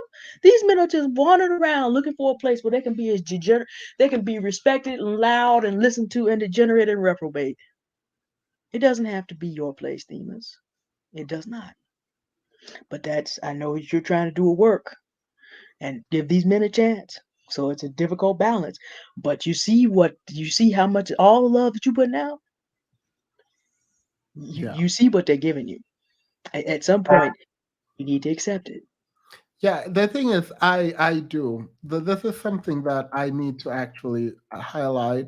Um, I've gotten a ton of love and appreciation from people on the channel. So that's something that I have to acknowledge. I just posted Diane's channel. What is her channel? Thank That's you. her channel.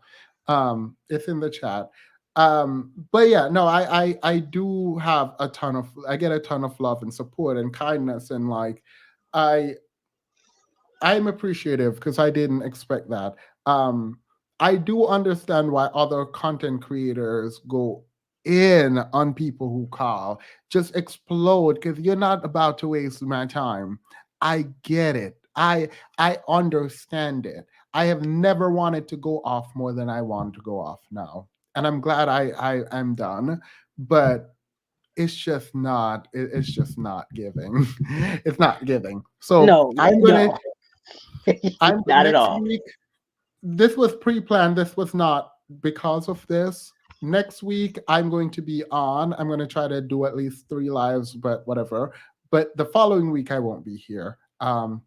If you want to catch me, you can do that on Instagram. because that's where I'm going to be, because I'm going to be overseas and I'm going to be living my best life, because absolutely not. This is not it. This is not it. I need a vacation from all of this. Anywho, thank you so much, Deanne. I will see you guys on Instagram doing my shenanigans, not next week, but the following week. Where is the vacation? It is going to be out of the state. I will announce it later. My mom is very annoying. She's like, don't say where you're going. No, it's not Puerto Rico. It's further. Very far away from here. But you guys will see. Anyway, have a wonderful night. Thank you, Deanne. You are always like a warm hug to me, so I appreciate that. I appreciate you coming back on to talk. Bye. Bye, everybody. You can stay in the back. We can talk for